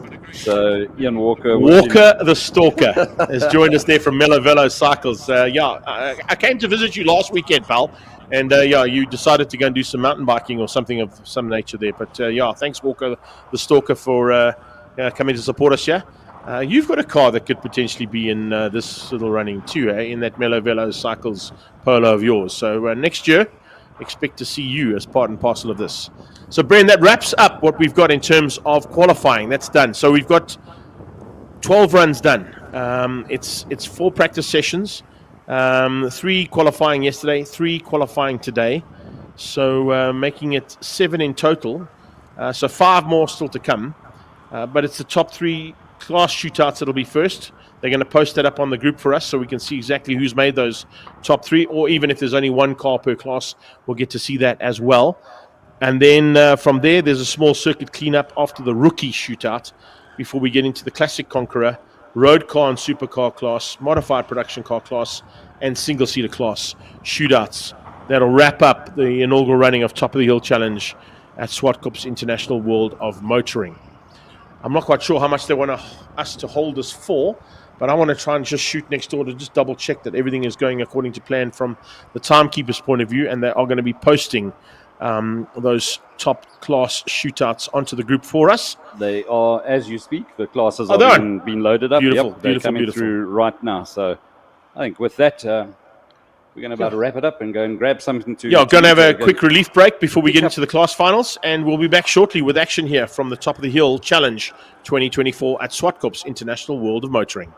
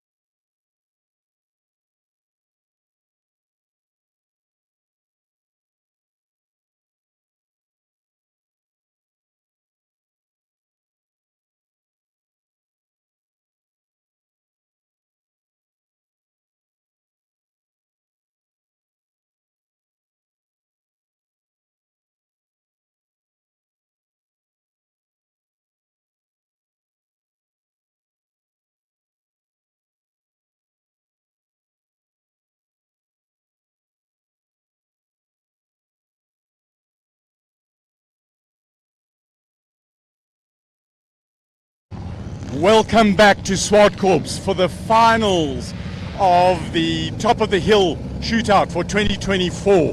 I'm Colin Hasty with Brendan Kelly.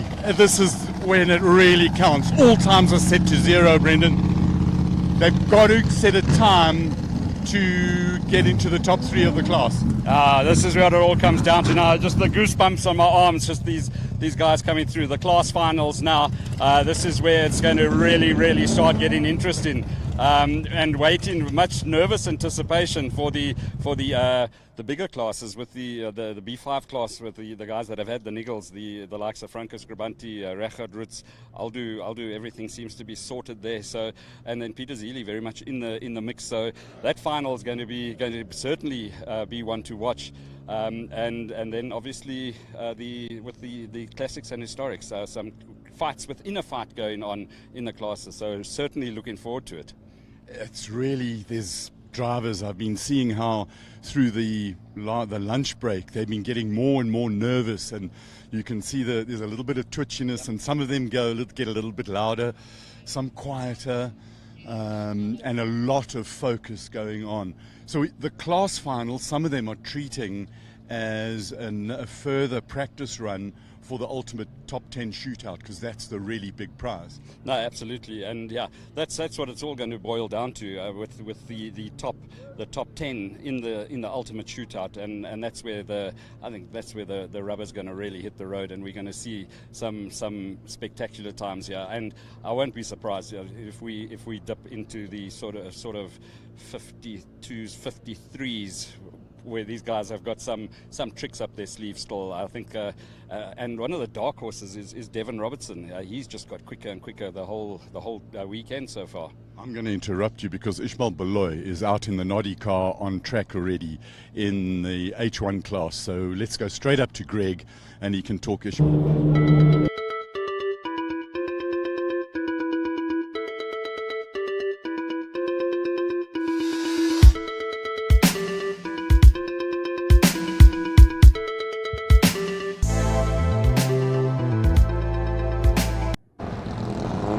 It's almost 2 days of race action so far that we've seen on track. And second car onto the circuit will be Rod Green in the MG Spider. He's going to follow Ishmael Beloy, who sets the initial car onto what is now the grid for the top 3 in each class, if there are 3. We've only got 2 H1 cars in this category. So it's between Ishmael Beloy and Rodney Green. Beloy already out of turn 7. The opposite way around here at Zwartkops and down the hill to set the first lap in anger for the class final. We'll come across the line, and time in qualifying was a 32.541. We're expecting about a 1 minute 30 from Ishmael if we can get that time up. And if that's the case, Rod Green's got to just do what he did in his qualifying number 1, where he got down to a 1:29.101. So in the very first qualifying, Rod Green was able to do a 1:29.101 to set the initial pace in the H1 category. Beloy only joined this morning.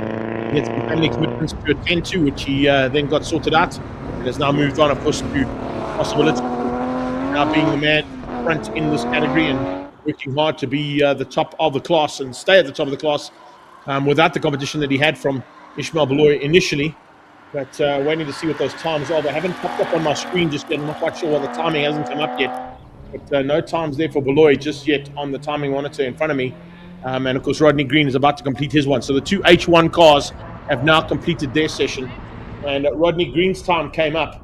And it looks like his time's come up there, Paul. I'm not quite sure if you can put it up onto the screen there because I don't get it on my timing monitor. This is now Gavin Rook. He, of course, is... Ishmael Beloy's time didn't come up at all, although he did cross the line. A 1:28.636, that's the fastest tap time we've seen under Rodney Green. So, okay, Ish's got to go again. The timing wasn't working there, so Ishmael Beloy will go again. Try and see if he can beat the time by Rodney Green, a 1:28.636. Highly unlikely because the fastest time we saw out of Ish was a 1:32.5. And remember, he only did qualifying 6, so he'll have to find at least 4 seconds to beat Rodney Green if he wants to here in this class final. Remember, these are the class finals that we are busy with at this stage. And with Gavin Rook going out there now. He's the one and only, I think, H4 competitor out there. Oh, a spin for John Tendashate as well. That's not good coming out of Castrol Corner. In the Marauder, that's going to cost him big time. So John Tendashate runs in H5. He's also all on his own. So literally these guys are fighting against themselves. There's not really any major issues there. So a nice run so far from the two of them. Spoiled there by the Marauder of John Tendashate just spinning out at turn number 2. So if I look at Gavin Rook, he would have taken the victory in H1. So that's the victor there. John Tendashate, I think, is the only one in H5. So he will also get the win at this point in time. He's also setting the fastest lap of this first batch of cars. Second batch of cars are sitting waiting by the sideline. I can't give you who the top two yet are between Rodney Green and Ishmael Beloy, because Beloy will have to run again. The timing monitor hadn't quite set for his time, so he'll get a chance to have a rerun. Kind of helps him out of it because it'll only be his third run of the day and third run of the weekend, so it might work out there for Ishmael Beloy if he can find just those couple of seconds there between himself and Rodney Green for H1 honours here at the inaugural running of Top of the Hill at Zwartkops International World of Motoring.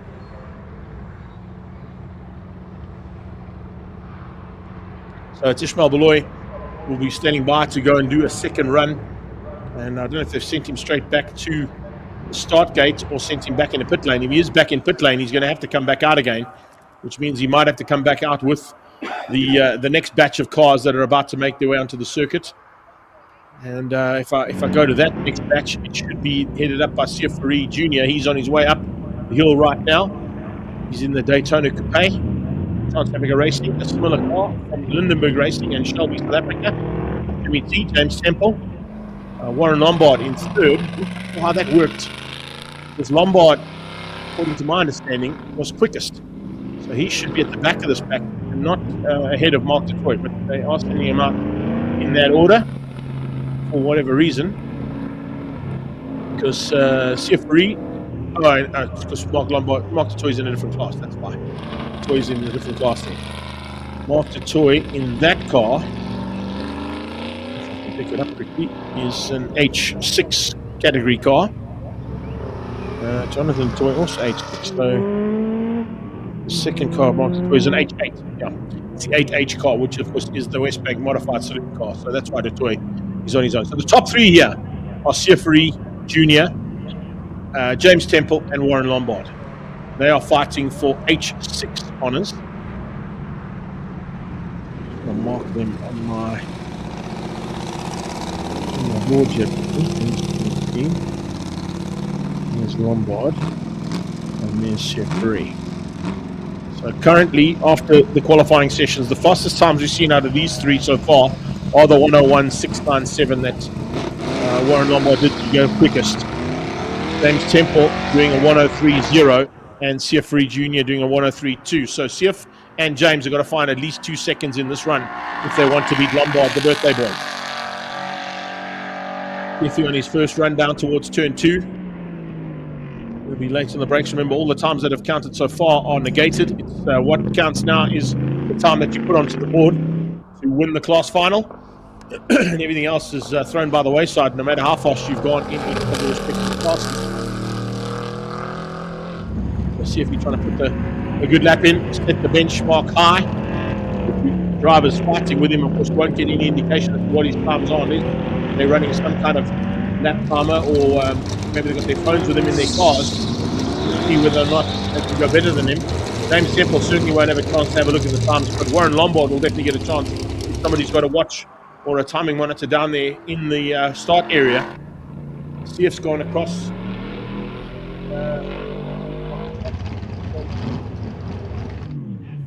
103.3 there for Siafari.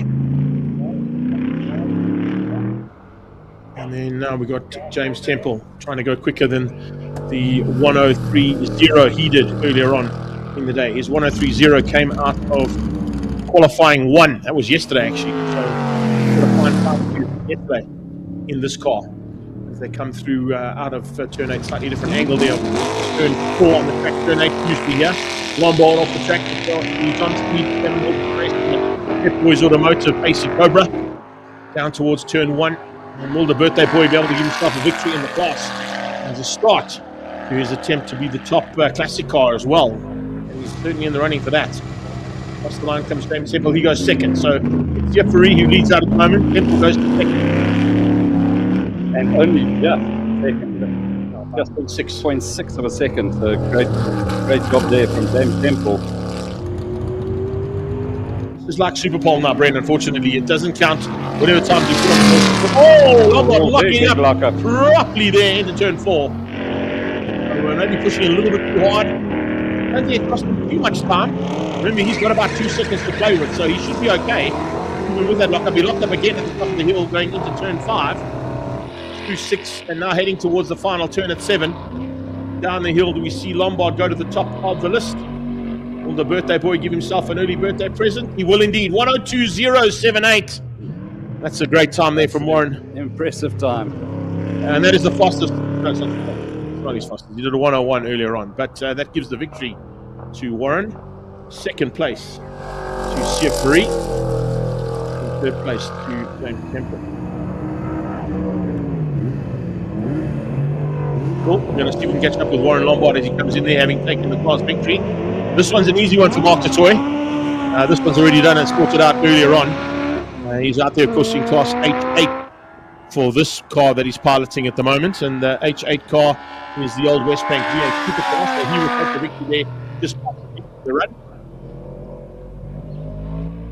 Warren's rolling into pit lane now. If we do get hold of him, we're going to switch down to Colin Hasty in pit lane to have a quick chat there with Warren Lombard, who's just taken the victory.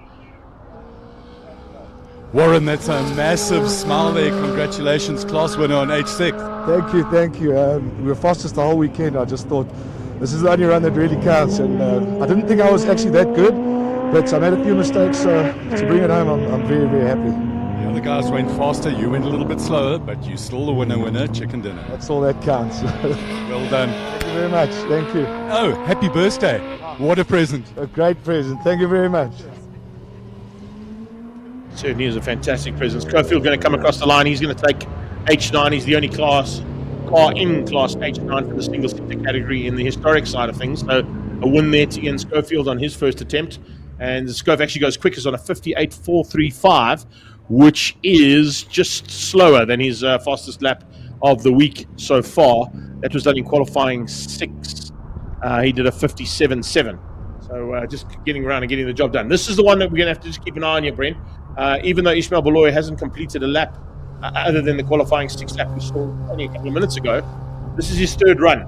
The second run didn't count because the timing monitor didn't pick him up initially. There was some kind of an issue. But if Ishmael Baloy can get slightly quicker than a 1:28.6, he will win H1 over Rodney Green, despite only completing 3 laps of the entire weekend. Yeah, unfortunately, his last lap, the timing wasn't working, so they have given him another turn around the circuit. So, going to be a dash to the finish to try and get the better over Rodney Green.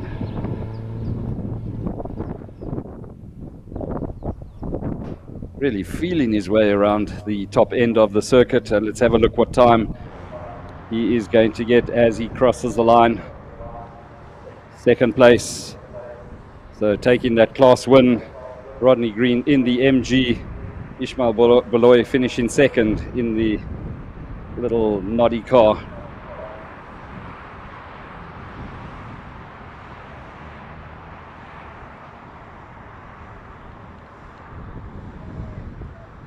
Nicely done, though, considering he's only done 3 laps of the circuit. Second place in the class is not too bad. We're standing by, of course, for the next category of cars to come on circuit, led out by Jonathan Dutoy. He's in the 125i. Mohammed Hussain is in the AMG 63. Jared Rousseau is in the Golf R. And Vic Kampfer is in the Porsche GT3 RS. So that'll be the road class, I think, the start of the road class categories anyway. If I look at those cars currently, Vic Kampfer on a 101.9, 104.1 from Jared Rousseau in the Golf R, 104.4 from Mohammed Hussain in the AMG, and Jonathan Dutoy 108.1. So Jono basically not really, in fact, I think Jono's actually on his own in that class. If I just go back to that, just want to double check that one quickly. Jonathan Toy. Where will he slot in on that car? It's A1. I think he's the only A1 car out there. Because Mohammed Hussein is A2. Yeah, so Jono is going to just do a run on his own for the A1 victory. If he just finishes the run, he's good enough for the victory. Little frog in the throat there. Sorry about that.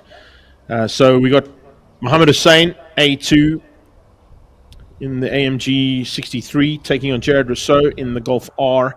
And then a long way up from them, of course, is Vic Camphor in that Porsche 911 GT3 RS.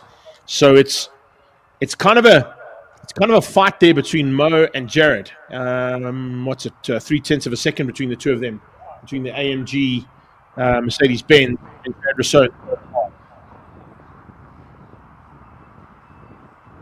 Okay, cool. So speaking of Mercedes-Benzes, let's go down to Colin. He's caught up with Courtney Nickel, who, of course, is one of the lone competitors in Class A8, other than Vic Camphor, if Vic Camphor runs against him in his A8 car, which is the electric-powered Volvo. But it's down to Colin.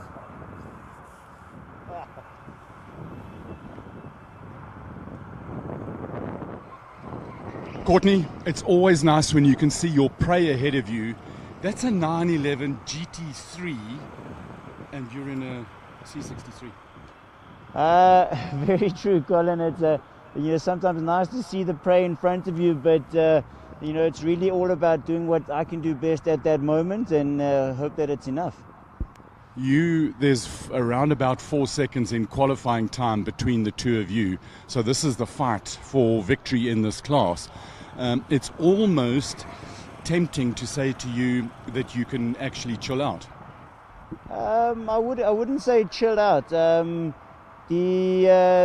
4 second gap would have been in our class with Vic in his Volvo. But we're using this as much as the Volvo might not be on our pace.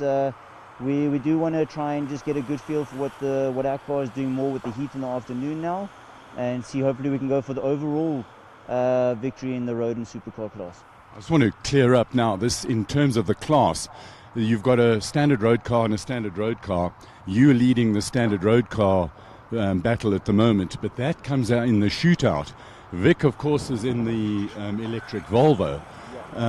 But this is good practice for the top 10 standard car shootout, isn't it? Absolutely correct. Absolutely correct.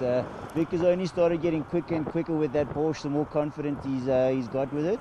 I want to try and just make sure that I'm at my best at the right time as well. So for electric, you've got a lot of time. For production, it's close because Porsche GTR. Absolutely, that Porsche is hell of a quick, and it has its strengths as well as I have my strengths with the four-wheel drive and the power that we've got on this absolute weapon here. So we've got to try and play to our strengths and hope that it's enough. Go for it. Turn the aircon on. It's very hot. Cheers. Thanks. Colin, thank you so much. Yeah, so just to clarify that one, of course, remember that Courtney Nickel is in the hybrid class, Bren.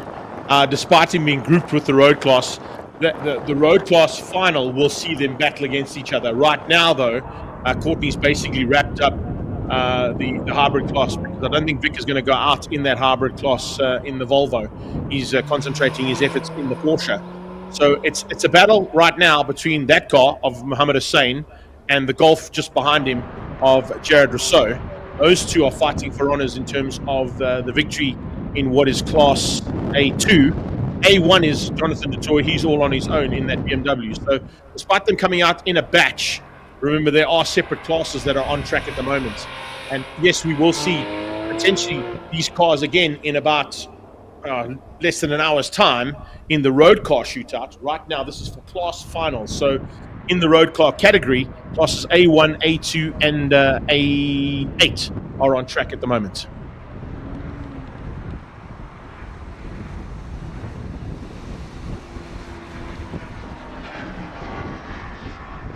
How's this? It's quite nice to see right in the important parts of the stages that we're getting into. Graham Hepburn has joined us. He's all the way over in Sri Lanka watching the World Indoor Cricket Championships. So Hepburn, thanks for that, buddy. I hope you're enjoying that. But you would have been also pretty high up at the front end, I think, of this particular little outing at Zwartkops International World of Motoring. This car is Jonathan du Toit. The BMW of du Toit, of course, running for honours in Class A1. He's the only Class A1 competitor. So he's got to literally just finish the run, and he will wrap it all up, despite him going off track and pushing the car to its limit and beyond. Fastest out of him so far has been a 108.151 in Class A1.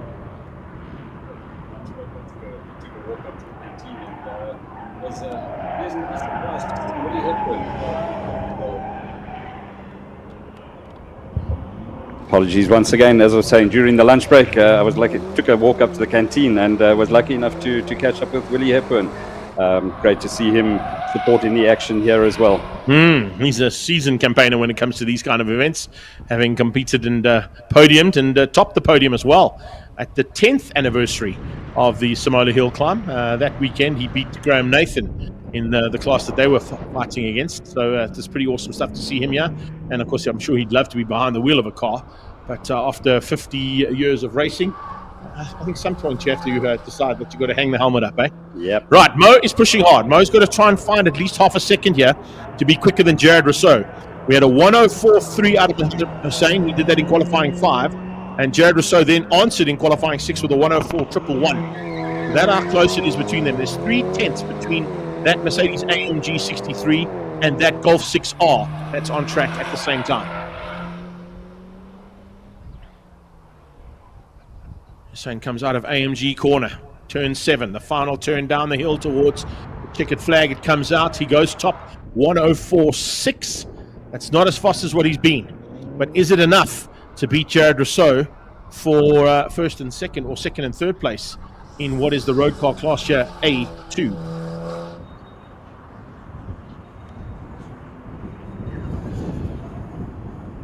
It seems a little strange that the times that we've seen in the class finals are actually a little slower than what the guys have been doing in the qualifying heats leading up to the final. So let's see what Vic Camphor in that absolutely magnificent Porsche can do now. Okay, so A2 goes to Mohammed Hussein. He wins out over Jared Rousseau. So that's the victory there for the A2 class. It's a win for Mo, and Jared gets second. Oh, I beg your pardon. There we go. Change up there. Jared has just gone to the top of the timesheet. A little bit of a slow timing. Maybe that's just the internet connection there. So apologies on that one. Other way around. The Golf wins out. So the Golf takes the victory. Second place to Mohammed. That's for Class A2. This is A5. It's the only A5 class car out there. So Vic, of course, will just get it to the line and try and beat his own time. So he's kind of fighting his own battle here. A 101.966 was the fastest we've seen out of Vic Camphor. That was done yesterday in qualifying 3 at a similar time to this. So it might be ideal for him to go a bit quicker. Does he go quicker? 101.3, 101.9 is what we need. A 1 minute flat, 998. That's the one. So Vic Camphor getting the victory there in Class A5. There you have it. Oof, nicely done, Vic. Lining up now, of course, will be Courtney Nickel, and it looks like a whole bunch of it'll be the top 3 of the Shelby brigade. Vic is going to climb out of the Porsche and jump straight into the Volvo, because he's got to go and fight it out with Courtney Nickel now for Class A8, which is the hybrid and electric class. So you've got 3 Super Snakes, Joshua Callahan, Vinesh Padiachi, and Paul Malachi about to go at it for their class honours. And then, of course, that category, those guys fall into, where are they? I'm going to find them there. A7. So A7's top 3, and then A8's top 2. Going to fight it out now on track. And I'm probably going to all go out in one bunch of cars. Those 5 cars will probably all go together for the next part of the proceedings.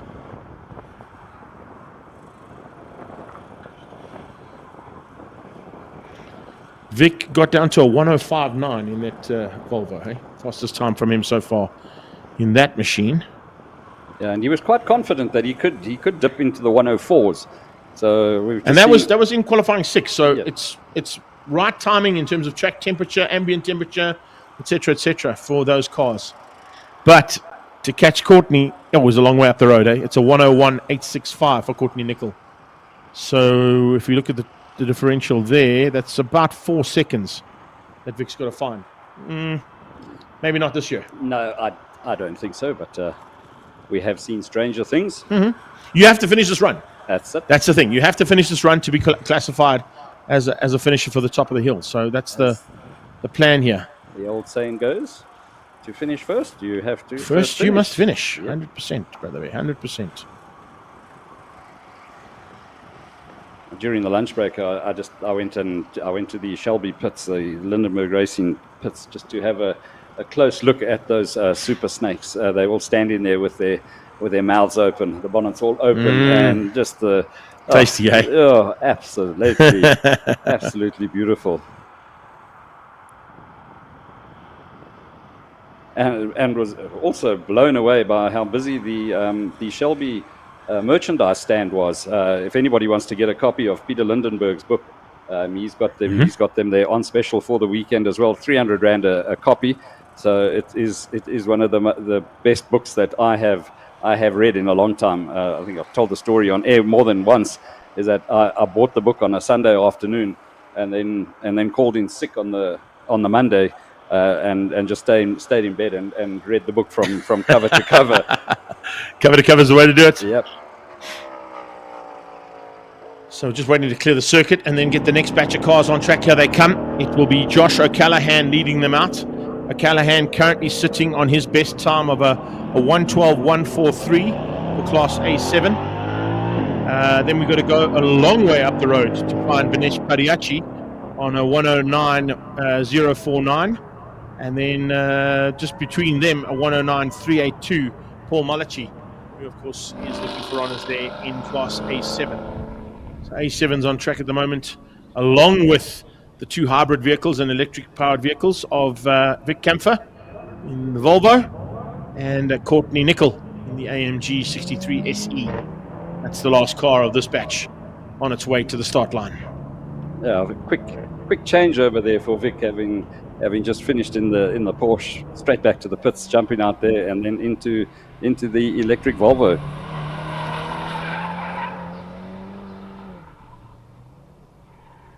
So we had a second place from Mo. We could have a possibility of a win at least in this hybrid class for Courtney Nickel.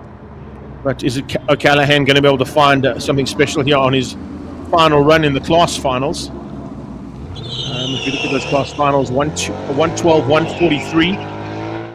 As I said, it's a 1:09.382. So it's about 3.5 seconds he's got to find in this one, or hope that something goes wrong with the cars behind him. But these things they're literally bomb-proof. So it's highly unlikely that there's going to be any change-up, I think, in the current standings of the top three here in the Shelby class.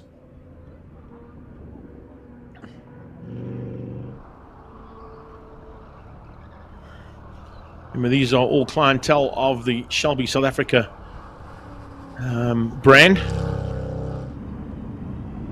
marketed and merchandised and put out onto the floors of dealerships by the Lindenberg Racing Squad, Paige and her team.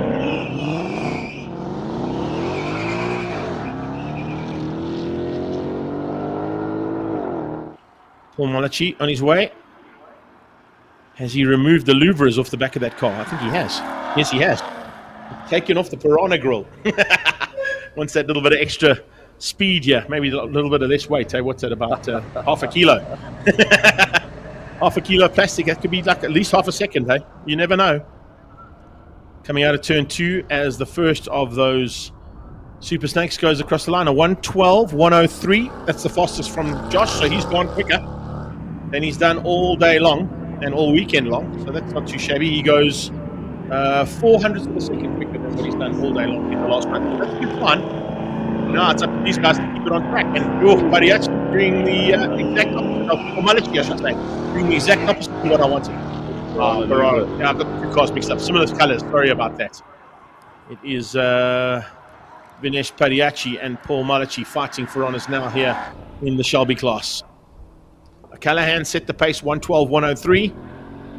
Coming to the line is Paul Malachi. Will he go quicker? Yes, he will. 1:10.5. So he's about 2 seconds quicker than the man out front of this class initially. Third place, or third starter, but first place overall initially after all 6 qualifying is Vinesh Pariachi, looking for a chance now to win out overall for Class A7 in the Shelby Super Snake.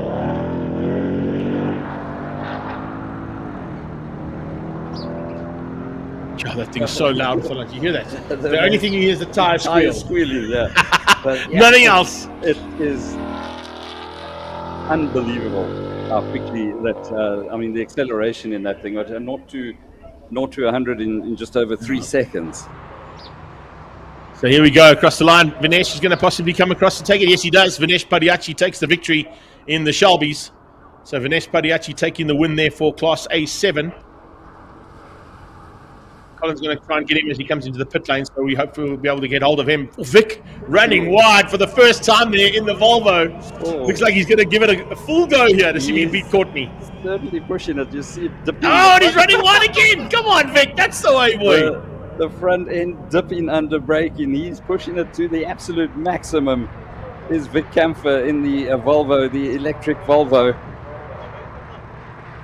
I think Courtney probably had a look there and went, hey, I saw dust twice as he gone off. All right, so as Vic Camphor comes across the line to set the initial pace there for Class A8, we're going to shoot down the pit lane as Courtney Nicol makes his way onto the battlefield to catch up with the winner of the Super Snake class. Vinesh, it looks like you're winner of the Mustang class. Oh, thank you. Thanks a lot. Great drive there, and I see you still got the air conditioner on. No, I just put it on now. It's too hot in here. Well done, congratulations. See you later. Thank you. Well, Vic Camphor setting the pace there with a 105.609. If you look at A8 time from him, 105.984, he's gone 3/10 quicker, but it certainly looks like Courtney's not holding back here. Courtney Nicol, his fastest so far in qualifying 1 yesterday morning was a 101.865, and he's sideways through there. Oh, look at the AMG. They were like all tense watching that car slide out of turn 6 into 7. And there you go. 102 thereabouts. A 101. A 101.8. Is that right? Yeah. 101.805. 101.805. Does that put Vic? No, but Vic Campher's in the Porsche. That's the second of them. That's why it's giving me a bit confused there. 101.805, and that is Courtney Nicol for the win. So maybe Colin wants to grab him. Hello, boys. There you go. We got you on camera, so not a problem at all. We got that there. So Courtney Nicol takes Class A8 ahead of Vic Camphor in the Volvo electric vehicle category. Well done to him, and well done to Courtney Nicol. That's wrapping up our second bunch of cars there for the top class finals. We're going to go into the third group now. Third group will be starting with Yusuf Kotza.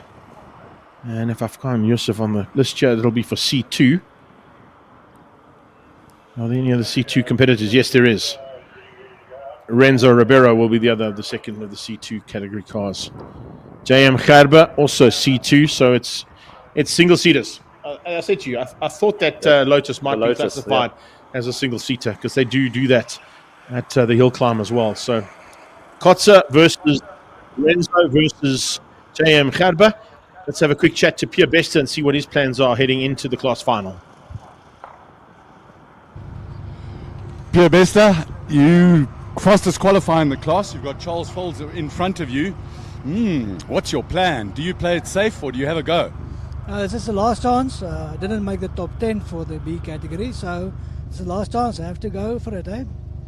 Flat out and have a big smile at the end. That's it, definitely. Thank you. All the very best, Pierre. Thanks for chatting to us.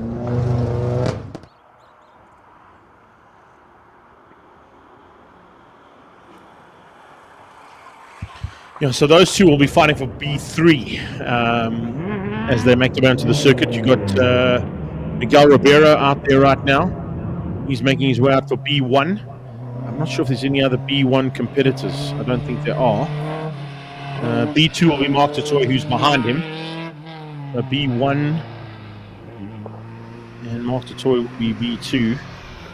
I think they're on their own in those classes, if I'm not mistaken. So I don't think there'll be any competition for them. If I look, Jonathan Machotse in B2 as well. It's Machotse B2. Yep. Jonathan Toy, Mark Toy, and Jonathan Machotse. Where did he end up? Just trying to spot him here on the overall standings. Toy. Yeah, there we go. Machotzi's a long way up the road. So I don't think Toy's going to be really in contention against Machotzi. 51.181 from Machotzi. Toy in that car did a 1:10.1. Yeah. Not really in contention. But B3, I think, is pretty close. Besta's best time has been a 1:02.7. Charles Folds in the Subaru's a 1:03.199. And then if I go to Miggs, Miggs Ribeiro B1 is done a 1:09.2. He's on his own. So it's just a run to complete the day's racing in terms of the class. Take the class final.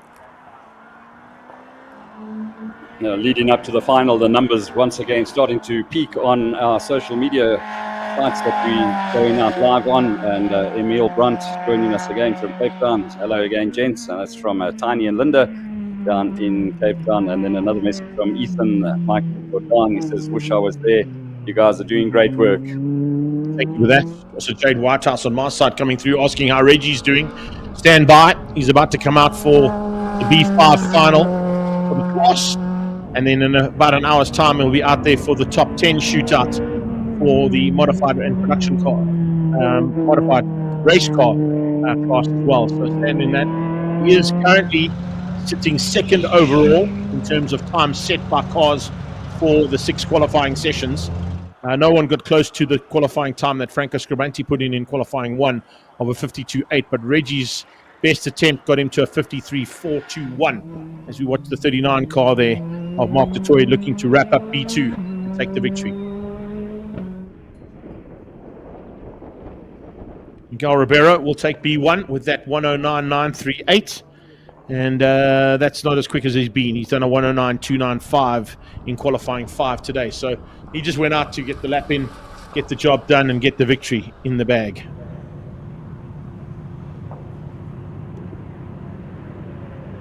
Toy, I think, is going to do the same thing. He might want to go slightly quicker than what he's done. I know Mark Dutoy in that car is capable of doing 10s. He did a 1:10.188 in it earlier on as Machotzi makes his way. Try and wrap up B2. You can't really say that. Well, I mean, it's a race format that's according to what you've got on your list there, Brendan, in terms of what B2's classification is. But when you look at that Super Hatch car up against the Super Cup Polo GTI endurance / hill climb special, kind of a knife to a gunfight.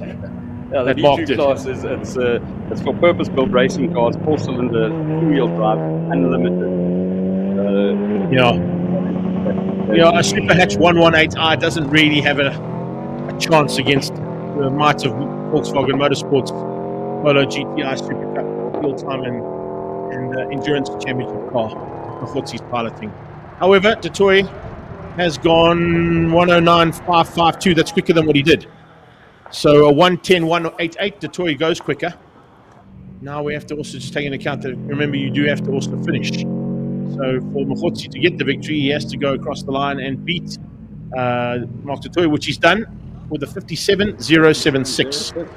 And is that his fastest? That's his fastest. That's his. No. He had done it. Machotzi's fastest was a 57.181. So that's his fastest. Yep. 0.76 is his fastest. And he will take honours then, of course, in B2. Mark Dutoy second.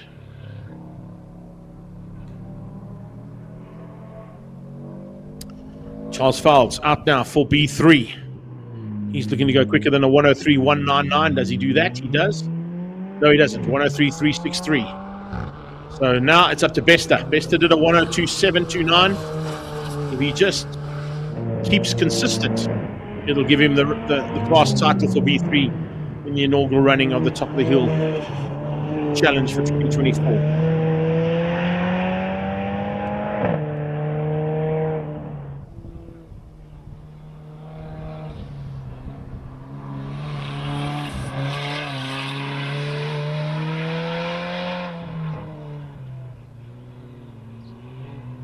Back of the car, a little twitchy under braking there. For sure. To the line. Bester quickest. No, he's not. He's not, no.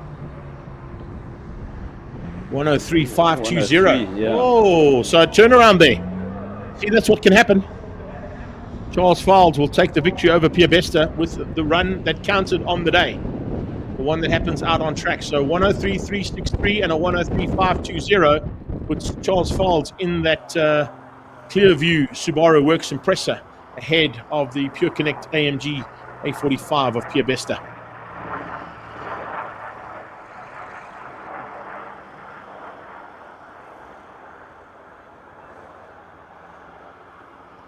Now we swap out again. Next batch of cars on circuit. Who are they going to be? According to what I've got here, that was the B finals. So I should have, if it'll open up. I'm not quite sure why it's not opening up. There we go. Let's open up there. Miguel Rivera, Marcus Roy, Jonathan Mokotsi, Charles Fowles, Pierre Bester. Okay, now I'm waiting for Charles Joubert. There he comes. Peter Zeely. And who's going to be there as well? Aldo Scaranti. Yeah, but hang on a second. I think these guys are also classified slightly differently as well, if I'm not mistaken. Charles Joubert is B4. Peter Zeely is B4. Aldo is B5. Rechard Rutz is B5. And Franco is B5. So I think Devin Robertson might have got in place of Aldo. I mean, in place of no. Well, Franco's still classified. He's still going to go.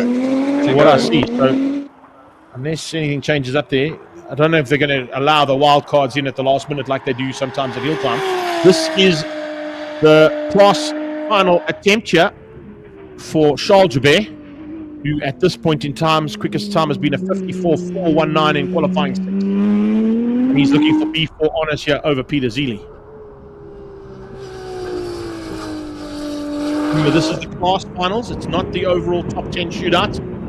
That's still coming. And when I say it's still coming, it's coming in a big way in a few moments' time.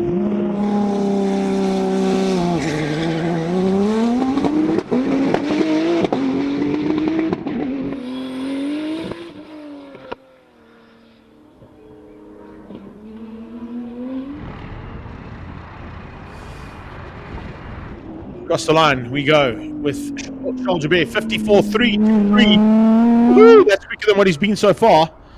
So 323 there from Charles Joubert. Could possibly be throwing a bit of a spanner in the works here for Peter Zeely. Can he go quicker? Zeely's got to try and find something more quicker than a 54.323 for the class win. His fastest so far, Zeely's been a 4.34. So he's got to go even faster than what he's been so far the entire weekend, and that came out of qualifying 5. Zeely round out of the final turn. Down the hill he comes to the line. Oh, 53.260. What a great run there from Peter Zeely, taking the win in Class B4. Zeely gets the win in B4. Charles Joubert will have to settle for second place. But that's how that one will wrap up from the B4 point of view. This is the one that we're all kind of itching to see how things are going to turn out. But before we get into that B5 final, it looks like Oscar de Oliveira might be the first car on track.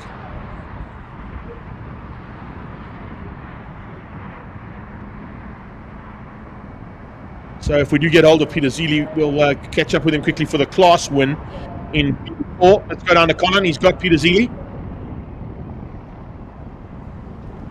Peter Zeely, you've just won your class. That's a little tick now for the top 10 shootout. Yeah, I've got a backfire, so I need to sort that out.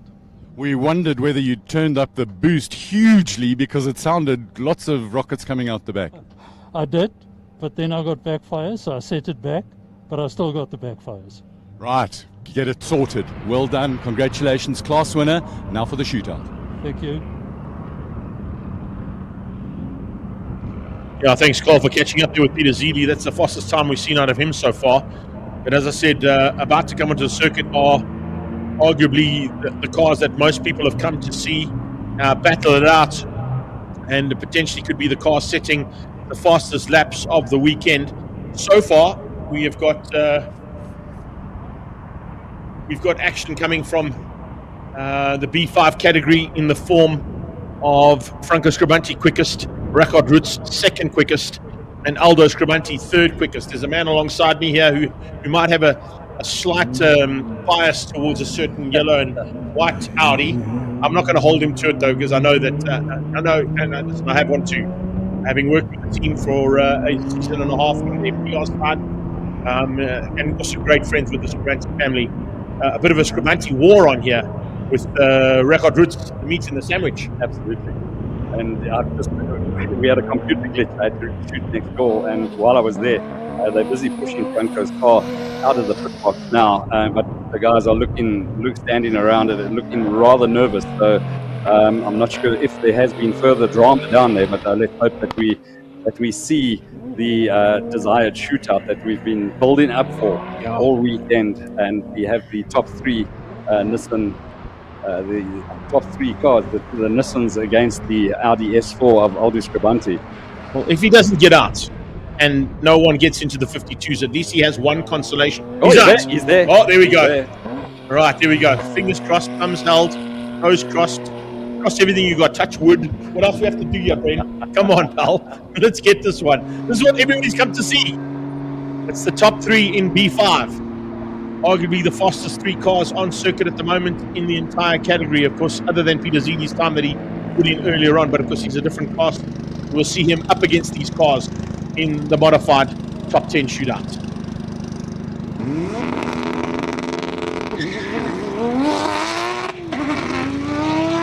Exactly the kind of start you want. That is perfection there.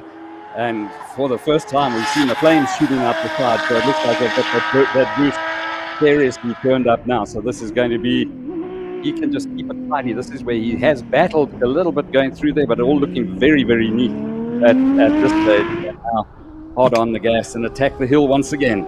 He kind of runs high and wide there every single time, but it sorts him out for a straight line attack for turn 3. So it might be kind of a tactic that I think Aldo is running there. Up close and personal with him, going into turn 4, just over that tyre barrier, and now up the hill he goes. Is that a bit car, or was it just something on the circuit that he might have picked up there? Record Roots in Armageddon gets underway as well now. He's on track and on the attack to try and get the best time for the class. Aldo about to finish this one up and give us the first time here in this B5 battle. 15.5912. So having a look at the cars ahead of him, that's going to put him in third place overall if this was the top 10 shootout. It's not yet. Is it enough, though, to keep out Record Roots, who runs ever so slightly wide out of turn 3? Record Roots' point of view. Ooh, black lines, baby. That's the way. Drift that out. The sheriff about to send it on his way. Hopefully everything okay. All sorted out now. Whatever they've done down at Franco Scribanti Racing has to come into play as Record Roots makes his way to the line. Will he go quickest ahead of Aldo Scribanti? Yes, he does. Not fastest overall, though. 53.9 for Record Roots. Ooh, Zili's looking at those times going, what is this all about? And the sheriff is out. Oh, can you believe it? Record Roots will win the class. Reggie takes the win. Aldo will get second. And Franco Scribanti, unfortunately, with the DNF, will be defaulted down to third place there with the demise of the sheriff. You can see the disappointment. If the helmet is down, Franco is not happy. But he's got a bit of time. They can still get it sorted out in time for the class final. Remember, there is a consolation prize still up for grabs there of that 52.804 fastest time of the weekend so far from Franco Scribanti. The car is completely dead. He can't even get it restarted. We're going to need to get one of our recovery vehicles to pick him up before we move into the next part of the proceedings. But while we're waiting for that, we have got Record Roots taking the class victory. He's coming into pit lane right now, and Colin is about to catch up with him. So let's head down to Colin and see what Record Roots thinks about the class victory and what his plans are now for the top 10 shootouts. Reggie, these cars are fragile, temperamental. Franco's just had a problem, gives you the class victory, but at a 53.9. How was your run? Yeah, I also didn't have a great run. I got off the line perfectly, first, second, third, fourth, and it cut out. It went into limp mode again. And same as the previous run, I have to just wait, and just before the hairpin it came back. And from there I had a good run to the top, but that was the time I lost, you know. We watched you through this corner at pit entry. There was angry Regardt behind the wheel then. Yeah, I'm trying hard, you know. It's unfortunate. The team tries so hard. Everyone works so hard. The guys worked right through the night. And then have a Neil that we can't find, you know. It's like I said to someone, it's like that girlfriend with a dick lip, and you ask her what's wrong and she says nothing, but she stays dick lip. This is what she's doing to us right now. We'll go and solve the dick lip. Thanks for chatting, Reggie. Well done. Always guaranteed. You did say that earlier on, yeah, eh? Guaranteed to get a decent comeback. But yeah, it just once again just proves how cruel motorsport can be. You see a very dejected Franco Scribanti getting out of the Sheriff. If he's getting out of the Sheriff and giving it to the mechanic to drive back to pit lane, I think that car's done and dusted. That's such a pity to lose the Sheriff in this part of the stage. But of course, as I said, the one consolation is no one has come close to that 52.804 fastest lap of the weekend from Franco Scribanti, but he won't be happy with that. As they recover that vehicle, we'll be standing by. Carl Stoltz, of course, will be the next car lining up for proceedings. And, of course, I think he's all on his own, if I'm not mistaken. Stoltz in the B6 category. I don't know if there's anybody else in B6 if I run through the list quickly. No. Yeah, Stoltz is all on his own, which is why he's there. So he's still got to do his run to get the victory for the B6 class. And then it will be Peter Joubert up against Steve Clark. That should I be think a that's toasty for one. B5. Am I right? B7. B7, yeah. B7 B7 class, there, yeah. yeah. So that'll be B7 there. Peter Joubert. And making our way a little bit further up there, Stevie Clark. Stevie Clark, I think, has got the advantage over Joubert at the moment. 54.352 for Clark, 58.237 for Peter Joubert. So that's kind of also relatively sorted. Ruben van Niekerk, we definitely know he's on his own. He's in the big Nissan Patrol. It's the only car in that category. And I think Oscar de Oliveira is also the only car in his category.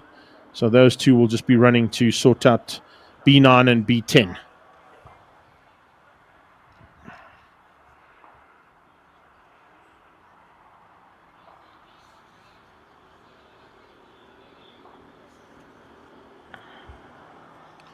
It's a pity to lose this car like this, Bren. I hate seeing this, particularly when you know what the capabilities of that car is and what it's done in the past in its history of racing, particularly at hill climb and time attack events. Also, the saddest part about this is the first car ever to run this circuit the wrong way around and test what has become the format for Top of the Hill. So to lose the test car is also not a nice sight to see. No, absolutely. And it is such a crowd puller as well. There is just so much interest during the lunch break over the balcony here. That pit was full, not just of crew working on the car, but the amount of spectators that were in there and the amount of selfies that were being taken in front of that car as well. The customary selfies all been taken. So lots and lots of interest that goes around the Sheriff. It's become an absolute icon in this form of racing. Now, I know we said we were not looking at any of the wild cards, but those wild card drivers that were potentially out of the top 10 shootout need to still be sticking around, because there's possibilities that with the demise of cars like this, certain cars that were in 11th and 12th place could still be in the potential running for a top 10 in each of those categories that we've still got to wrap up for the day, which include the Top of the Hill rookie shootouts, the classic Conqueror, the road cars, the modified production cars, and single seat. All right, another victor for the day there, coming through from Class B2. The winner, Jonathan Machotsi, is down there with Colin in pit lane. Jonathan Machotsi, class winner.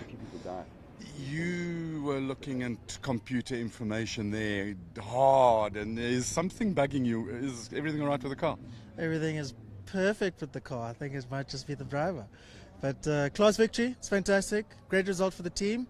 We came here to play and play hard, and I think we're doing just that. And I think earlier I alluded to the fact that we were actually aiming for a top 10 overall. Seems like we're in there. 57.0 was my personal best in this last run. I think we can go a little bit quicker. There's always that about you drivers. You want to go just a little little bit quicker. Always got to eke out the last little tenth, the half a tenth, the 10th there. So, yeah, man, love it. Was actually reviewing data just a moment ago before I was rudely interrupted. I'm joking. But, yeah, having an absolute blast, and hopefully we can give it a little bit more in the next one. Wind up the boost and have a full-on go. Oh, no, we are already at full boost. Just the driver needs to go full boost now. Jonathan, thanks for chatting to us, and thank you for interrupting your important data work. We really appreciate it. Most welcome. Have a good one. Cheers. Cheers. No, so that's exactly what he wanted, Bren. He was looking for top 10 and make that top 10. He has done indeed. If we look at the top 10, we take Franco out of the running. Currently, it would be Peter Zili, Rechard Roots, Steve Clark, Charles Jabert, Aldo Scribanti, Devin Robertson, Jonathan Machotsi, George Evans, and Peter Jabert would make up the top 10 if we had to run them currently without the class finals and everything else being done and dusted. So that's how the top 10 would. That's pretty much how. That is pretty much what is going to be the top 10. Yeah. Because we've got the rookies going out and then the media rookies as well. So it's still a very spicy top 10 that we're going to see going out there. Don't forget, we still got to do B9 and B10. So Oscar and Ruben will just do their obligatory runs to get their the finals sorted. And after that, we go into the C finals, which are Yusuf Kotza, Renzo Ribeiro, J.M. Kharba. They've got to still do their runs for Class C2. I don't think there was any other Class Cs. There was only the Class C2 category in the Cs. So, so the 3 single-seaters will still have to do their run. And I think, to be honest with you, that run could be classified as the class final as well as the top 10 final, because there's only 3 of them in there. But you know what will happen there? It'll be quite interesting to see, actually.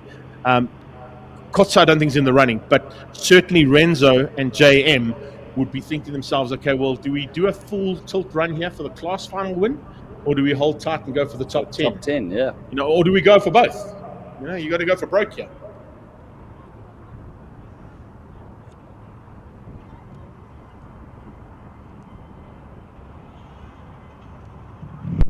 Oh, such a sad scene, such a sad sight to see the absolutely magnificent Skyline GTR of Franco Scribanti being towed back into the pits.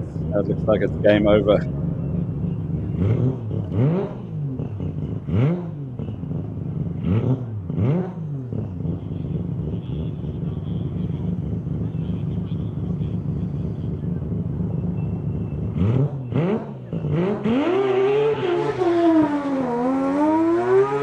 Carl Sports on his way.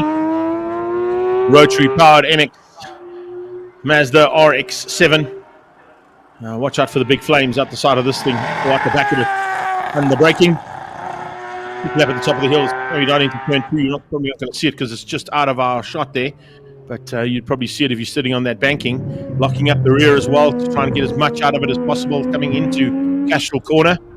But let's see what he's able to do here. Carl Stoltz's point of view. Normally a man, as I said, that runs in Toyotas as he's pushed his feet in B6 this weekend in that Mazda RX-7.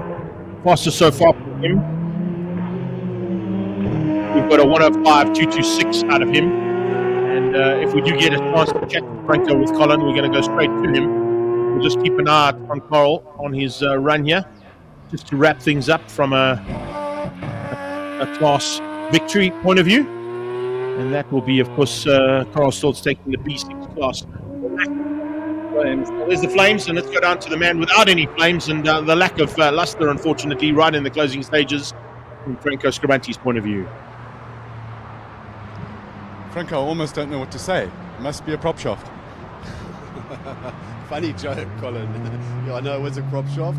We put everything together. BB Motorsport was kind enough to lend us some of their spares. So we put everything back together, tried a few software issues. But like I said, we got a software gremlin in here that between Marco and Martin, they're going to have to sort out. I think that's what it is. Mechanically, I don't know, but we put it together. We did a few software changes, hope for the best, but that's all it was. It was a hope for the best, and it is what it is. Can you repair it for the top 10? No, there's no ways. No, we've done every prop shaft there is in this pit lane. Sometimes, Franco, you're the pigeon, but today you've been the statue. Thank you for talking to us in these difficult times. I know it's not pleasant. You've been a true gentleman. Big respect. We'll see you next time. Thank you, Colin. Cheers.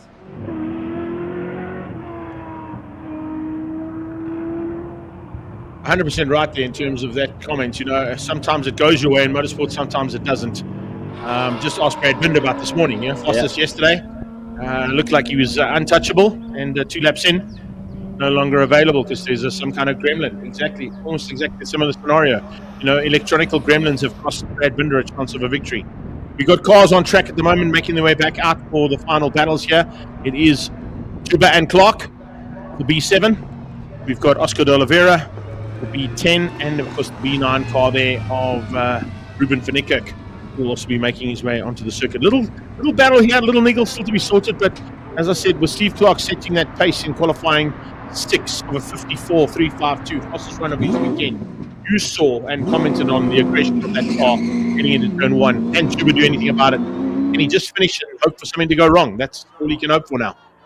Nice smooth takeoff there, getting off the line nicely for Peter Jabeur.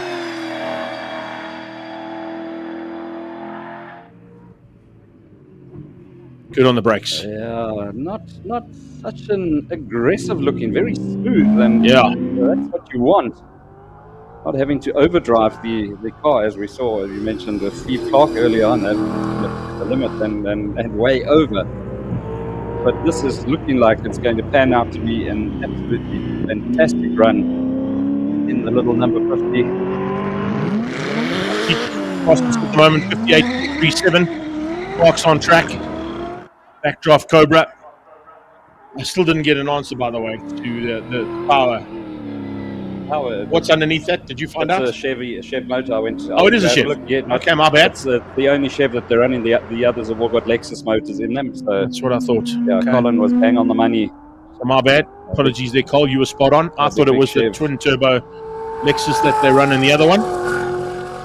Jabeur comes across the line. What does his time look like? We got a time there for Jabeur.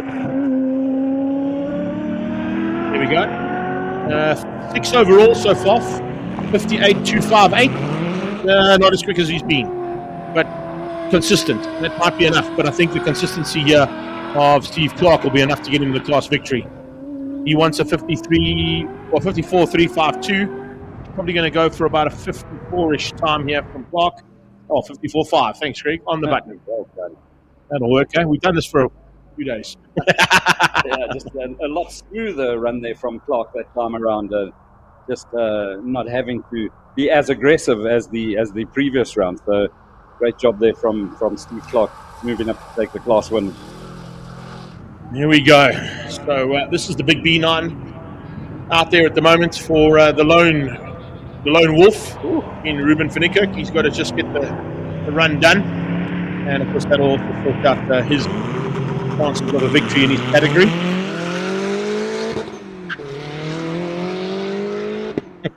Sean Hepburn coming back to us on a WhatsApp here saying, "Yeah, you always have to interview Reggie. Love the Dick Lip joke." It is. It's proper. It's proper. Record Root is gold when it comes to motorsport interviews. There you go. Well done, Ruben van Niekerk and BB Motorsport. Thanks for bringing that monster along. It certainly is always a great car to have at a hill climb or time attack event like this. And the top of the hill has certainly been well supported by the BB Motorsports team. We're hoping that their lone crusader that's left there can still go for honours in the overall and for that modified production class. So Oliveira, we've spoken to him through the day. He says that he's coming back for more. He loves this format of race action. He got down to a 101.011 in qualifying 6. He's got better and better every single time he's gone around here. Will he go and eventually go the fastest he's ever been around this format of the circuit? Oh, we're looking for extra pieces of track out there. And he has a 101.353. So not as fast as what he did in qualifying 6, but enough to take the victory for Class B10.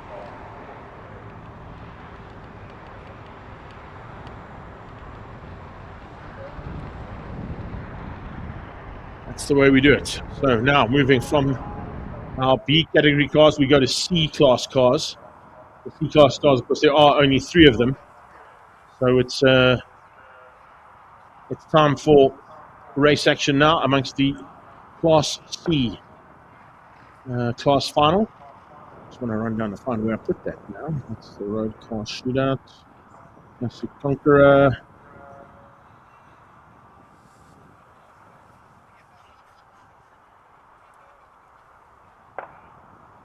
The 3 cars that will be coming out, the 54 It's car the only 3, yeah. Joseph Kotze, the 55 of J.M. Gerber, and the 56 of Renzo Rivero. So the single-seaters running in the C-Class, the next of the cars that will be making their way out onto the circuit.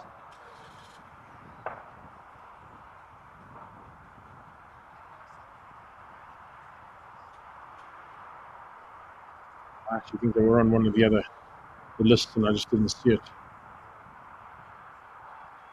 Doesn't matter. There's only 3 of them, so that's okay. Yusuf will be first. Renzo will be second, and JM will be third on their attempt to win the single-seater C2 category. You can see if you are watching on the timing monitor, it says C126. So there'd normally be 6 categories of single-seaters that you can participate in, all with different derivatives of single-seaters, but they've classified all 3 of these under C2 rules. Josef Kotze 105.699 is his fastest run so far.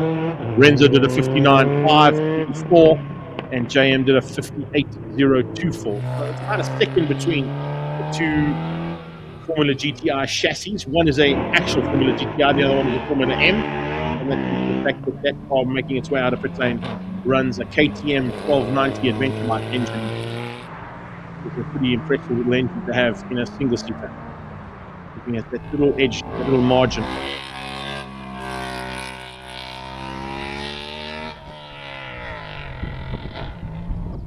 Strange things when you come to watch Formula M. If you haven't seen Formula M in action, have you? No, I haven't been fortunate enough. The funniest part about coming to a Formula M race or listening to a Formula M race, particularly watching from sidelines or from a live PA point of view, is you kind of sitting there going, it does not sound like 2 4-wheelers. You hear the revs of those engines picking up. The 600cc bikes, particularly, they run the Suzuki GSX-R engines in, and those high-revving 600cc machines look pretty impressive when you see the single seaters that run always turn one noise of a 600 battle. The Pink Panther out on track now with Josef Kotze, looking to try and go slightly better than what he's done in terms of his own lap time. He's kind of fighting himself here for lap times. He can't really give the 2 single-seaters up the road from him with the wings and slicks on a run for their money. But needless to say, the team from Full Race have done an amazing job on this car. They do some work, of course, on the Big Jimbo's car as well. Ford, when he runs in the hill climb.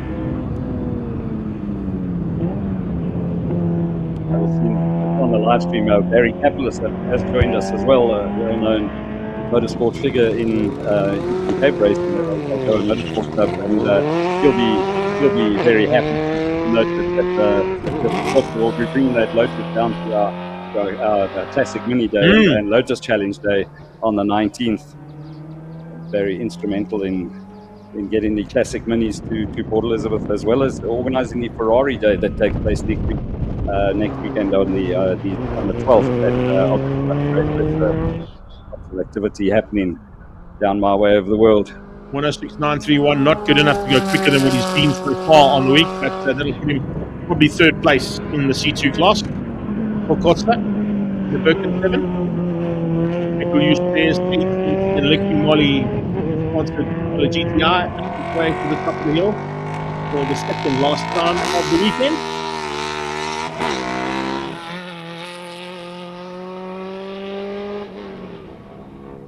As I said, Renzo's looking for a 59.534 or quicker. If he can get it, he'll match his time or go better than it, and he gets a 1 minute flat 0.2. No, that's not going to be enough. I think JM might take this one.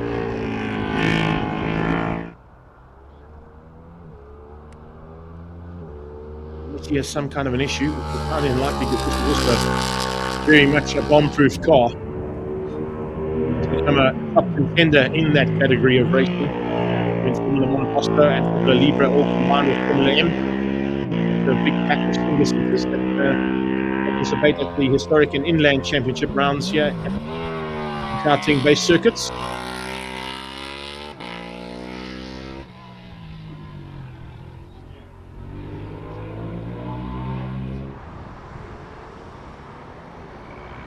And pretty much easy. 59.3037. And yes, not as quick as what he had been. J.M. Gabba 58.183, but enough to take the class.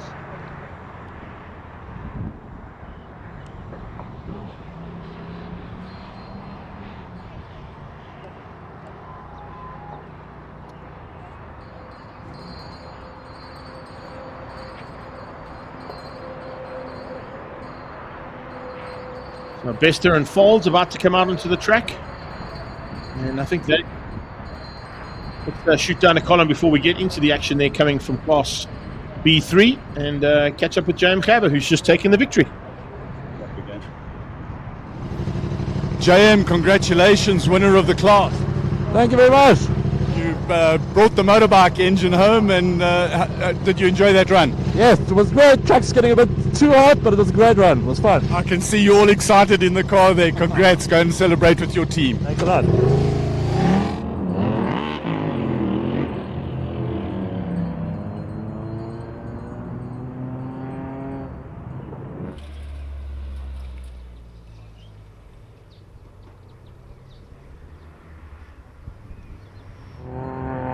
There you go. Got some comments coming in as well there from, looks like all the way from Mozambique there.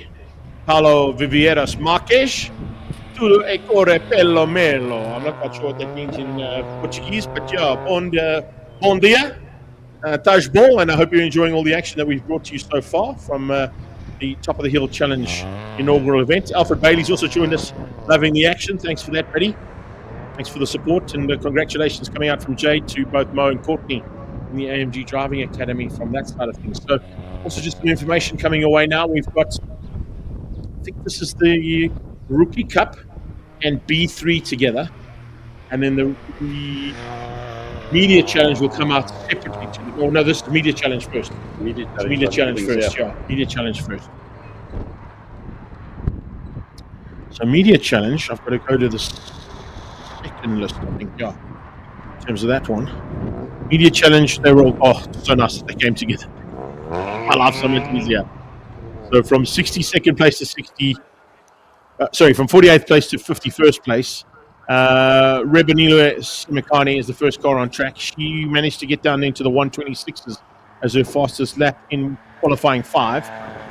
Fanele Bengu will be the second car on track at a 114.9.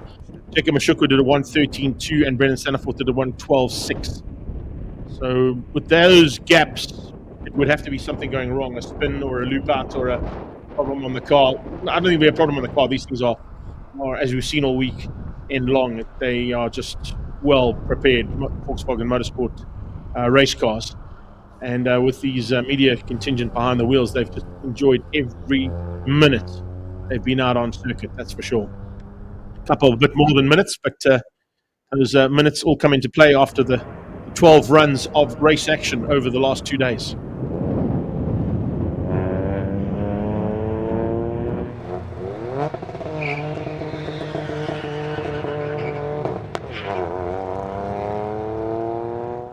Sure. How's that for a bit of wheel spin from Fanelli? Not bad, Fanelli, absolutely. Front wheel drive, spinning up into second gear, and then only catching traction on the surface.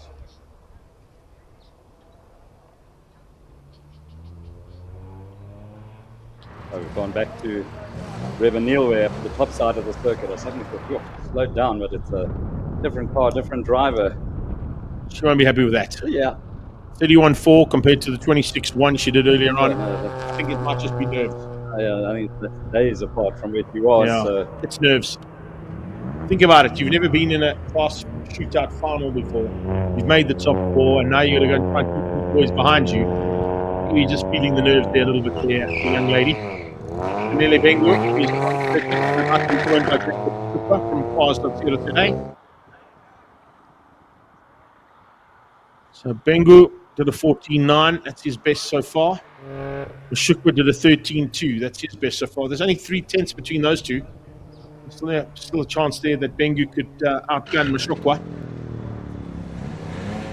He goes top on a 14.76. That's his quickest. So he's gone quicker than he's ever been so far, has Finele Bengu.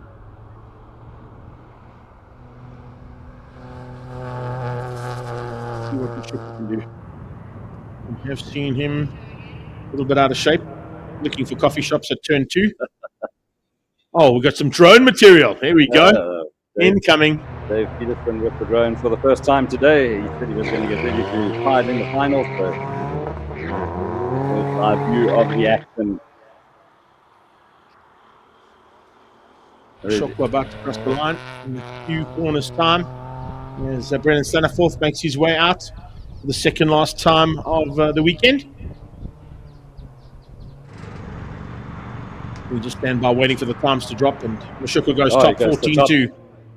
Not as fast as what he has been. It's the second off his fastest lap by a thousandth of a second, actually. So, not too shabby there from Jacob, keeping it very consistent. Will Brendan do the same thing? I'm pretty sure he will. He did have about a 2-second advantage over the rest of the pack, so he should be okay as long as he keeps it on the black stuff. Ruler Man could be the top of the steps in the media challenge. Josh Moore makes his way onto the track. He's the last of the top 4 in the Rookie Cup. And Joshie was doing 1:12.5s. He'll be looking to sort of emulate that as much as possible. What happens with Staniforth? Does he go top? I reckon he does. 12.1. Yeah, 1:12.1. Oh, decent job there from Brendan Staniforth. Yeah, fastest of the weekend. Fastest of the weekend. So the guy's really saving the best for last, and that was really an impressive performance from Staniforth. The drone footage coming live, and the amazing technology that we can look up via cell phone and bring you the action live from the drone. Amazing. Dave Peterson flying that drone down the main sport area. Okay, well, if we do catch Brendan going into pit lane, we're going to catch up with our class winner for the media challenge in Rookie Cup. That'll be Brendan Staniforth. It'll be him coming. Let's go down to him. We see the first of those cars going across the line. Back to you, Cole. Brendan, when you stopped, what was the time? What do you think of your time? Yeah, 1:12.1. I'm absolutely thrilled. That's the quickest I've gone all along. I'm loving that. The kids are really quick. In the 10s is absolutely insane, but I'm loving that. That was the quickest run so far. Awesome. Always good to save the best till last. Thank you very much, guys. Josh Moore, the first of the rookies to set a time, 1:12.35. Not his quickest, but no, it is. Josh Moore did a 1:12.5 as his fastest, so the 1:12.3 will be his fastest of the weekend. So he has gone quickest at the time of asking that was required, but I don't know if it's going to be quick enough to keep out the other 3 rookies in Vivian, Judd, and Judd has been absolutely spectacular. Close to 1:10. Now 1:11.2 was what Uzziah Khan was looking for as his fastest in qualifying 4. Can he go quicker than that and ensure he gets to the top? He does on 11.3, but now being hunted down by Vivian Naidu and Judd Bertel. Judd on his way. Vivian Naidu halfway up and nearly across. So an 11.3 drops Staniforth out of the running that he was hoping to try and beat the kids, as he said. Didn't quite work that out. Whoa! There you go. 2 wheels. I like it. 2 wheels is my favorite, Got to tell you. I had a 1:11.2. And it's enough. It's Yeah, enough. that's good. Well done, Vivian to Naidu. the top of the leaderboard.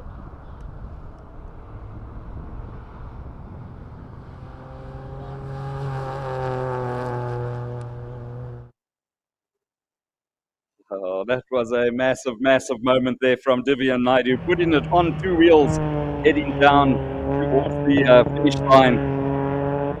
Is that enough, though? If Judd is smooth, calm, cool, and collected, as he was in qualifying 6, to put in that stonker of a 10.696, it'll be enough for him to take the victory. Let's see what he's got now through the last 2 corners.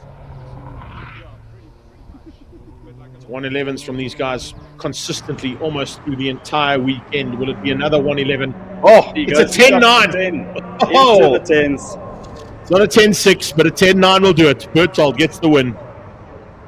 So it's Berthold from Divya Naidu from Uzia Khan, 1, 2, 3 in the top of the hill Rookie Cup class final.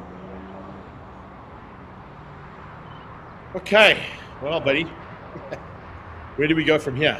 Tell you where we go from here. We go into. Okay, if Colin can catch Judd Berthold, he's there. Let's go and catch up with Judd Berthold, class final winner in the Rookie Cup. Judd, well done. 1 minute 10.9. You've got to be happy about that. Yeah, happy. I didn't feel too confident in that run coming out of it, but happy with the run, eh? It's always nice to come racing, and even nicer when you win. 100%. It's the best part. Awesome. Congratulations. Thanks for stopping to talk. Cheers.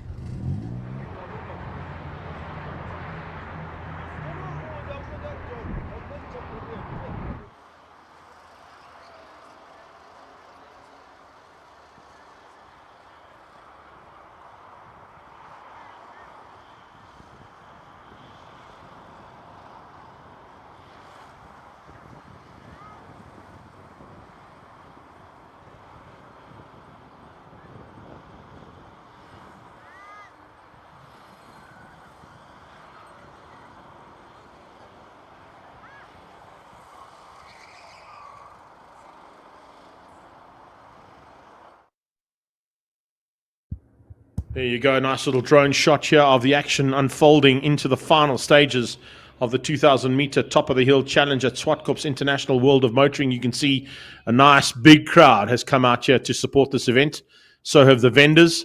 Just over the right-hand side, you can see the kart circuit. Just below that kart circuit, we had, of course, the team from Super Drift giving us some action and giving an opportunity for moms and dads and guys and girls. And you can still see them. I thought they're still playing out there on the skid pan. But that's a nice, great vantage point given to us there from our drone before we get into the all-important top-of-the-hill final shootouts. We start with the Classic Conqueror. They're going to go out in batches of 5 cars, although there's 10 cars in a group for the Classic Conqueror, road car and supercar, modified production car, and single-seater classes. So depending on how they go, of course, each of those single-seaters and sports cars is the actual combination there. So that's how they're going to put those cars together in the final run. But to start things out, in a few moments' time, we'll be heading into the Classic Conqueror shootout. And if I look at the times and the top 10 for that, just to run through it while we're waiting and seeing all the people on the sideline here from our drone.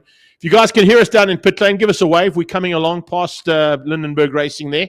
Hello, Mom. How you doing? There you go. Yeah, we can see you if you can hear us on the PA system up on the Pretoria Noord Toyota gallery as well. It's good to see a lot of people there as well. And then back in pit lane, a couple of boys and girls working frantically to get that right. Going back to that top 10, Alan Mayer will be on pole. Gavin Rook will start second, Michael Koenig third, John Tendeshate fourth, and Jonathan DeToy will be your top 5 in reverse order. Remember, they go in reverse order of how they finished up. So those first 5 cars will run. They'll come back in.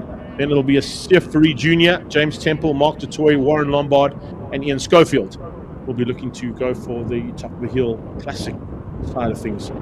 Kind of a tough ask, I think, to put Warren Lombard, the birthday boy, up against Schofield's March 77B. But that's how the classification works when you go to the historic side of it. That's it.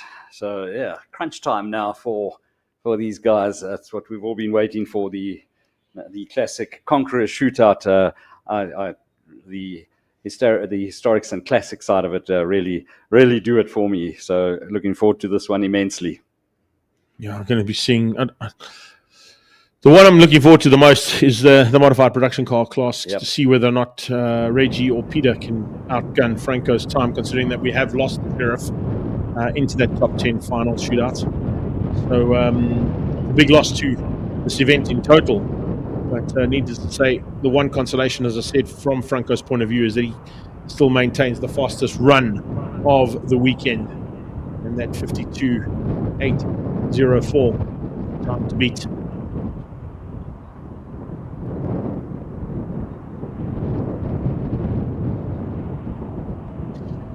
Graham coming from all the way from the US of A. No, unfortunately, they have not been able to sort the Sheriff out. Franco has had to retire that car. The prop shaft broke again.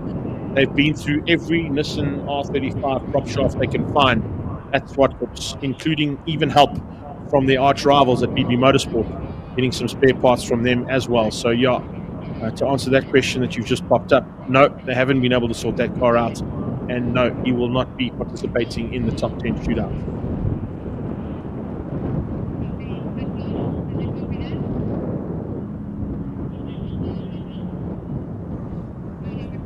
We do have a break in proceedings. Speaking of classic cars and the cars that you love the most, don't forget, guys, if you are looking for the calendar for 2025, it kicks off here at Zwartkops with the 24th running of the Passion for Speed Festival.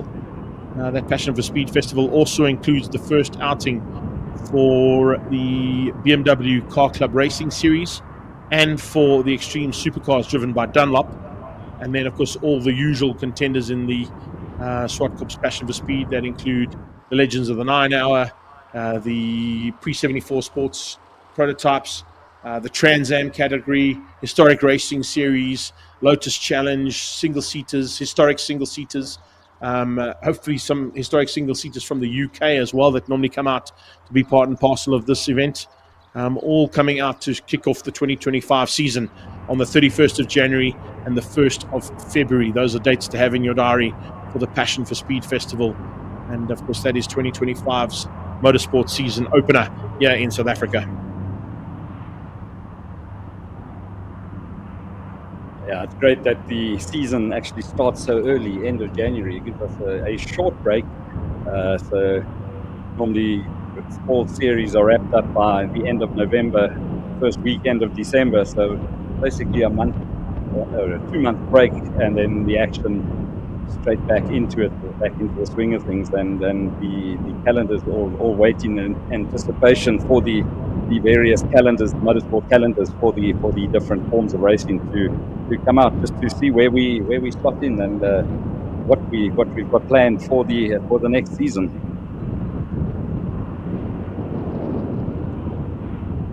Biggest plans, of course, for next season, and still to be confirmed, of course, are the change in calendar in the Extreme Festival of Motorsport National Championships, possibilities of another joint venture with the teams that have come out here from Mozambique. There's talks in place where potentially we could be heading to international soil to go and have one of the events next year. That is still to be confirmed, of course, and if that is going to be on the cards, that'll be something truly spectacular, considering the fact that they've been here 3 times with their Kia Cup.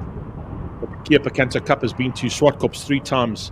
So now I'm going to try and return the favour and take some of our top cars to go and participate there, which will be really awesome on their circuit.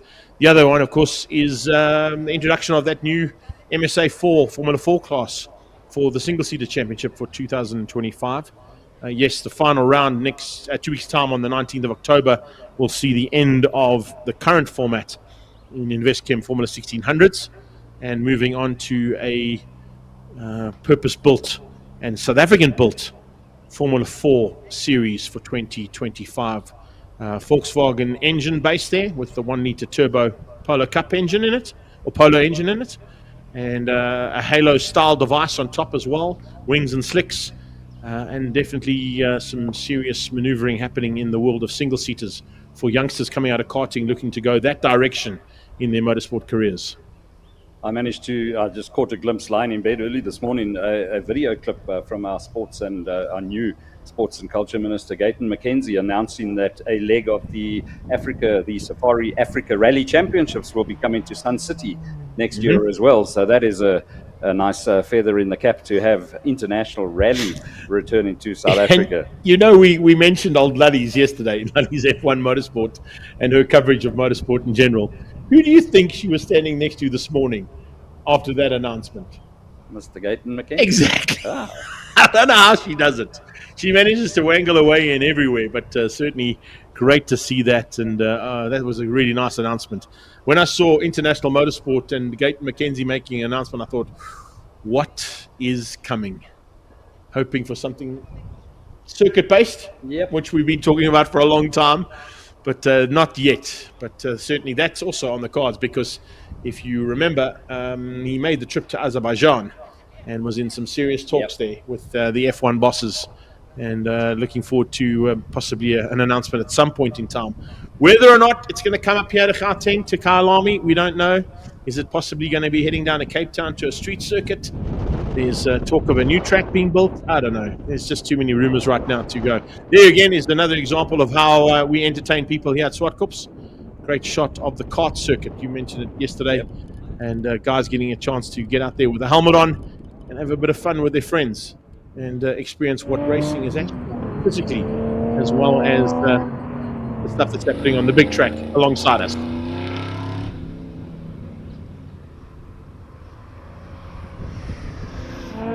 Back onto the track. One of my highlights from the weekend, that big Studebaker. Just the sound of that thing. It's absolute goosebump stuff. Mike Koenig in the little escort. I don't know if anybody's had more fun this weekend than him. Michael Koenig. I would agree. He popped his head in the studio this morning and a big smile on his face. Just to come and say good morning and loving every single minute out there in the little Ford Pinto. So this is, of course, the car that could potentially be the top of the first 5 cars. Jonathan Dutoy. We heard from him earlier on. First session he had a bit of issues. Then he had some kind of a prop shaft issue. Then he had a flat tire, which is where we caught him getting that massive bit of understeer into the last 2 corners. They've sorted that all out now. Trans Africa Racing. They've also sorted his teammate out here in the Studebaker. The Lark will set them off. 1:11.340. Alan Meyer has got out of the rear-wheel drive. Studebaker lighting them tires up as he comes onto the battlefield for the last time. That's certainly one way of getting some heat into the tires. LT loving it, eh? He's also had a great time, I can tell you. He's had a couple of off-track excursions, but it doesn't matter. It looks like it is a bit of a handful to drive against the couple of off-track excursions that he has had. That's a massive amount of power. Through turn 3. Oh, fighting. Snaky. Fighting.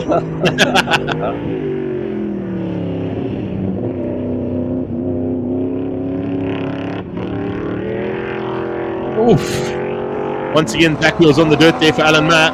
Rook gets underway in the Porsche. Gavin Rook chatted to him yesterday. Colin managed to catch him down in pit lane. Explained the whole scenario of how that Porsche works. 911E.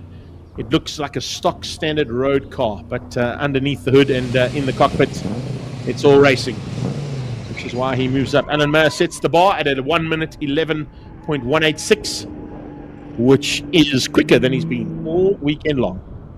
He did a 1:11.340. It's 0.2 of a second quicker.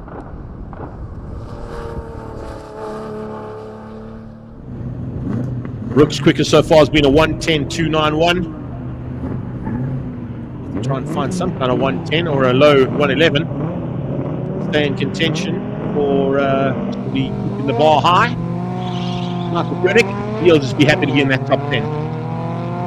And when he popped in just in the lunch break as well to come say hi, because I remember I mentioned yesterday that I still had the model he painted for me. Oh, correct, yes. He was blown away that I still had it. So I said to him, well, why would I throw it away? It was a gift from you. And of course, he was just saying how much fun he's having in that car, and he just wants to hand the car back to James Temple, who's got to go and pilot it in a couple of weeks' time at the Historic and Inland Championship. So Temple giving him a chance to have some fun in this car while he participated in the Daytona.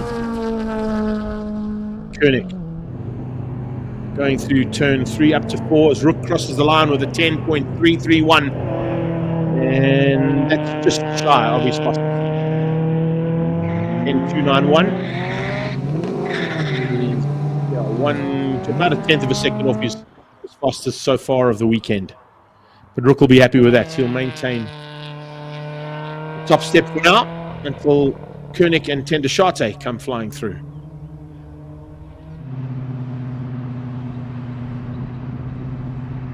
Koenig 108. 108, yeah. 271 as opposed to 108, 248. So consistency there from him. Yeah, so silky smooth that run of his.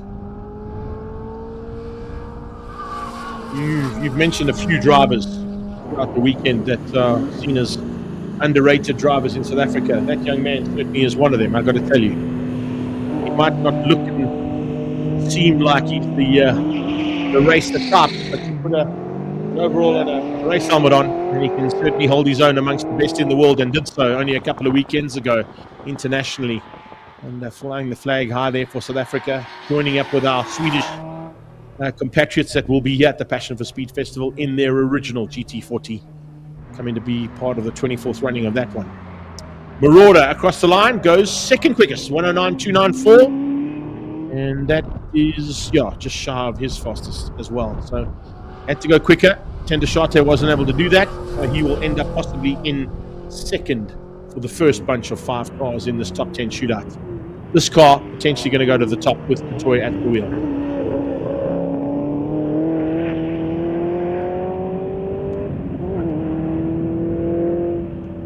So we're waiting for, of course, heading to the top of the hill here for a lockup from the toy. Oh, that could cost him some time. Is Tendashate going to be able to beat his teammate? The Marauder versus the Chevy Nova, or as the South Africans called it, the Chevy 2. Let's just wait for him to cross the line, and then we'll head down to Colin. The toy goes quickest, 106.268. Is that quicker than he's been? Yes, it is. 106.78, 679 was his quickest. So the toy goes quickest, goes to the top so far of this first bunch of the Classic Conqueror. But let's head down to Colin, who's caught up with somebody in pit lane. Steve Clark, you won your class, but you didn't bring a time attack special.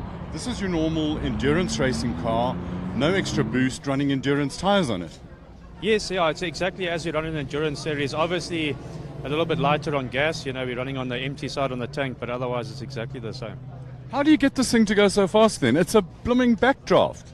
Yeah, the car's good, we've done a lot of work and the backdraft have really pulled it out there, and it's a great car. The aero's good, it's quick.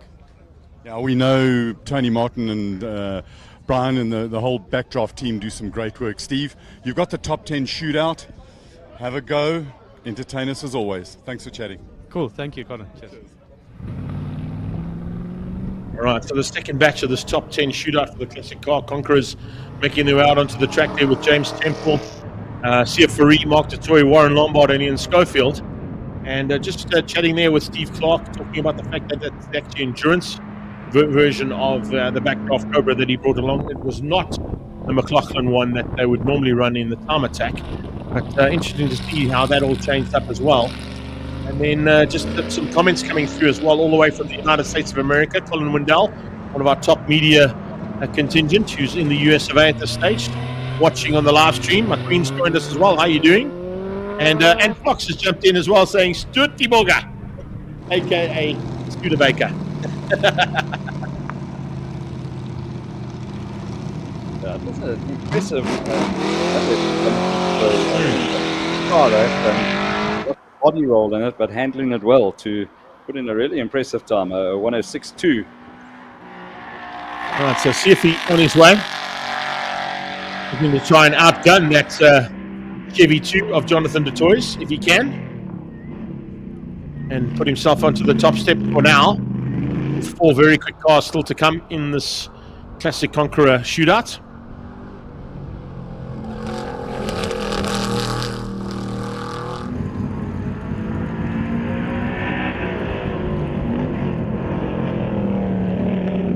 We've said it all weekend long. There's nothing like the sound of a V8 in full flight, eh?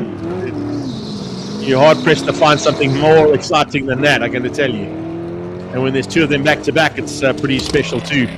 But let's see if CF is good enough to outgun that Chevy Nova after toys.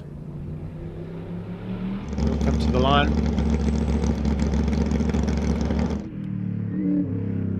And there you go, to the top. 4 seconds. So 4 seconds quicker than Jonathan DeToy, keeping basically that top 10 in the same order that they finished in earlier on. I think the only change up there was Koenig was quicker than Tender Sharte. Yeah. Koenig quicker than Tender Sharte. The only change in that first two cars so far.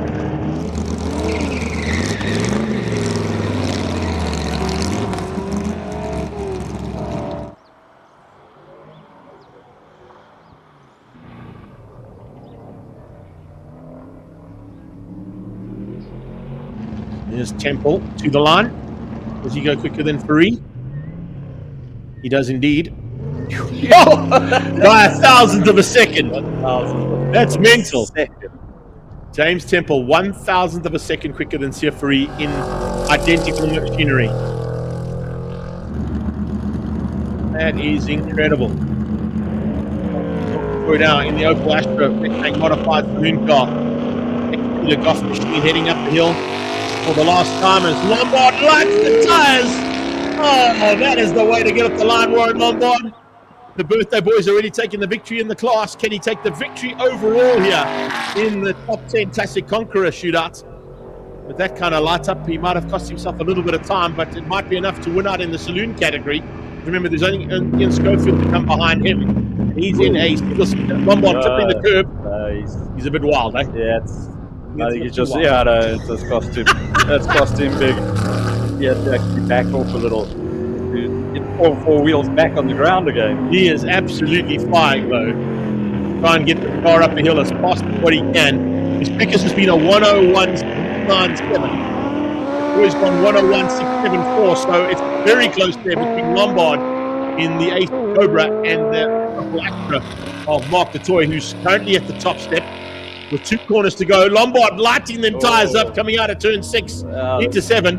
Bit of a scrappy run, but who knows? You'll probably find it's going to be a lightning fast run. We've seen some scrappy runs, and it normally turns out to be a little bit out of shape, but down to not 4th quite behind there. C4E. Drops down to 4th place in the top 10 for Warren Lombard in the AC Cobra.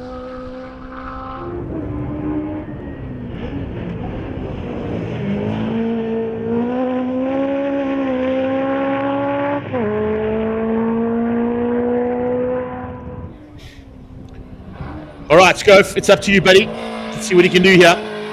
Will he be the Classic Conqueror winner for the first outing of the Top of the Hill Challenge? He's already won the Classic Car Conqueror at the hill climb, and he's going to do it here at Top of the Hill as well. 57.072, fastest of the weekend as well. Correct. Well done. That's Ian Schofield. He's going to try and get Colin will try and catch him going into pit lane, hopefully, to see what his final comments are from Ian Schofield's point of view. And then we'll have a small break to bring the first batch of cars out. It will be slightly out of sync in terms of the grid that we've got. And Colin has caught up with him, so let's go straight to Col. 57 seconds, winner of Classic Conqueror, Ian Schofield. That was a nice run. That was a great run. Saved the best till last, I think, there. Well, isn't that what hill climb's all about? I think it is, and got a great launch, and just everything came together. It was really good. During the day, you battled with a little bit of a misfire niggle, but it seems to have run away now. Yeah, we had a fuel pressure problem, and it was all over the place. But Greg and the team had a good look at the fuel pressure regulators, managed to sort them, clean them all up, and reset it all, and everything seems to be working great again. Car's got lots of horsepower, running beautifully. Awesome stuff. Ian, thanks a lot for stopping for us. Congratulations. Well done. Thanks very much, Colin. I was about to say that we are getting Vic Camphor out first in the electric Volvo. The reason being is that he's got 2 cars in this category that he's actually classified. So that's a good outing for the Tom Camphor team. Yeah. Get the Volvo EV machine into the top 10 along with the Porsche that you can play. So that's why he's gone out slightly earlier than what was scheduled on, of course, the shootout list that we were given. I'm just trying to put up so many things in the last couple of minutes. Try and find the actual grid for this one has not been easy. Yeah. And we've just lost our connection to our server.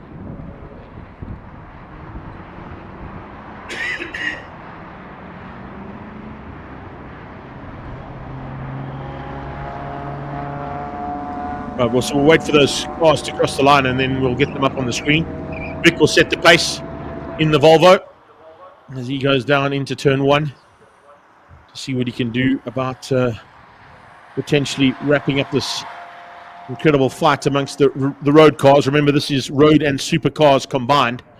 So whether it's E-powered, electric-powered, diesel-powered, hybrid-powered, the road cars all fall into one category, which is why, incredibly, this little car jumped in right in the closing stages with that last run he actually put in the class final. So congrats there to him. He will jump out of this and straight into the GT3 RS as well. And at this point in time, he will set the bar with his car. I think we could see another quick run from Vic. Looking at the way he came into that corner, I mean, all the load all in the front of the car under braking. So he's certainly having a ball out there, and it's been a very, very busy weekend for him. And I wouldn't be surprised, low 105s. Let's see where he goes. It's fastest of the weekend. 105.4. So 105.409 as opposed to 105.984 that he did in qualifying 6. So yeah, he's just gone quicker and quicker in that machine. Maybe I think what he's been doing is he brought the Porsche to warm himself up. He warms up in the Porsche and then goes into the Volvo.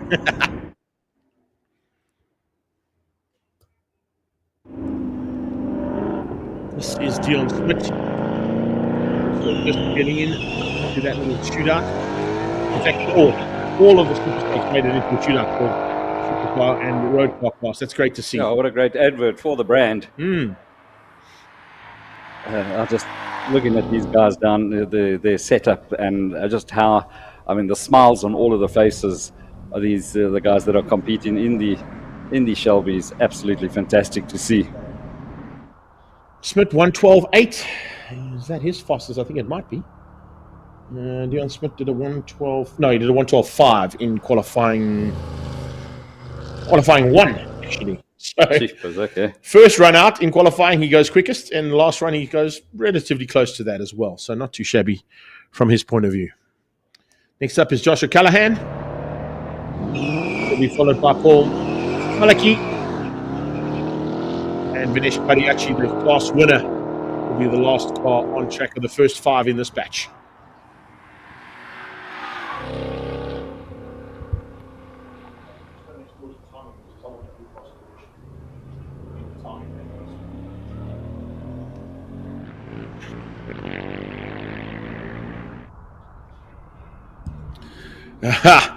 So Luyoyo Maliti, I hope I got that one right. Giving a big shout out there to Vic Camphor, saying he's flying in that E vehicle. He certainly is, there's no doubt about it. But the Super Snakes are starting to fly as well. Getting pretty close to his times, but not quite there just yet. I think we'll have to wait for the likes of Jonathan Detroit, Mo Hussein, Vic Camphor to come back out of the Porsche, Courtney Nicol and Jared Rousseau. That's who's going to take the honours. And remember, Jared Rousseau, even though he's 10th, would be playing around with the chances of the R fighting with Courtney Nicol and Vic Camphor in the Porsche. So there goes Paul Malachi. He goes second, 108.608.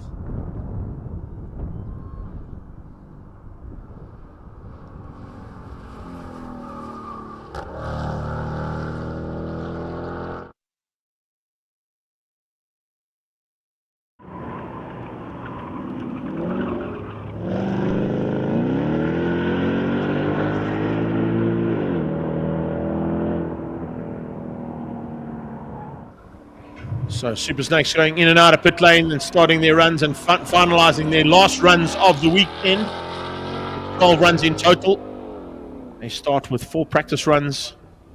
They do 6 qualifying runs, 1 class final, 1 top 10 shootout, 12 runs in total. And right now it is Vinesh Padiachi who ends up top of the list in the class and top of the list in the top 10 shootout as well there for the Super Snake team at Shelby, South Africa. And well done once again to all of those clientele from the Lindenberg and Shelby, South Africa stable for a good weekend of race action for them. I'm sure there's a couple more that have come to the party and come to watch from the sidelines saying, hey, let's bring some more cars along for the party. Mustangs you see parked around there, and you've got a popular brand. Just a heads up, out of nowhere, all of a sudden, we've got someone joining us on our live stream feed that should actually be behind the wheel of an AMG of some nature, and that is Natalie Weston. What's up, Nats? Rooting for Courtney, she says. Yeah, we know you're rooting for Courtney and for Mo, but certainly rooting for Courtney, I see, hey? Nice. As I said, I was at the AMG A45 launch in Santon, and Natalie Weston was faster than her brother and faster than Mika Salo around the streets of Santon. So can you imagine if Natalie Weston had been behind the wheel of one of these AMGs? Next year, I think we need Natalie Weston in an AMG. Oh, she's in Bali. Excuse me. Sorry for interrupting your holiday, Natalie Weston. What a tough life. I'm in Bali. Wow. You know where we are? We're in Zwartkops. Thanks, Nats, for joining us. We do appreciate the support, baby girl.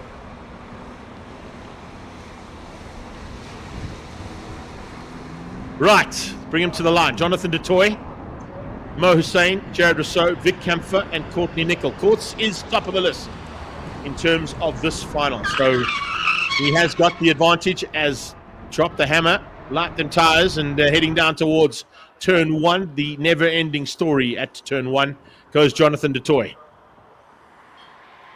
If you think he was aggressive in the Chevy Nova, he's so much more aggressive in this BMW.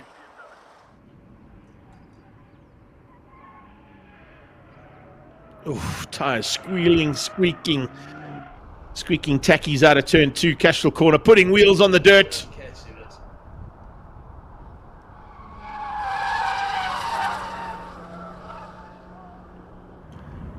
Yeah, it might be quiet in terms of the power output and lack of big exhaust out the car, but the tire squeal just tells you how hard he's trying.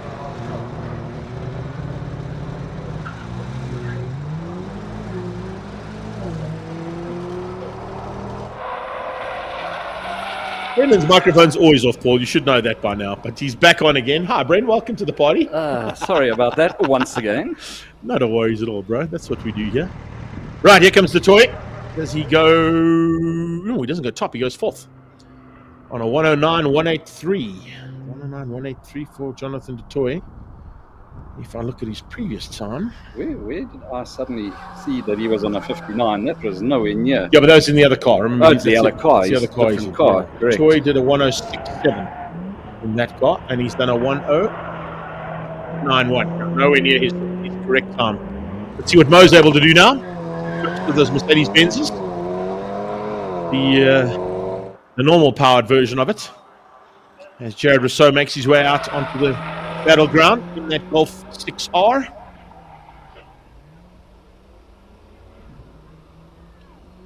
Mo looking to get to the top. Can he get there? He does. 104.5 for Mo Hussein. That's a decent run. So Mo, I'll go down to where he finished up. 104.4 has been quicker. He's been quicker, but that's good enough for now. It's putting pressure onto Jared, onto Vic, and onto Courtney. He's been very quiet and in the sidelines as Jared Rousseau, but that 6R is a piece of machinery. It really is. Whether it's got enough to take on that GT3 RS or the hybrid Mercedes-Benz AMG 63, we'll have to wait and see. There comes Rousseau to the line. Is he quickest? Yes, he is. 102. Wow. A 102.993 there from Jared Rousseau. That is the fastest he's been all weekend long. He's kept the best to last. He was smooth, though, I've got to tell you. Yeah. This man's been smooth all weekend in this car as well.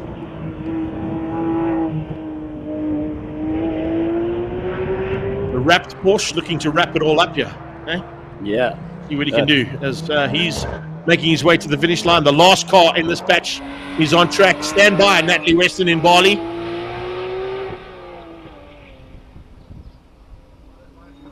Oh, that's very neat for from Vic through the top side there, and rightly so, to the top of the pile he goes. 60.750. Top of the pile, top of the list. Oh, Courts is out of shape. Big time coming out of turn 2. Little mistake could give. Is that enough? Give Vic Camphor the win.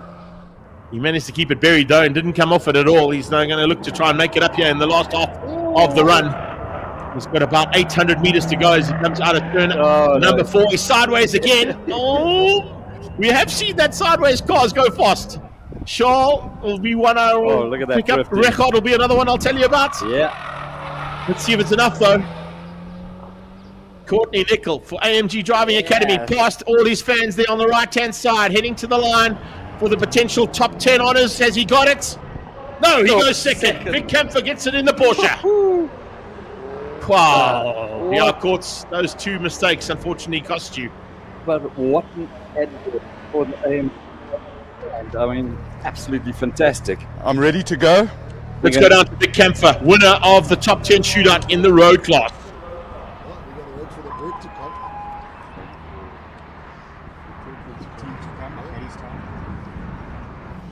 Vic Camphor, you saved your best for last. Shall I give you your time? Please.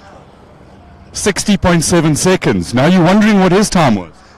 Yeah, I see he's got a bit of dirt on the back of the car there, so... 62.2. Vic Camphor, you winner of Conqueror of the Hill for standard road cars. Oh, fantastic. Thank you so much. Awesome. This is a fantastic end to the weekend. Wonderful. What a beautiful result. Each run, you went out and got the Porker to go faster. Yeah, you just learn and learn and learn, and I think that first corner, you just got to get braver and braver and trust the car that's going to get through there, you know. So yeah, the last run, I thought there was a bit more in the car, but I just thought, you know, we're not going to take that chance. 60.7, congrats, well done. Thank you very, very much. Can I ask you a huge favor? Sure. I really love the sound of a proper Porsche engine. Yes. Please lay some rubber here and give us a nice pull away, just because you won right here in the pit lane. Sure, no penalties for that. No penalties. I'll go back a bit and I'll do it for you guys. Thanks, congrats, Vic. So he's going to try and give us a bit of a burnout, because why? We asked him to, and guys are so fantastic. Look at these proper lock nuts and brakes for days, and Michelin's finest sport tires. This is cool. Thank you, Vic.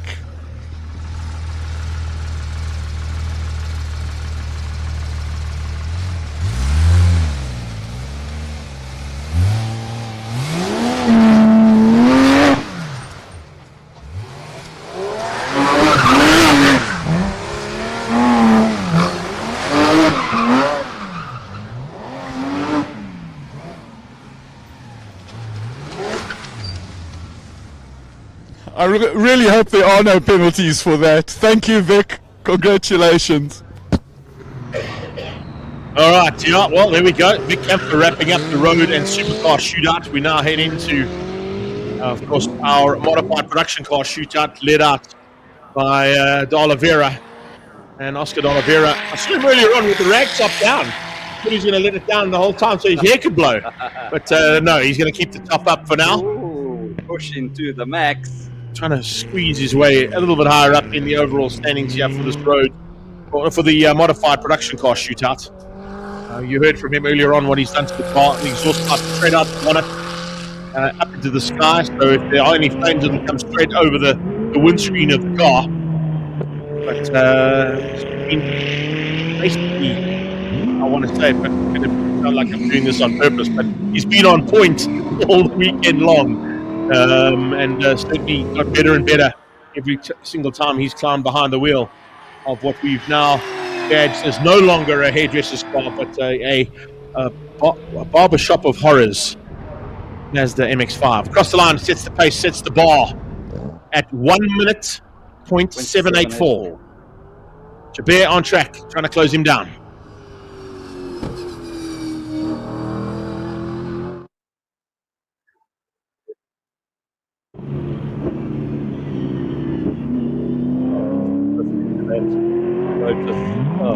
Pete as it goes up the main straight past us.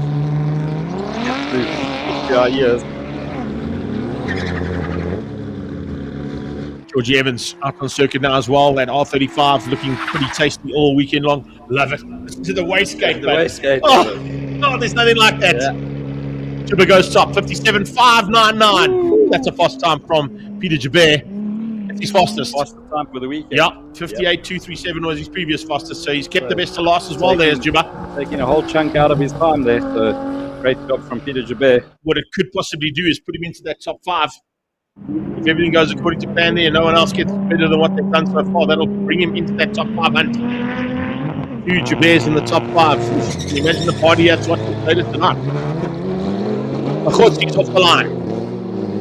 We heard from him. Everything is working perfectly on that car. It's just the driver that has to turn the wick up. And I think Jonathan Makhotzi might just do that in this final run. There you go, George Evans, 57.933 from him. It's also pretty tasty, eh? It's quicker as well. 58.183 was his fastest. He's gone quicker. So they're all starting to put in the times to count.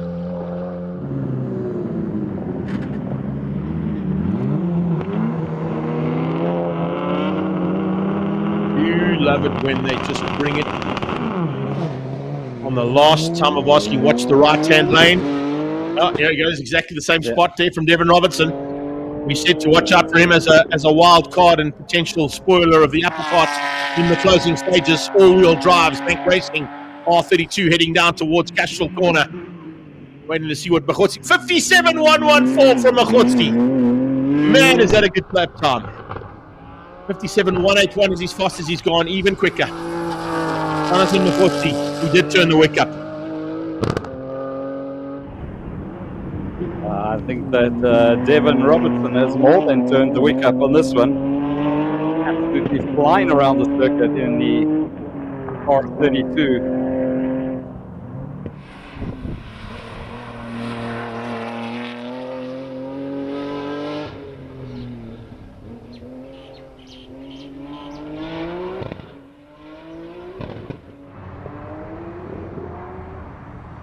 Devin Robertson second, 57.5. What was his fastest so far? Yeah, a little bit off the pace that he had earlier on. 56.6 was his quickest so far of the weekend. So didn't quite get it all according to plan there in the Zank Racing R32 Nissan Skyline. But needless to say, great to have a Zank Racing machine at a hill climb and time attack event. They are synonymous with these events. Devin Robertson behind the wheel of that one. And I do know that both Craig and his mistress are looking forward to coming to be part of this event next year and bring a couple more time attack cars from the Zank Racing stable in Clarksville.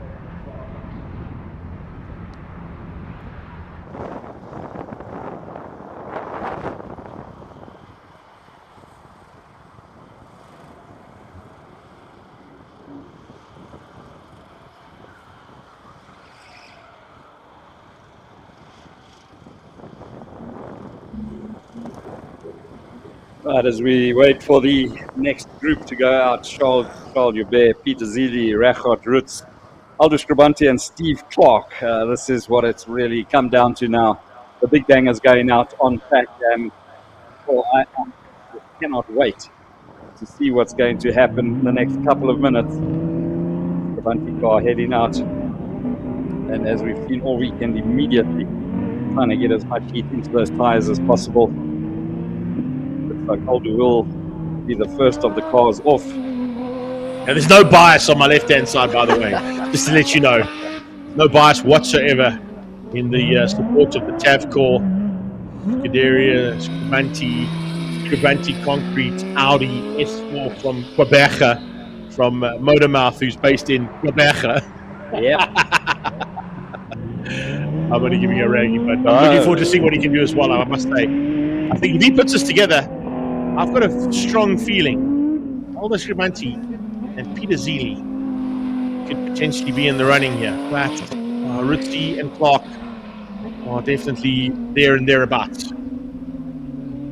This is the big one. I think this is the one that most people want to see sorted, because this top 5 has been so close all weekend long. Don't want the commentators to curse coming. No, definitely not. This stage now. It's Scuderia Scribante lined up at the start line at the moment, waiting for that car to kick into its launch control. Engaged, and what a start there from Aldo. Rocket ship down towards the never-ending story at turn 1. Oh, that is neat. good. That's very, very neat. Managed to hug the apex there. Watch high and wide. Yeah. Cuts a straight line towards turn 3. He's got that dialed in. I've got to tell you, it doesn't look fast, but it works. And now it's smooth out of 3. This is the tricky section that he has battled with, also hugging the apex there and running fairly wide, but not on the dirt this time. Yeah. So a great start. Let's get across the line just what this time is going to be. Because so far it's been a 55.6 from him. And he now crosses the line at 55.1. Let's go. 55.204. 55.204. That's a good run there from Aldo Scribanti. Fastest of the weekend, keeping it the best to last, as we've seen from a lot of these drivers. Aldo now putting the bar pretty high.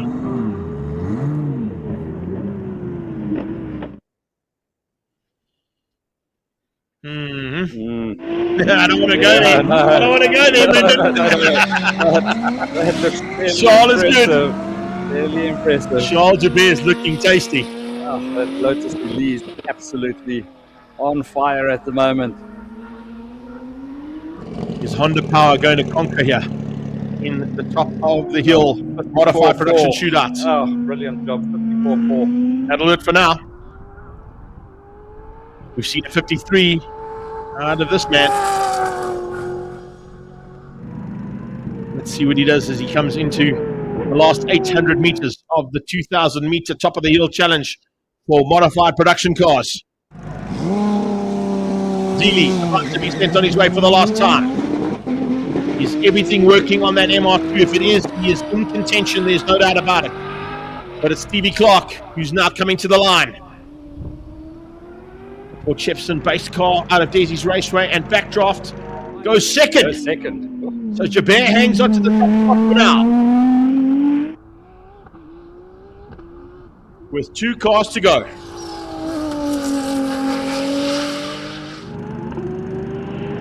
Neely looking pretty good as well, coming out of turn 4 into turn 5. Up the hill he goes. Does he run wide? No, he keeps it on the black stuff. Armageddon about to be sent on its way for the last time. Record route at the wheel. Ooh, a little squirrely off the line there. But nothing too serious by the look of things. Right, moment of truth once again. You see that customary bounce from the little MR2 as it goes across. 53.2. Ooh, that's good. Oh, record. Once again, having gone into limp mode by the look of things. He has battled. He really has battled. ZD comes through now. He's set the pace and set the bar pretty high there. 53.2 might be enough.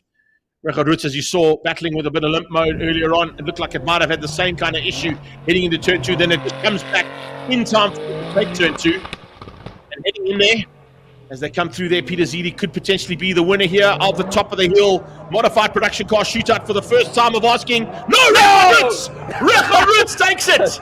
53.257 for Record Roots. What a way to finish. Man, that's incredible. Even it's with that 38 hundredths of a second. 38 hundredths of a second. Second place. Zili in second. Record Roots in first. Let's go down to Colin. Very quick, Peter Zili.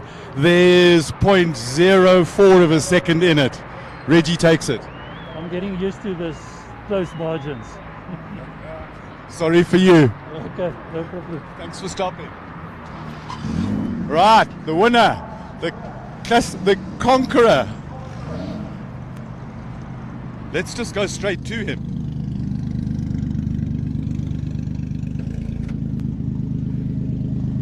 Record Roots. Is that right? Yeah. What do you say? I say I can't believe it. I heard about pulling a rabbit out of a hat, but the team pulled the hair out of my ass. We did something amazing there. I don't know how we did that. 0.04 of a second, 53.25 against 53.29. Yeah, we still couldn't launch, so we took a chance on a map that we know that works, but I can't get off the line. And from there, we just gave it all the berries. We gave it everything. And wow, that's amazing. I'm happy with that. Bit of smoke in the car? It's normal. It's happy smoke. Well done, Richard Roots, the conqueror. Thank you. Modified production car shootout champion there, Richard Roots, taking it by 0.04 of a second. 400, in fact, 38 hundredths of a second, actually, to be honest, on the timesheet there between him and Peter Zeely. So close. Zeely thought he had it. It looked like he did. Yeah. And as you heard there from Richard Roots, I think he's used every analogy that can bring in some kind of animal this weekend. Yeah, he was definitely locusts, hares, rabbits, definitely horsepower. It's all in there. Like a locust. Brilliant job. And that's why I didn't want to say anything about Rachat. He's moaned at me in the past. He says every time you open your mouth, you bring me bad luck. So I just backed off out of that one. But brilliant performance from the whole team. I mean, after having worked through the night to get that car sorted out and just boxing clever through the day, just working through the challenges that they've had all day with that car slipping into limp mode, has been an absolutely brilliant performance from the whole BB Motorsport team. It has indeed. An amazing effort there from them. And of course, we're not quite done just yet. There is a couple more cars to go and shoot out at the top of the hill for our single-seaters and sports cars. They'll be on track shortly, but we can get some visuals here this is from our drone, I think, looking at Richard Roots and the BB Motorsport team coming in and the celebrations there. There he goes, his missus into the car to be the first to congratulate him officially. You'll be a happy man. I hope you can hear us down there, Reggie. If you can, give us a wave on the PA system. It's fantastic to see you on the top step of the podium for an incredible effort from your team at BB Motorsport. There you can see celebrations all the way around.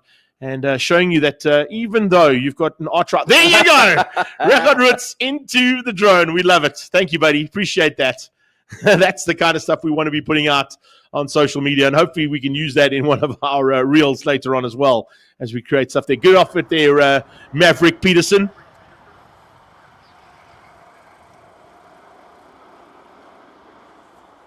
Yeah, what a final. I'm sitting here, I am sweating, even though the air conditioner's on, I'm sitting here sweating. Just watching. All right, let's go down in the pit lane and give you a chance to recover there, because Colin's caught up with Peter Zeely and Charles Joubert now after they've finished up in, I think it's second and third place, if I'm not mistaken. But let's go down to Cole and have a chat to the other two contenders in this highly contested class.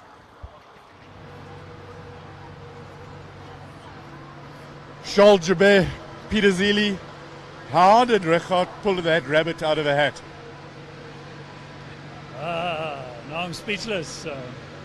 As I said to you, I said I'm getting used to, but actually I have difficulty getting used to losing with these small margins. So. You both put up a tremendous fight. What excitement, what tension. It was brilliant. No, it was brilliant. I mean, like all the front cars were actually very quick the whole weekend. I battled a bit this weekend. I was on the back foot, but I tried my best for what I had for the weekend. But well done to Richard and to Peter Zeely. They did very well. What a lovely event, guys. Yes, I enjoyed it. Yeah, I enjoyed it. Definitely. So we'll see you back here next year. Is it only next year ago?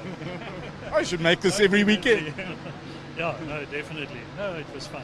Congratulations and thanks for the great entertainment. Thank you. Thank you, Colin. See you next time. Thank you very much. Yeah, the entertainment's been provided by those two gentlemen as well as all of the B5 and modified production car drivers this weekend has been pretty spectacular, I have to say. We've got to sort things out for one more. It's the classic shootout. Oh, sorry, not the single-seater and sports car shootout now. There's only 3 of them still left to play. But, it's a formality that we still have to do. I don't think we're going to see any changes in the top 3 there because they've already shown what their capabilities are. Unless they've gone and done something special to Renzo to give him that little bit extra squirt to give JM a run in the closing stages for the last 3 cars on track for 2024's inaugural running of this 2,000-meter field challenge.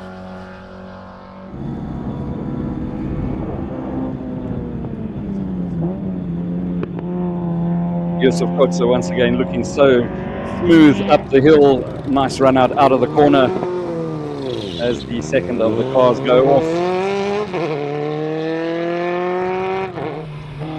Renzo Ribeiro, the camera's back on. Josef Kotze now around the last of the corners, heads down to the finish line.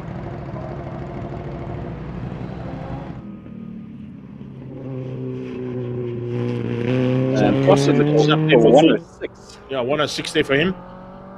That's kind of not where he wants to be, but I think it was just a formality. I think for Kotze, he realizes he's not really in contention with the other two single-seaters that he's fighting with, so he'll give them a chance to try and sort it all out amongst themselves, and he'll come out top of the two, whether it's Renzo or whether it's this man here, J.M. Kadler, in the KTM-powered Formula GTI, Formula M, as they like to call it, because of the motorcycle engine.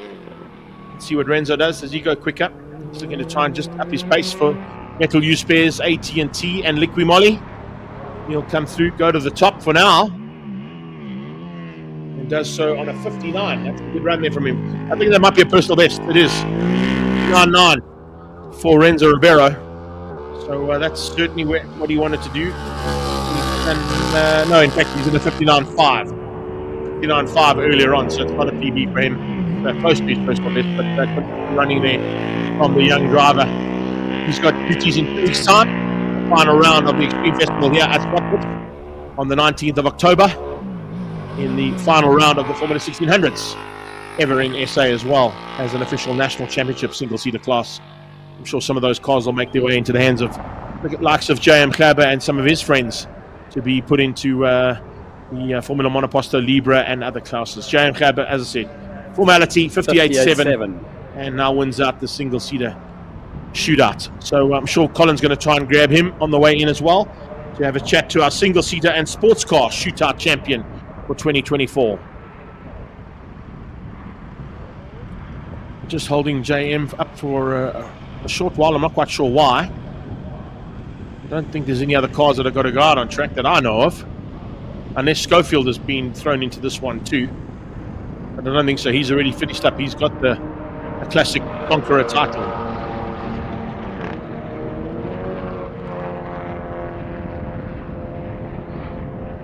So let's see if Colin can catch up there with JM as he comes into pit lane and have a chat with our single-seater and sports car shootout champion. JM Klaber with us.